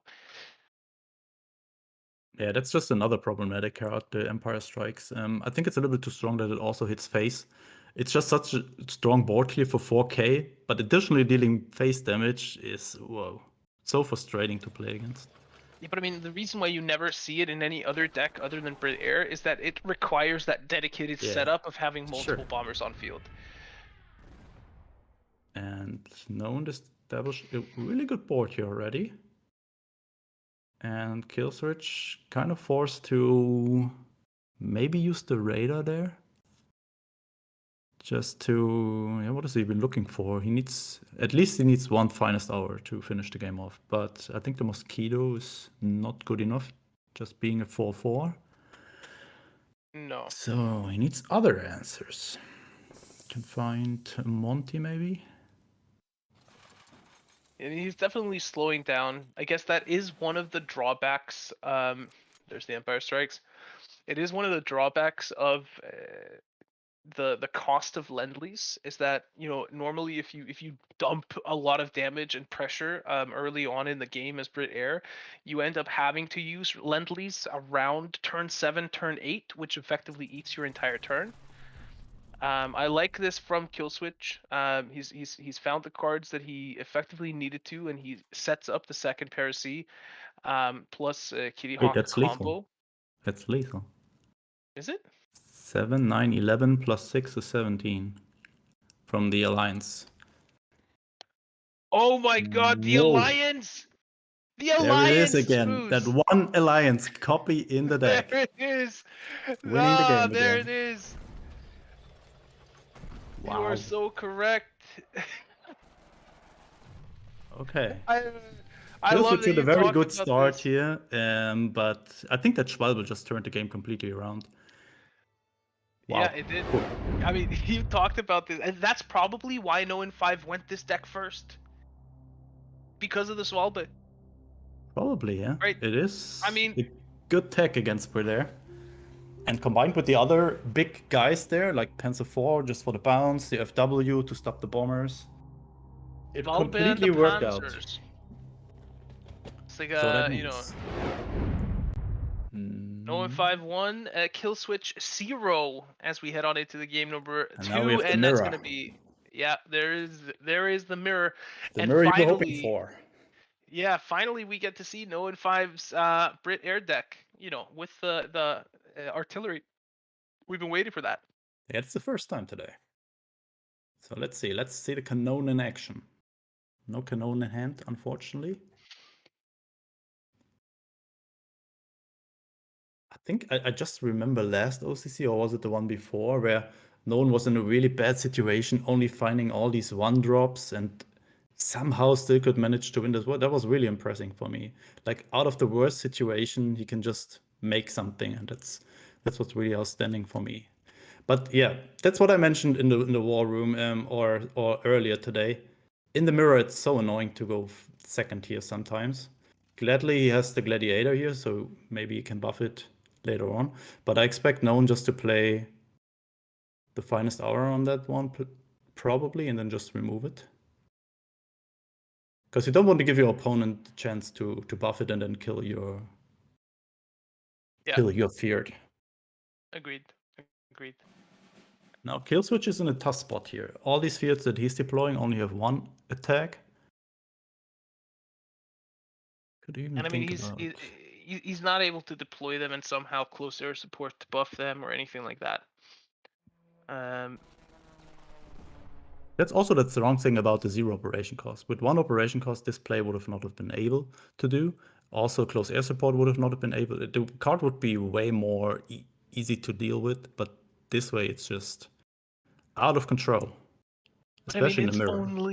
It's only out of control in Brit Air, right? Like, it's not like everybody's sure. back I mean, in Fiat. Like, you know, I feel like you know, at some point we have to acknowledge that Brit Air is an archetype that is very consistent with something that existed in the Second World War, and it can be strong, it can be less strong, and maybe it deserves a little time in the naughty corner, right? Like, maybe it deserves to be to have a timeout, but I think Brit Air is always going to be something that will be present in cards to some extent, and will receive additions and changes over time because it's just such a thematic deck, right?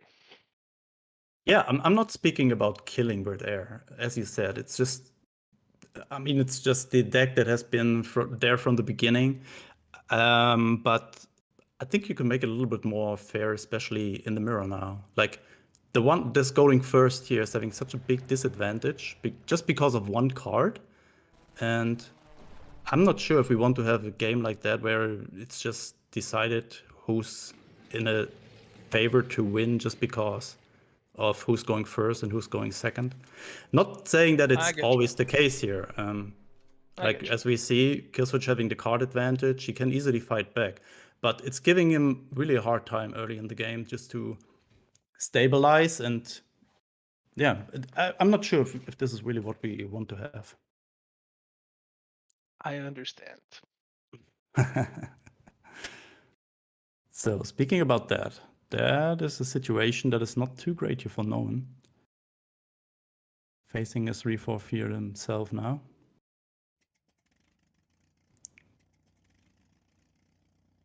Noen going all in kind of here. And that Canone is also not doing too much right now. And Killswitch found the Monostrum. Empire Strikes. Could Empire Strike to get rid of the 4 attack unit there? Yeah, it doesn't feel great though. Yeah, but it also does not feel great to leave it on board and your opponent is trading it away. Or you're 3-4 away. But I mean, can't you mirror Nostrum and make it so that, you're not gonna take.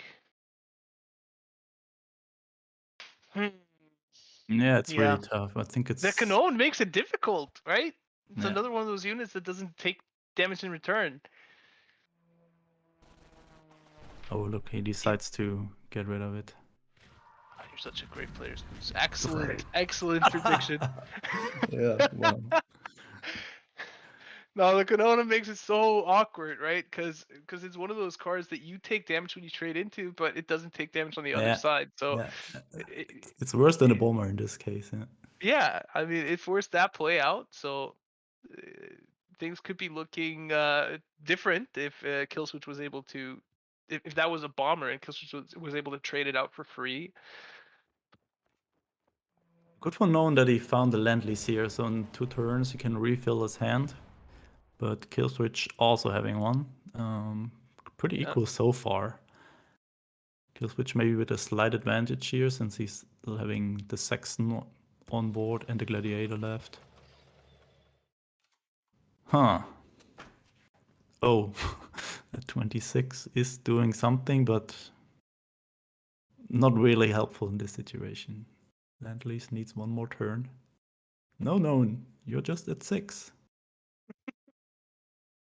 Can also not count to 7, huh? No one 5 has a permanent marker right now, and he's writing a new credit cost on Lend-Lease. Hey, it's 6. Yeah, he has to play the 26 here. I mean, it's not awful. It puts both of those units out of range of being one hit by the Sexton, and it's not like that unit is designed to do anything other than buff a couple units on the field. Although, sure, if there were units with more attack being threatened, it would be preferable. But no huge loss here, I think, in terms of core functionality of his deck. Now, Killswitch having some decent options here. Of course, that Gladiator being pinned by the Sexton, being able to pin the second Paracy there by with the Albacore and develop another unit on board. I kind of like the situation that Killswitch is in here, especially considering that Noen 5 is going to spend this turn likely refilling his hand, right?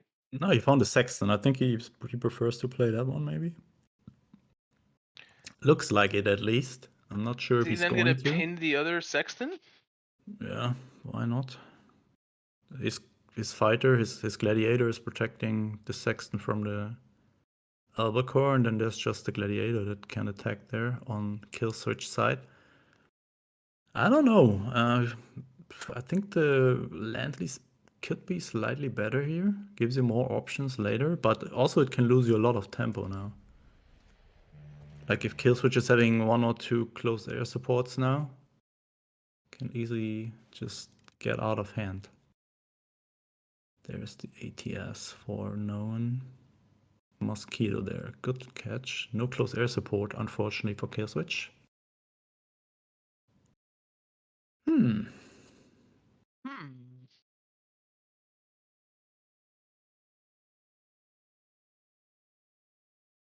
This game is very much at a stalemate at the moment, right? I feel like neither player is doing anything decisive in this match so far. They're just kind of, playing their cards, establishing a board.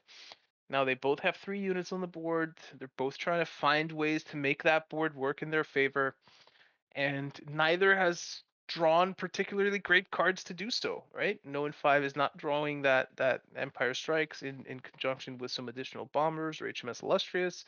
There's no close air supports for kill switch.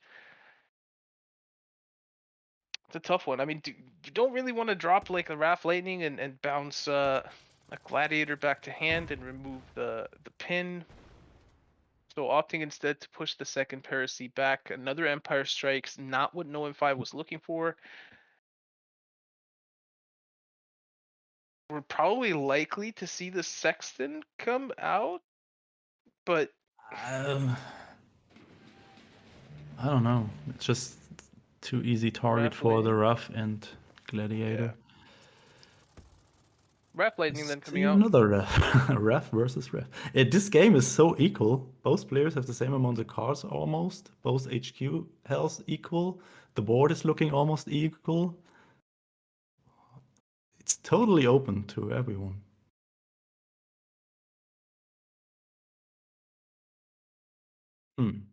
We'll see who gets to run away with this first, right? I feel like no one has the slightly worse hand here, right? He doesn't have card draw in his hand to refill, and he doesn't have anything to combo with 2 of the cards in his hands, right? In his hands, he's got the 2 fiats.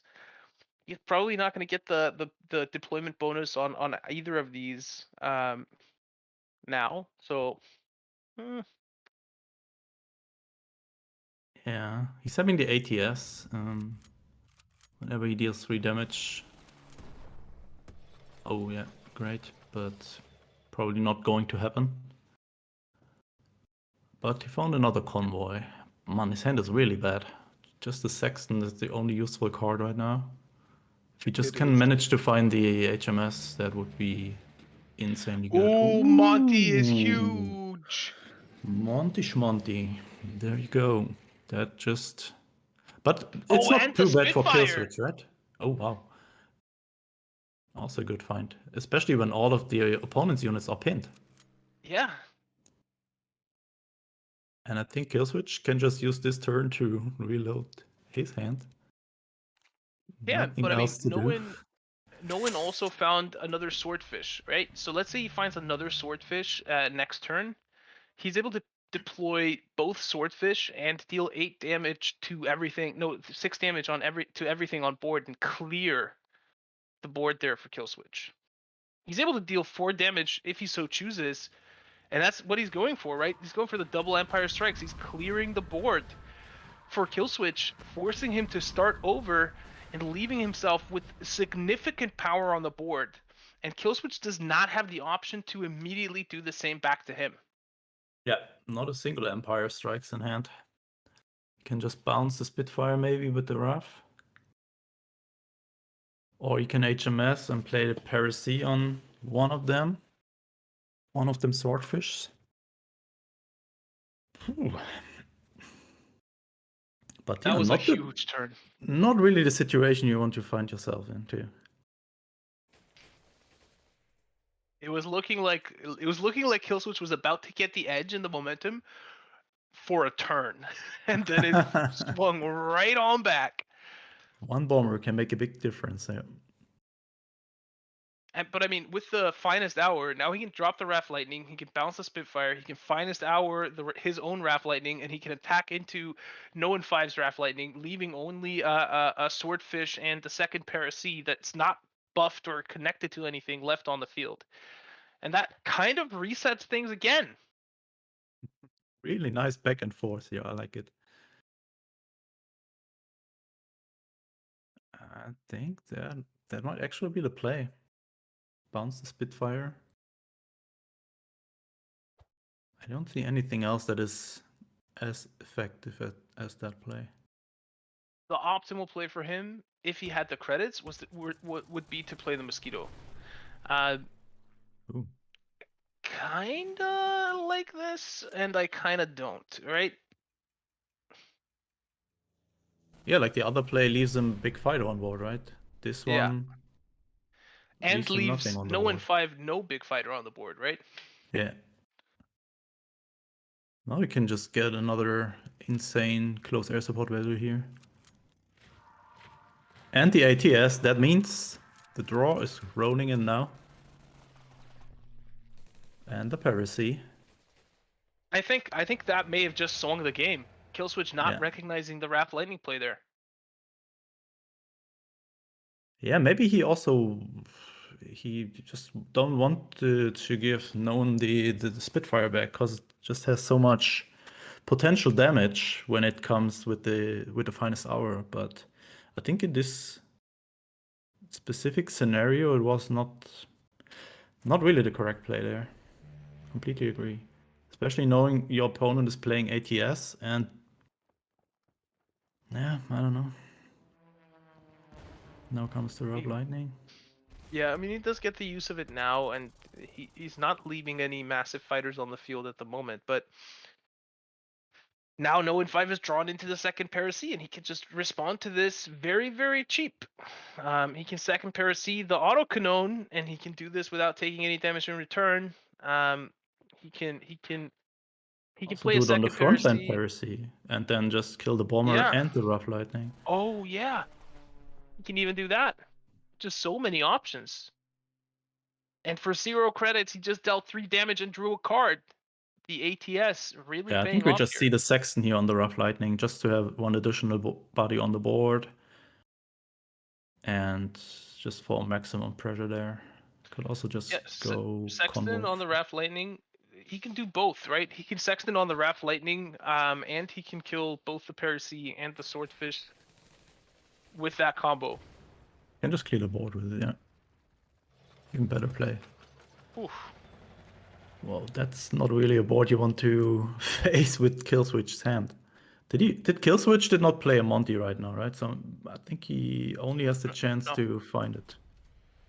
To survive. He has not here. played that yet. Oh, Shelling. And he Massive. found the close air support. The Empire Strikes. Wait for he's it. got one He's Swordfish. One Swordfish. Played HMS earlier already. But you said earlier, like, oh, it's not terrible, Monty, for Killswitch because he can refill his hand, and just look at Noan's hand. Lend-Lease plus 2 convoys. He can just, hey, how much of my deck do I want to draw here? This is one of the closest mirror matchups of Brit Air that I've ever seen, Spooz. This is a true back and forth affair here. Absolutely. Each turn, it's just totally swinging around. One player having the advantage. Then the other one. Needs to find any bomber, any Britain bomber, and his Empire Strikes wipes the board next turn. And just resets everything once again. We could have started. We pretty much started at this point, Spooz. They could have been like, all right, let's just each throw away the top 25 cards of our deck, and you want to negotiate HP on the HQs here? I mean, there's still a 10 damage HQ difference, but yeah, I kind of agree with it. He's still going for it. I try to find it with the convoy. Just another. Oh, bomber. And there is another bomber. There it is. That's a board wipe. God, what is this? You get a board wipe, and you get a board wipe. It's like Oprah handing out board wipes here.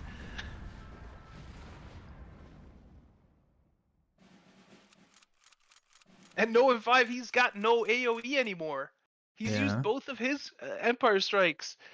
He's got the HMS Illustrious, but there's fighters. There's a fighter protecting the HQ.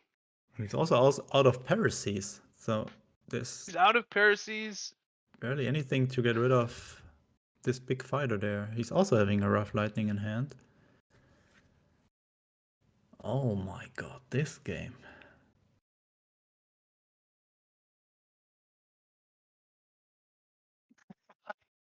I was about to be like, no in 5, he's got this, but no, I think now I'm going, hey, kill switch, he's got this.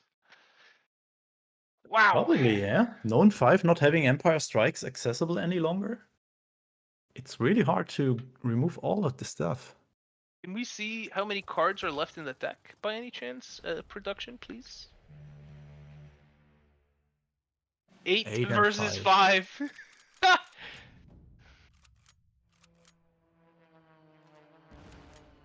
Ooh. Oh, very close. Very close. So Gnome probably did this because he knows he's having one finest hour left, I guess. And he's Yep. definitely waiting for that, and then he can blitz out almost any 2-attack unit. Not too many left, I guess. Spitfire is no Okay. longer there. Rough Lightning is not there. Huh.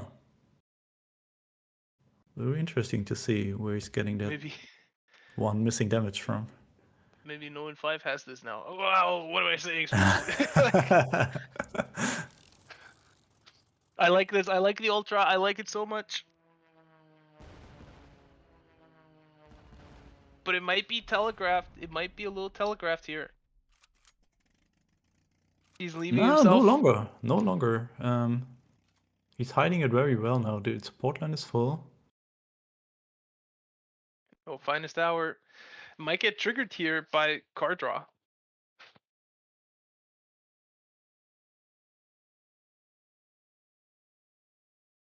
Oh, But I mean, there's one damage missing, like a Gladiator or a Fiat being deployed.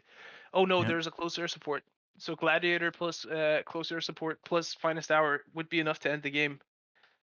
but This he is also needs to insane. play around Ultra in a way. I think he's going Yes. Convoy first, probably.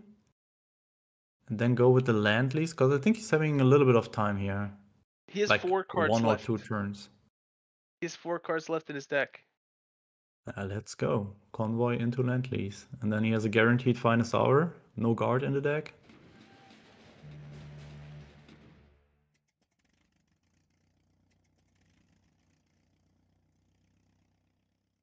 Is there no finest hour?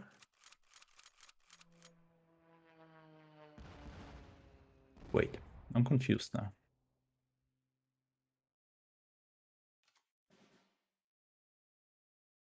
No, he's having 2 finest hour. He played one turn 2, right? On that Fiat? Yes. Did he play Maybe the he second played one? another already? one. I think so. I think so. Maybe, That would be maybe. bad news for him. Like really bad news. But he might be looking for ways to make this go to fatigue at this point. But I don't think that's a battle he wins either.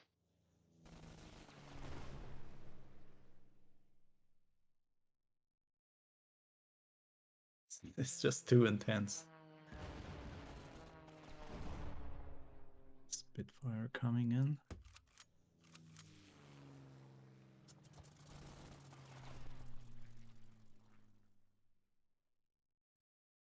Both casters speechless. When has this been? Yes. I'm held in suspense here. Ah, there it there's is! the finest hour. Wait, Can't do anything with it. he's one off. Yeah, why would you ever waste your close air support there earlier? Because he knows he has another one? He found Really? it. Really? Was that the reason? Wow. Oh my. What was that game? Spooz. Oh, wow. That was Also the beating best. Kill Switch with his favorite deck here. He was so successful with it today. And now he lost twice in a row. This was the best Brit Air game I have seen. That was awesome. I'm still wondering why he did not do the land lease earlier when he played the convoy. This was also such a long game that even on a 15-minute delay, this game has started on the stream. This was a 20-minute game.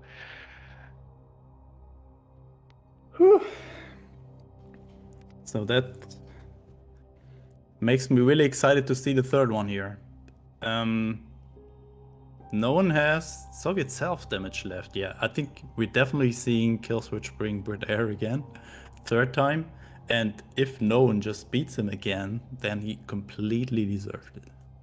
Like, self-damage into Brit Air is probably the worst matchup that you can face with Soviet self-damage, other than the US-France deck that we earlier thought that is also not too great. But holy moly.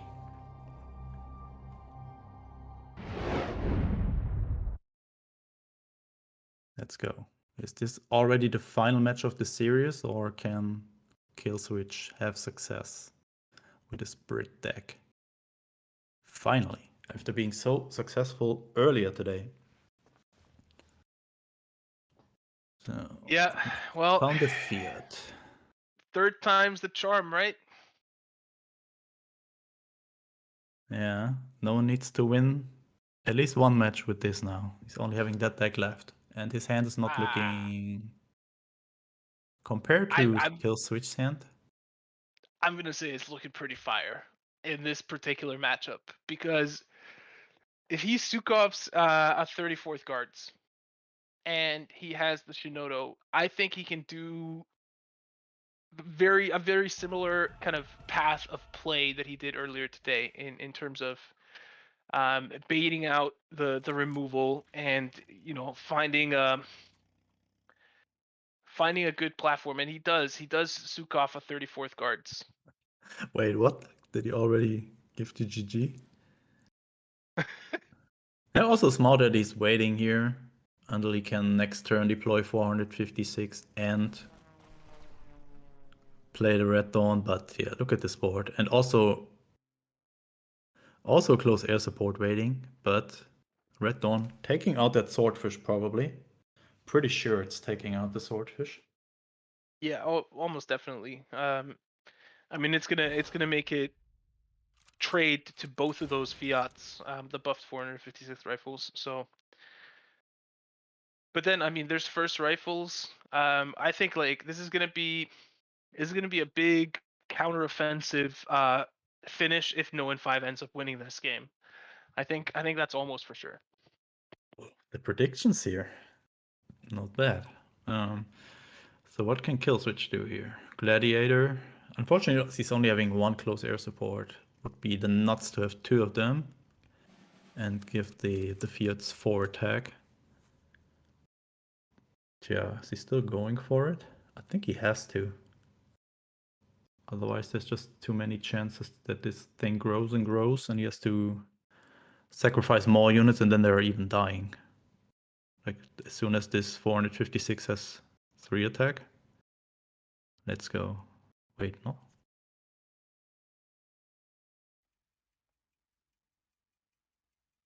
Ooh, this looks... So the good thing for Nolan was that he found the Red Dawn there to get rid of the Swordfish. Like, you don't want to face buff bombers with this deck.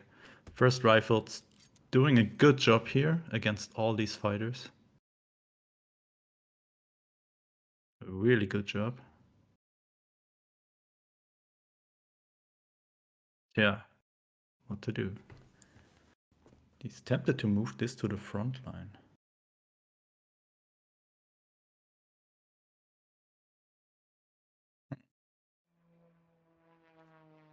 Pinning 456. And still 2 turns until... Yeah.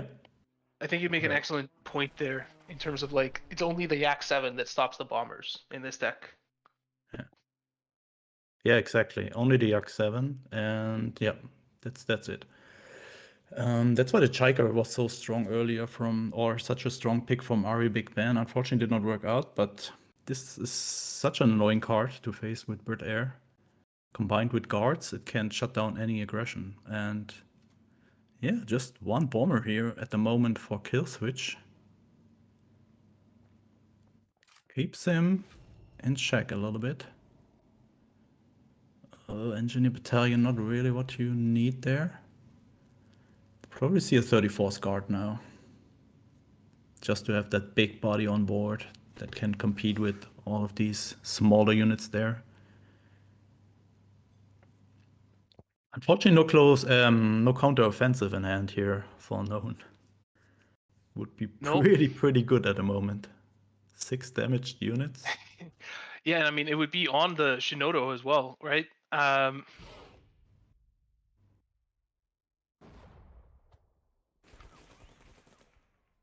Oh, he's trading it out so he can take the front line, and now a 7-7 in the front line, and Killswitch with his back up against the wall. No way to deal with that 7-7, and no way to draw either.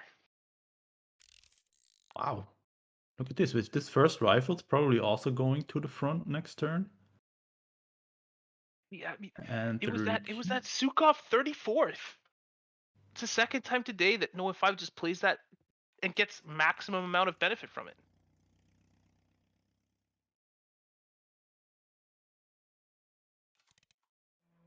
he's getting a good draw here, like counter-offensive. The game could be over, but fairly Yakov.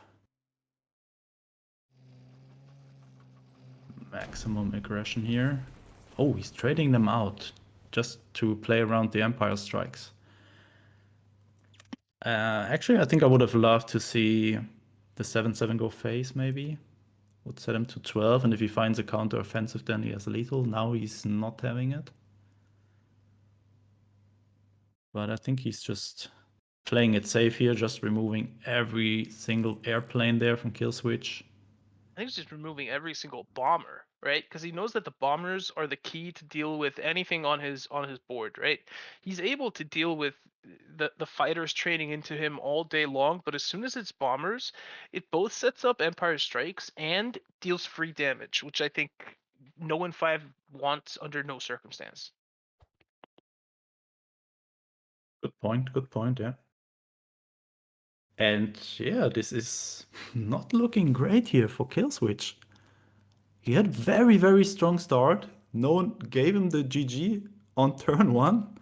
And I'm not sure it was because he was confident that he would win this soon, or if he thought he already lost that. Oh, counter-offensive.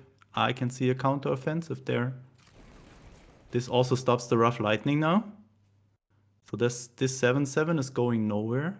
Wait, oh no, it's not stopping the piracy, right? Wait, because this is a pincer effect. Yeah, it's not stopping the piracy, but I think what Nolan is we're not going to see the counteroffensive come out this turn because he knows that Killswitch either has to play a Lend-Lease this turn, or he's just able to win regardless, right? So that's going to be GG, and Nolan 5 is going to 3-0 this.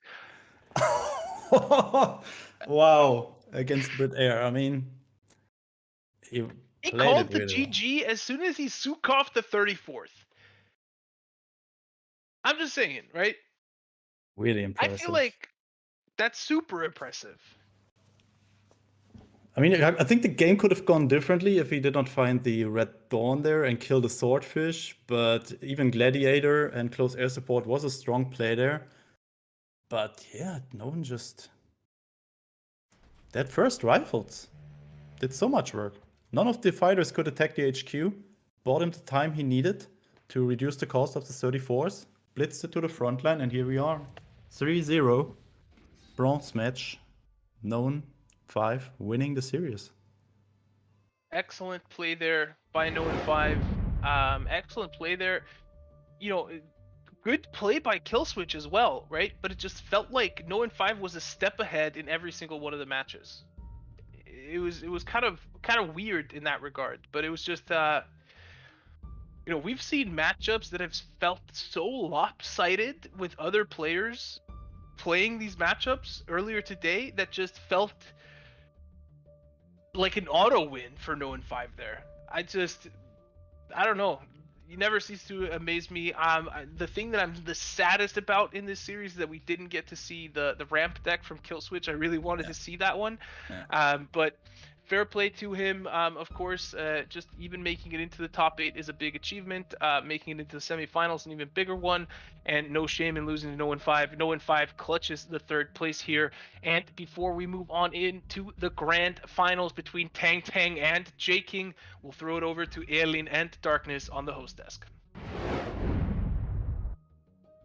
Thank you, Ole and Spooz. Another incredibly impressive series, very well played from Noan, and both of them. And congratulations to Noan for that 3rd place. And what an insane, extremely close Brit Air mirror matchup that we witnessed there. Any thoughts on these games, Darkness? I'm just very surprised. I really expected the series to be much longer, but 9-5 winning 3 times in a row against Brit Air, the probably strongest deck, that was just very, very surprising and blew my mind. Well, yeah, congratulations to 9-5. Congratulations to Killswitch for reaching this stage. He's still got a lot of experience here fighting against JK, fighting against 9-5. This will be beneficial next weekend for the World Championship. But yeah, looking at this, Brit Air is beatable. It's a very valuable lesson, at least I will take to next weekend, to the 128 World Championship, when I will consider my decks. Absolutely. And we are so excited to see that. And it'll be very curious to see how these matches today will affect those games. But before we head into the 1st place match, let's take a look at the bracket. And as it stands, we have No 5 going 3-0 against Killswitch. Grabbing that 3rd place, Killswitch. Still really impressive play from him today, getting 4th place. And it is now up to Tang Tang versus J King. Will Tang Tang be able to take out the reigning world championship? How do you think this one's gonna go, Darkness? Oh, this one is completely open for me. Tang Tang and J King, it's like the best 2 players right now battling. I'm just looking forward to see some 100 like 1000 IQ moves from both of them, and I'm looking in especially for the decks from J King, the Soviet control deck and this order deck, how they are going to being played out, because today, well, right now we are going to see the final. But I think this will affect the next weeks of tournaments a lot. So let's just pay attention to some high level. I think the highest level of cards we are going to witness. Absolutely. And with that, let's throw it over to yourself and Ole to find out who will be the October Officer Club champion.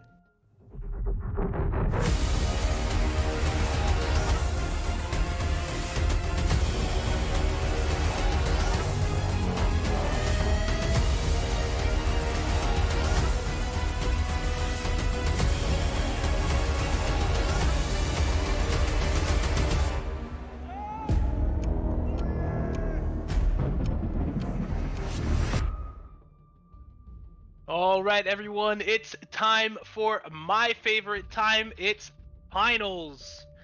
Well, in this best out of 5 series, we're going to figure out who will take home the championship this month. Will it be Tang Tang? Will it be J King 7? This best out of 5 series is going to determine it all, and I have a feeling that these are going to be some hard-fought games. J King 7, he's bringing 3 decks to this one. Darkness, Tang Tang, he's bringing 3 decks to this one. Why don't you walk us real quick through these decks and let us get into the action.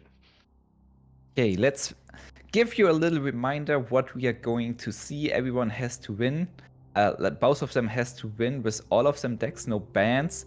Both of them are bringing Brit, Italy, Air, previously considered as the strongest deck, but we just saw Killswitch losing 3 times in a row with it.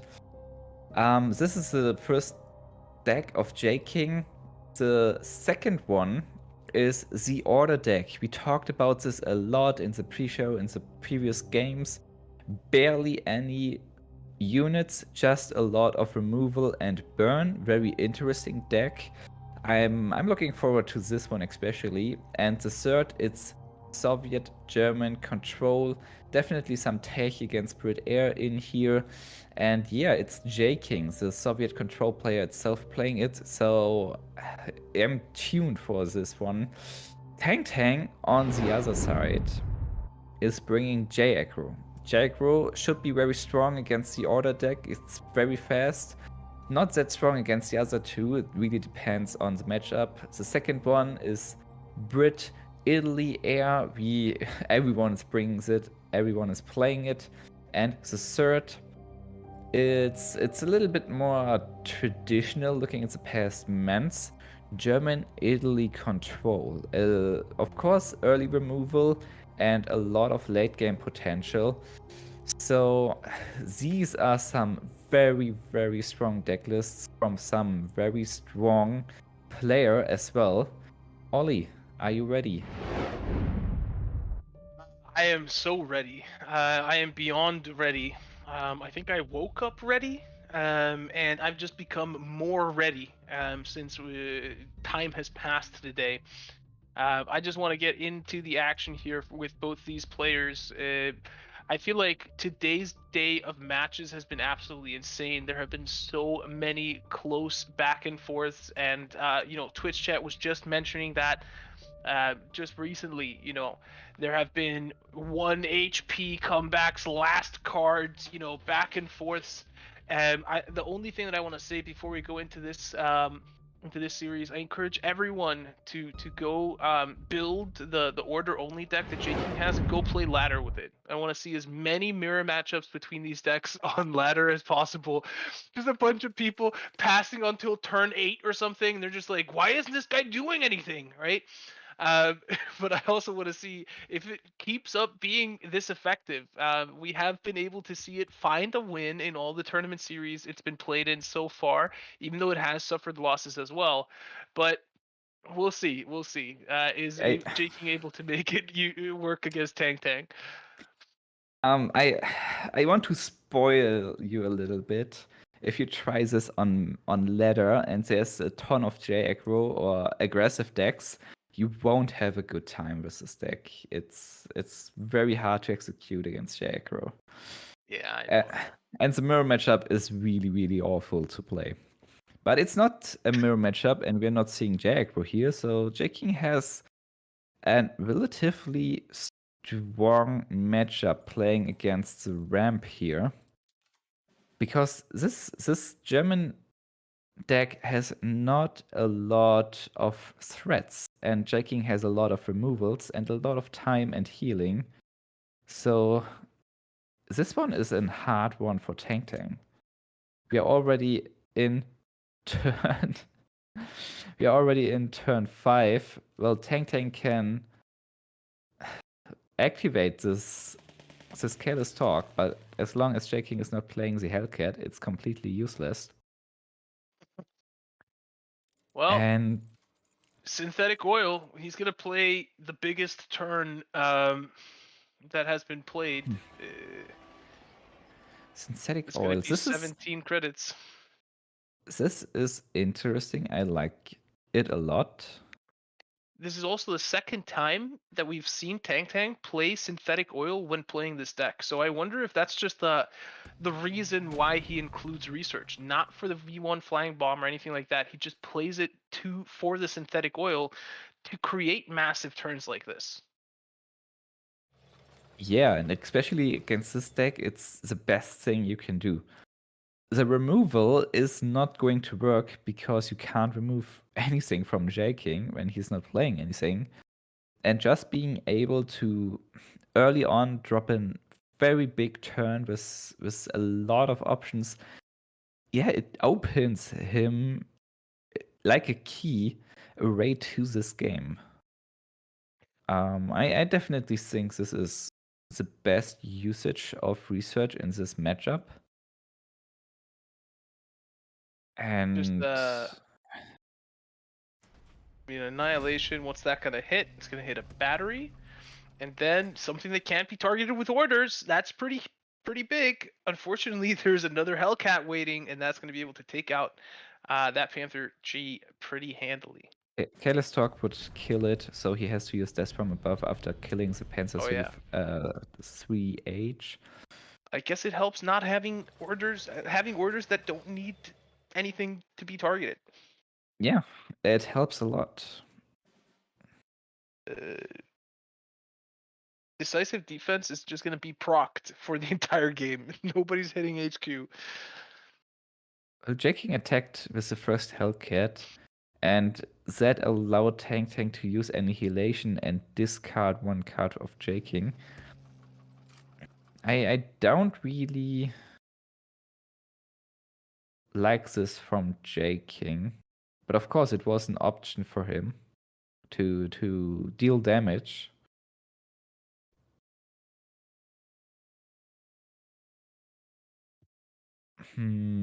This Panther is a problem. Right now, Jaking is not able to remove it. As long as Tank is floating credits, like Careless Talk will kill this little Hellcat.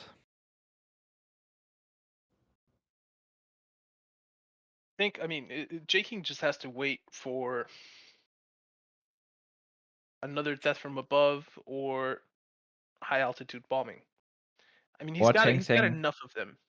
Or Tank not floating credits. And yeah, he should have enough HP to be able to raid. And he's got enough of alternative ways to remove items and units off the board, so that he doesn't have to absorb too much damage.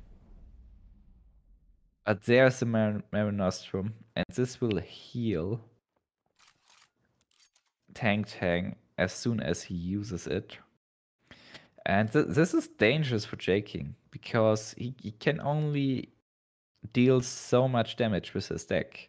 If Tank is able to attack a few times, he will simply out-heal Jaking. Is there a case to be made to include missing in Jaking's deck? Missing is a German countermeasure.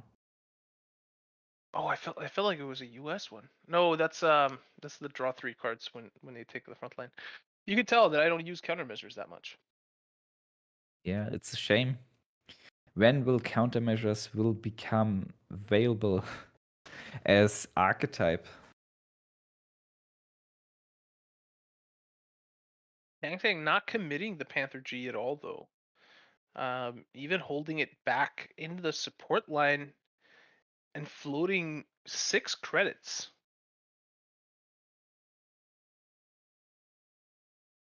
I don't know why he's floating 6 credits and not moving it to the front line.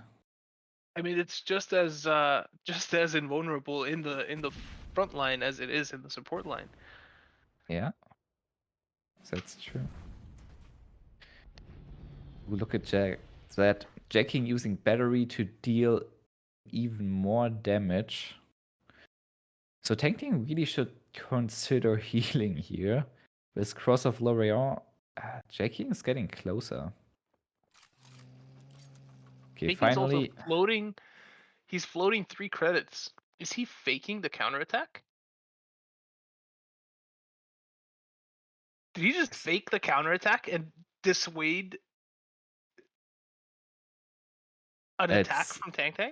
It's definitely an option to fake Counter-Strike. Counter-Strike, sorry, yeah. But Jaking really can't deploy the Hellcat here. Careless Talk is so strong. He can deal more damage with battery and Cross of Lorient, but I think he really needs card draw here.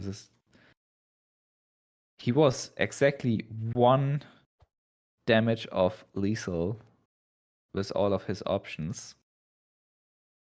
He can deal 7 damage. He can patrol as 3 from Cross of Lorient, that makes 6.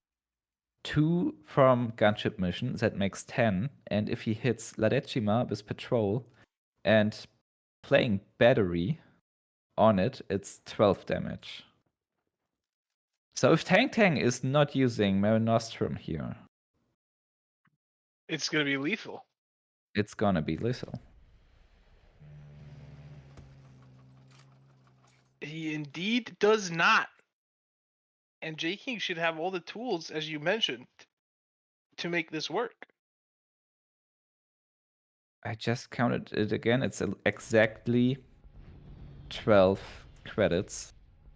And Tang played around Counter-Strike a little bit too careful. And that's it. GG. J King won with his order deck. Look at that. And I feel like that was a clinical demonstration of how that deck is supposed to work. Utilizing Indeed. all of the orders that are able to go face exactly to hit the HQ and striking fear into the gameplay of your opponent there by just floating 3 credits and be like, hey, you know, you don't have another one of these Panther Gs left. Everything else you play, I can target with orders. Yeah, that was just too careful from Yeah. Tang's side. If Tang would have accepted the risks and immediately attacked, he could have had like 3 attacks with the Panther G. That would have been 21 HP, probably enough to win against J King here. Yeah. Well, I a mean, valuable lesson. Yeah, maybe you can chuck this down to inexperience playing against this deck for Tang, and J King making the absolute most out of that. I think so. I'm not sure why J King didn't play the Gladiator turn 2 after attacking. Maybe he's playing around Roadout. It feels just very careful.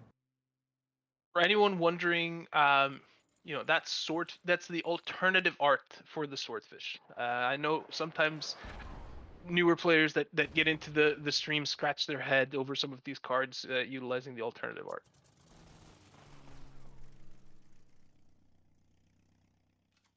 That's indeed a fair point. Ooh, 989th Infantry Regiment blitz into the front line, but the second Parasees coming, being able to trade it out. Not just now. J King's playing the Sexton, and Tang is able to destroy it with Tactical Strike, but he chooses Hipper. It means like stealing a credit from J King because J King didn't draw anything and is not receiving a credit, and now Tang has a credit advantage. It's like a reset for J King, but Tang moves on, giving him a small advantage here. Now Tang has several options. I guess Tactical Strike, killing the Sexton, is the strongest one, and just deploying a simple infantry unit. Although it's not amazing not being able to blitz out into the front line immediately. So J King playing shelling, pinning everything down, and stealing a credit slot as well. Relatively even, but Tang has still more card options. Comet is being able to trade out and getting retreated to hand. This is not something J King likes to see. I'm very sure of that. And he's having not a lot of options either. It looks like he's just thinking about playing the Gladiator, second Parasy, and the close air support buff. It's a very strong buff divided onto 3 units, and that's just lovely damage going into the HQ. And I think it's interesting there that J King does not go for the trade, himself there, right? He knows that, Tank can opt to deal 5 to face, but that isn't really the most threatening thing for him right now. This, however, does change things, right? Now it might have been a better option for J King to have gone for the trade in that situation because of the Mare Nostrum coming out. So J King potentially getting a little countered there. And the GU88 coming out as well, that's bad news bears. In general, I loathe that card. And if you're able to get, a second Para C on into the deck of Tang there, that could be a way for him to come back in the match later on. Well, Albacore and Empire Strikes cleared the infantry units, dealt at least 2 damage to the EU-88. And I think still going to the HQ is a better play for J King here. He has the tempo deck, and the late game is not going great for him. So he really needs to set the pressure and be very active. So I still appreciate him going for the HQ. Now that this, Careless Talk's being triggered, J King playing around it with the Wrath Lightning. Only thing he can bounce, though, has a fairly powerful deployment effect and is going to be able to kill the second Para C. However, does force an overdraw. No, it doesn't actually, because of the trigger of Careless Talk. Yeah. And now Rootout is cleaning the entire board of J King. And a Panther G is being deployed. But the Spitfire will get Fury, and Finest Hour buffs this to 6. Exactly enough credits to attack twice. Exactly 12 damage for lethal. That was fast. I was only counting the 8 damage that the Spitfire could do when I was assessing the play there. That was absolutely fantastic for J King. He set up such a juicy, multi-unit clear as well. That was, just great from J King, because every time he had the opportunity, he dealt damage to the HQ, and it was just enough before he ran out of cards. And now he's leading the series 2-0. Of course, his control deck should be significantly worse against Tang's heavy control deck. But J King will have, even if he loses here, 2 more shots against aggressive decks, which this deck should be favored in the matchup. So I really expect Tang to come back here in this matchup. But let's see how J King is playing with his Soviet-German control deck. I feel like at this point, J King has gotten wins with 2 very important decks to get wins with, but I also feel like he's just in his comfort zone right now, right? I feel like he's playing Soviet control, right? He's playing a lot of control. He should be in his comfort zone. But of course he understands the nature of his deck and that he does have a problem facing this deck of Tang.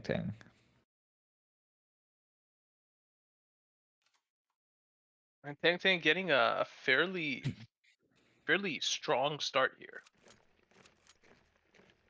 Definitely strong. I mean, look at that. There's a 5/5 in the front line. J King can guard up a little bit, but there is so much more coming. The U88, the Panther G, and there's strong removal just waiting. Even I think there is an option for J King.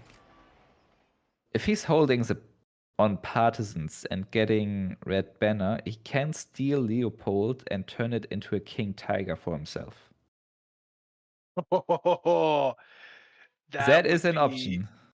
that would be insane. If we see that happen, that would be absolutely crazy.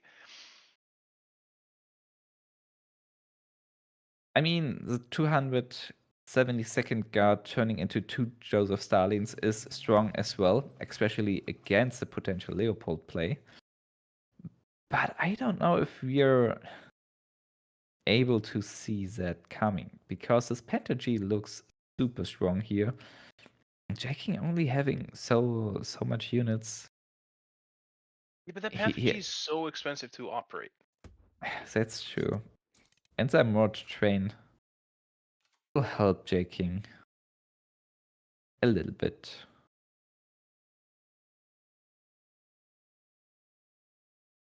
A second lion. Lion for a day as removal, but there's no unit with 4 or more on Jaking's side. So Tang Tang looks a little bit stuck in this turn because he can't use Annihilation as well. Maybe the U88 is just a nice drop to steal units from Jaking. Or just operating. I guess that works too. Burst rifles, another powerful defense mechanic. Jaking is having a lot of guards and removal. Would have been great against an aggressive deck. Ooh, there's a Marinostrum. But Annihilation is taking out the Flam Panther and the Emerald Train. Great deal for Tang Tang here. There's an Annihilation on Jaking's side though as well. As soon as there is Jaking floated target. everything that turn. I mean, he can't really do anything, right? He's not going to Scorched Earth the majority of his own units. He's not going to sacrifice 4 health on all of them. He's not going to annihilate The Partisans is gone. Oh no. He knows. He knows. He knows. This was And the again, he's worst gonna float. card. I feel like with both Annihilations gone though, there is a case to be made to playing the 845th behind the guard there and looking to heal for 6. Yeah, it's that would an also option. it would also put the Panther G at 4, which would make it within range of Winter Offensive. Yeah. So I think there's a case to be made, but I mean, again, like floating credits and chilling back and waiting is something that Jaking has done before with this deck. Now he blasts out the Winter Offensive and puts the 845th rifles, and that's possibly what he was thinking, right? Because now he gets a guaranteed hit onto the other Panther G and is able to potentially take that one out. However, Mare Nostrum lurks there, and I think Mare Nostrum would be a pretty high IQ play here. Yeah. Super strong. The Panther G will survive because of the heavy armor, and 7 heal while dealing 7 damage is super strong here. Jaking's down to 9, and he can't deal with this tank in the front line. He has just nothing. He can heal for 9. Yes. He can heal for 9. That's true. And Tang can't use his root outs, but besides that, this Panther G is so strong. I wonder if you just play the Latechem at this point. I mean, either Jaking is laying the craziest trap ever laid in cards, or his hand is clogged with stuff that is not working for him at the moment, and that is indeed the case. 2 Annihilations that are unable to annihilate anything, and 2 sudden strikes that have been sitting there for a while, so they're not all that sudden. It's a truly desperate situation here for J King as he stares down the barrel of that Panther G with Marinostrum on it, 7 attack in the front line, just looking down the barrel onto his Moscow HQ right now. I think J King is having a second Partisans, if I'm right. And I believe this to be the reason for Tang not to play the Jew 88. So J King can't steal the Jew 88 and attack into the Panther G to steal the Panther G. Hammer, not really what J King needs here. So Annihilation it is. Regima, I mean, it's a nice catch, of course, but it doesn't solve the Panther G issue. ISU! That solves it. The deployment effect destroys all damaged units, and Panther G is a damaged unit. So it's the very last possibility J King was able to kill that tank, but 3 HP to 37 HP is a problem. And Tang got a King Tiger. He just got a King Tiger from African Corps, meaning he has now 2 in his deck.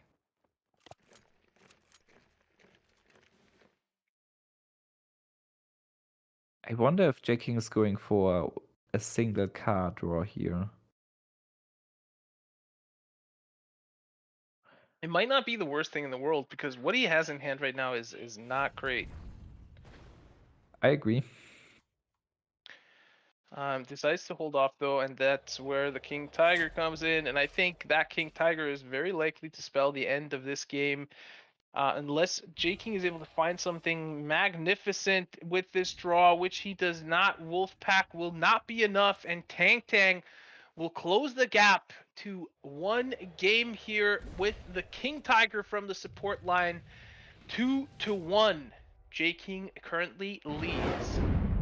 Now, given the pace that these guys have been jumping into game with, I don't expect us to be waiting for long before the next game starts. It probably has already started, so we are quick on the turnaround and getting back into the action. Indeed, it has. J King having his Soviet control deck now up against the Brit air deck here from Tang. Look at that Oh mulligan Ollie. My God! How many sudden strikes does J King needs to win against Brit Air? Yes. All of them. Yes. And the GU-88 as well, which is, of course, a fantastic blocker for those bombers and can effectively result in him getting fed units from early on. And now, is he able to follow it up with good draws? That's the question. Well, keeping a 5 credit unit in the mulligan seems a little odd, but turn 2, he's able to play Sunstrike, turn 3, and turn 4. So keeping that very strong U-88 fighter makes a lot of sense here. However, Tang does not have a great starting hand. He really does not want to deploy a second Para-C. I mean, he has 3 times more ground units than air units. Turn 4, what the hell? Tang is not having a good time. He has to drop the second Para-C or the Albacore dry. Or he would go for an overdraw. J King should be a little confused, and he's just going for the U-88. Great save from the mulligan here. Tang hates seeing this U here, and this will definitely be in Saxon to prevent and steal. Still 1 turn for the Annihilation, so a potential here for Tang to at least make it difficult to score any significant amount of units. Lend-Lease, what are these draws? These draws are not great. I mean, the U-88 is pinned, and there's Shelling and Mosquito, so and a second Para-C, so Tang is able to just instantly kill it. One of the bigger threats. This U88 shouldn't be a problem for him, but of course his hand is the Land-Lease convoy. Shelling makes a lot of sense. Just pinning everything, stealing a credit slot, sending second Paracy in the front line, so this one is being able to get targeted by the second Paracy. Jacking still holding to the sudden strikes. An airplane, look at that. There's a Fierce. Stealing that credit slot also, delays the annihilation by a turn. Kind of messes up the credit efficiency there for J King. Yeah, that's true. A lot of credits missed in terms of efficiency. But I wonder what Tang is planning to do here. Second Paracy is an option. Combination with the close air support makes the Sexton really, really strong here. J King not waiting a second, annihilation. Ooh, he got the AoE, the Empire Strikes. Very, very valuable discard here. That's definitely a big pull there for J King. Indeed. However, he needs to hold on for quite a long time since Tang has a lot of card draw.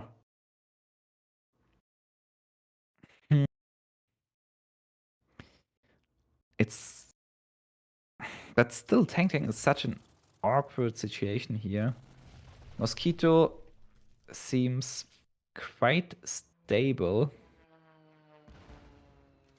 But J King's having so many sudden strikes. Also finds the root out. Root out, yeah, but it's not gonna do enough in this scenario. But if J King plays two more turns, he's able to play Winter Warfare and ISU to kill the entire board. Yeah. Scorched Earth is huge here. It means that those Paracies are effectively useless in the front line. You do not want to pay 8 credits to deal 4 damage with a Paracy there, so... No, definitely pretty not. Big. Just refilling the hand. HMS looks very lovely,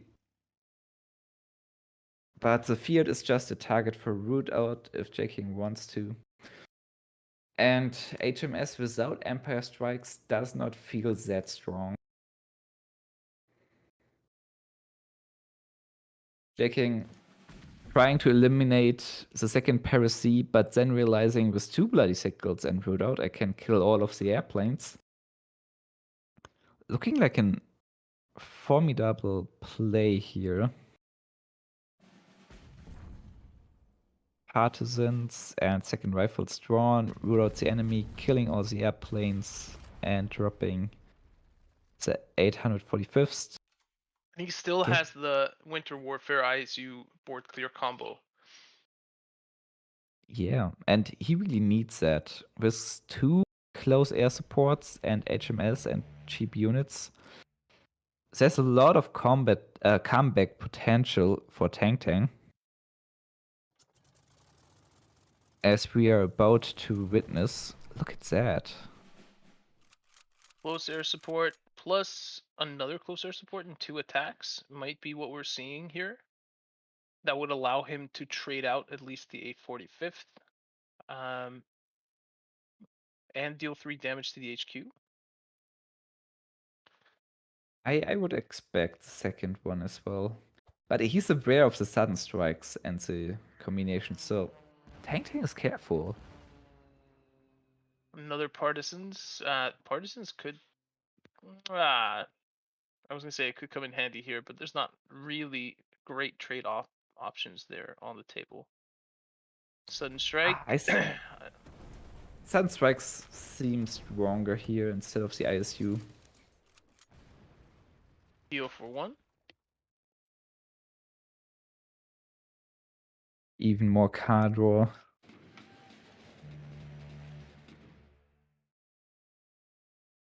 And a Lend-Lease. Tank Tank is having a lot of card draw, but not a lot of options. I feel like he's also played a lot of his units.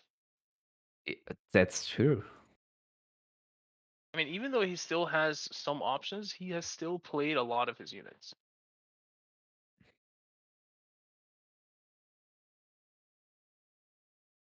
Looks like the Rough Lightning comes in. But that only allows J King to make an Partisans play here. I'm expecting Partisans. Partisans attack Red Banner. Yes.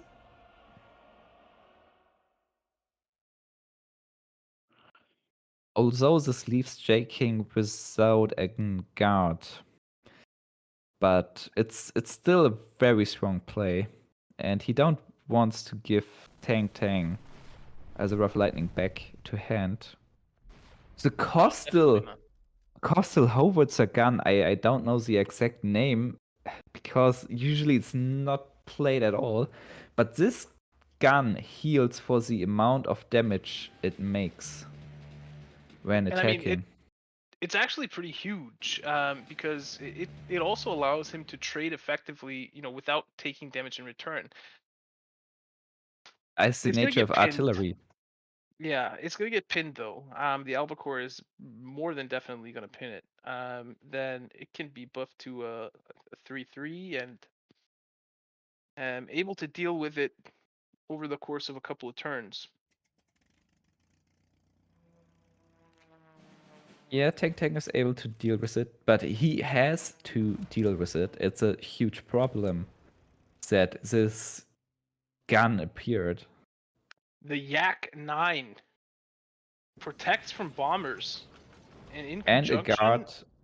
yeah, a guard for the fighters, the Yak 9 for the bombers, plus the Flompons are trading out. It's a massive turn there for J King. But in massive turn from Tang Tang coming in, look at the Monty. Everything's pinned down, and this allows Tang Tang to deploy a board. He's able to drop a ton of airplanes and go for more card draws, setting up a huge next turn.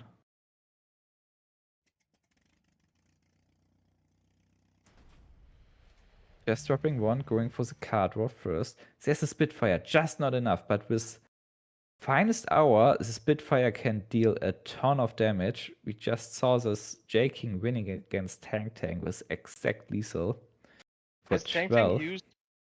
No, he still has a Finest Hour. Yeah. Yeah, he used one, and the second one is at the very left hand.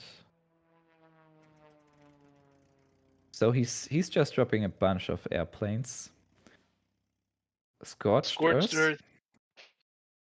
It's massive. It hurts. It hurts both a lot, but I think it hurts Tang Tang more than J King. Yeah, but I mean, at least it allows J King to influence the game this turn instead of just passing.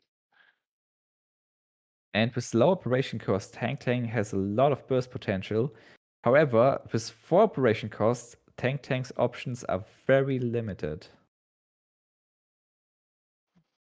This Scorched Earth maybe saved the game for J King. This was definitely a huge impact, and Tang Tang has to be the active one. The fighter can just be there and not attack, still blocking bomber. The guard will still block fighters. And the artillery is still scary because it's healing J King and being able to attack everywhere. Yeah. I wonder if this is one of those situations where you just want to use up your entire turn and take out the artillery and trade out 2 of your affected fighters in the backline to just clear up space. I think he's going to retreat the artillery because it's 7 deployment cost, and that's the reason why the coastal gun is not being played. It's not efficient, not strong at all.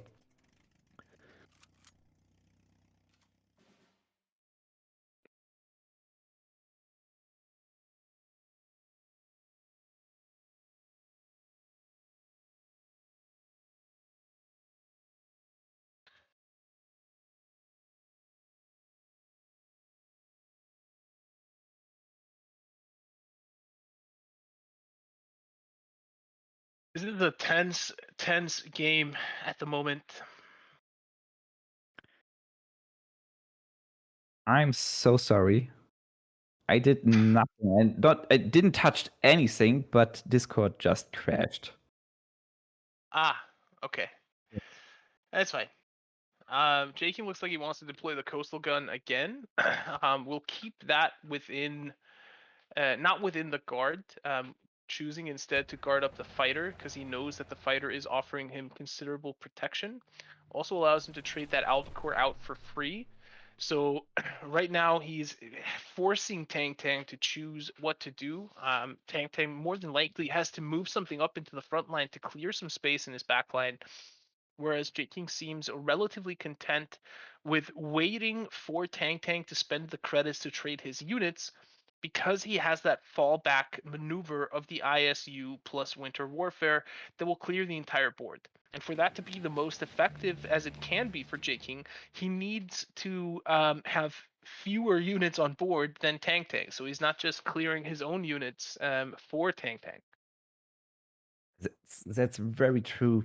Can we get a check on the deck sizes? Because it looks like Tang Tang is almost out of cards. It really looks like it. Indeed, he only has 2 cards left versus 16 for Jaking.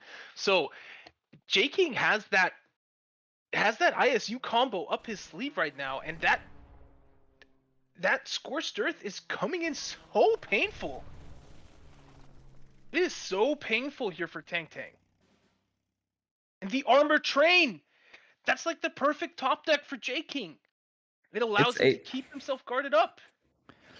And with the Yak 7 and the coastal gun, he's able to trade the Rough Lightning and the 1 operation cost Swordfish. I mean, Tang Tang is able to deploy 3 Swordfish, dealing 4 AoE damage. What is a lot? Not enough, though.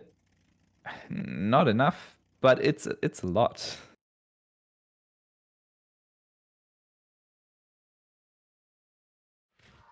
He's not even going for the maximum, just enough to kill the coastal hove itself with the finest hour. But that means he has no finest hour left for the Spitfire. Could be a problem. As long as Jaking triggers that Ultra with the Bloody Sickle, which he is doing, the final card is drawn, and Jaking is able to clear the board. And that Spitfire is within annihilation range. This is going to be game, and Jaking is going to win this month's Officer Club Championship unless, I don't know, Tang Tang has some additional units hidden up his sleeve. The ISU is going to allow Jaking to come away with the victory. The 272nd guards as well, just waiting there. No finest hour to blitz out the Spitfire. The Swordfish is not going to be enough, and Tang Tang surrenders. Jaking wins the championship 3-1. And what a marathon session today has been. We went all 3 games in both quarterfinals, all 3 games in both semifinals. We got a 3-0 in the bronze match, and now a 3-1 here in the finals. Thank you to everyone for following with us through all that awesome action. Great job today, Darkness. But to close things out, we'll throw it back to the host desk where myself and Elin will go over a little bit of today's action before signing off and heading on into the night. Thank you, Ole and Darkness. Wow, what a series to finish today on. And it feels, as you say, it has been an epic bunch of matches and certainly an epic finishing round of matches there. Jaking 7 proving why he is the world champion, why he is, at the top at the moment. And no doubt we will be seeing, this will be some taste, some example of what we are going to be seeing going forward in the World Championship knockout stages. Absolutely. Well played by Jaking. Really tense match there. And we can take a look at the bracket and see exactly how the games ended here today. But Tang Tang, he was very close to be able to win it with that Brit Air in the final match, but it just wasn't enough. That Soviet control deck, just finding the right answers at the right time, and being so packed in value, which is what J King does so well with Soviet. He packs in so much value. He had 14 cards left when Tang Tang had exhausted all his resources in that game. So huge congratulations to our top 3, J King, Tang Tang, and No in 5. You guys played an amazing game today. To our top 8 finalists as well. Of course, always an honor to make it that far. It was an absolute pleasure to see Ari Big Ben back on the stage. AZ and Dio, keep on grinding. You're going to get there eventually. And, Killswitch, just a smidge away from securing himself a top 3 finish there. All in all, a fantastic day of games here, and great job today as host, Elin, and congratulations on your first cast. First one is always the most difficult one, and I'm sure it's only going to get better and more entertaining and fun for you from here. Thank you so much for that. And yes, sincerest congratulations to our top 3 players, and of course, all of these 8 players really showcasing why they are at the top with these games today. Before we head off, I want to remind people about the World Championship and what's upcoming for us. We've got next Friday, we've got the live drawing stream for the group stage, which will be at 1600 GMT. We will be in the bunker drawing some names, seeing who is going to be in what groups. So definitely make sure you don't miss that. Then the following weekend, of course, October 29th and 30th, the first weekend of the knockout stages, and the following weekend we will have the second part of that with the double elimination brackets, which the second day of that, the Sunday, November 6th, we will be live and streaming who will be in the final 4, who will face off against one another in the grand finals to see who will become the Cards 2022 World Champion. Of course, this final series will be happening on December 3rd and 4th. We are so excited for what's coming up in the Cards World Championship, and make sure you don't miss it. But from all of us today, from myself, from Ole, Spooz, and Darkness, thank you all so much for watching, and we hope you all have a wonderful rest of your weekends.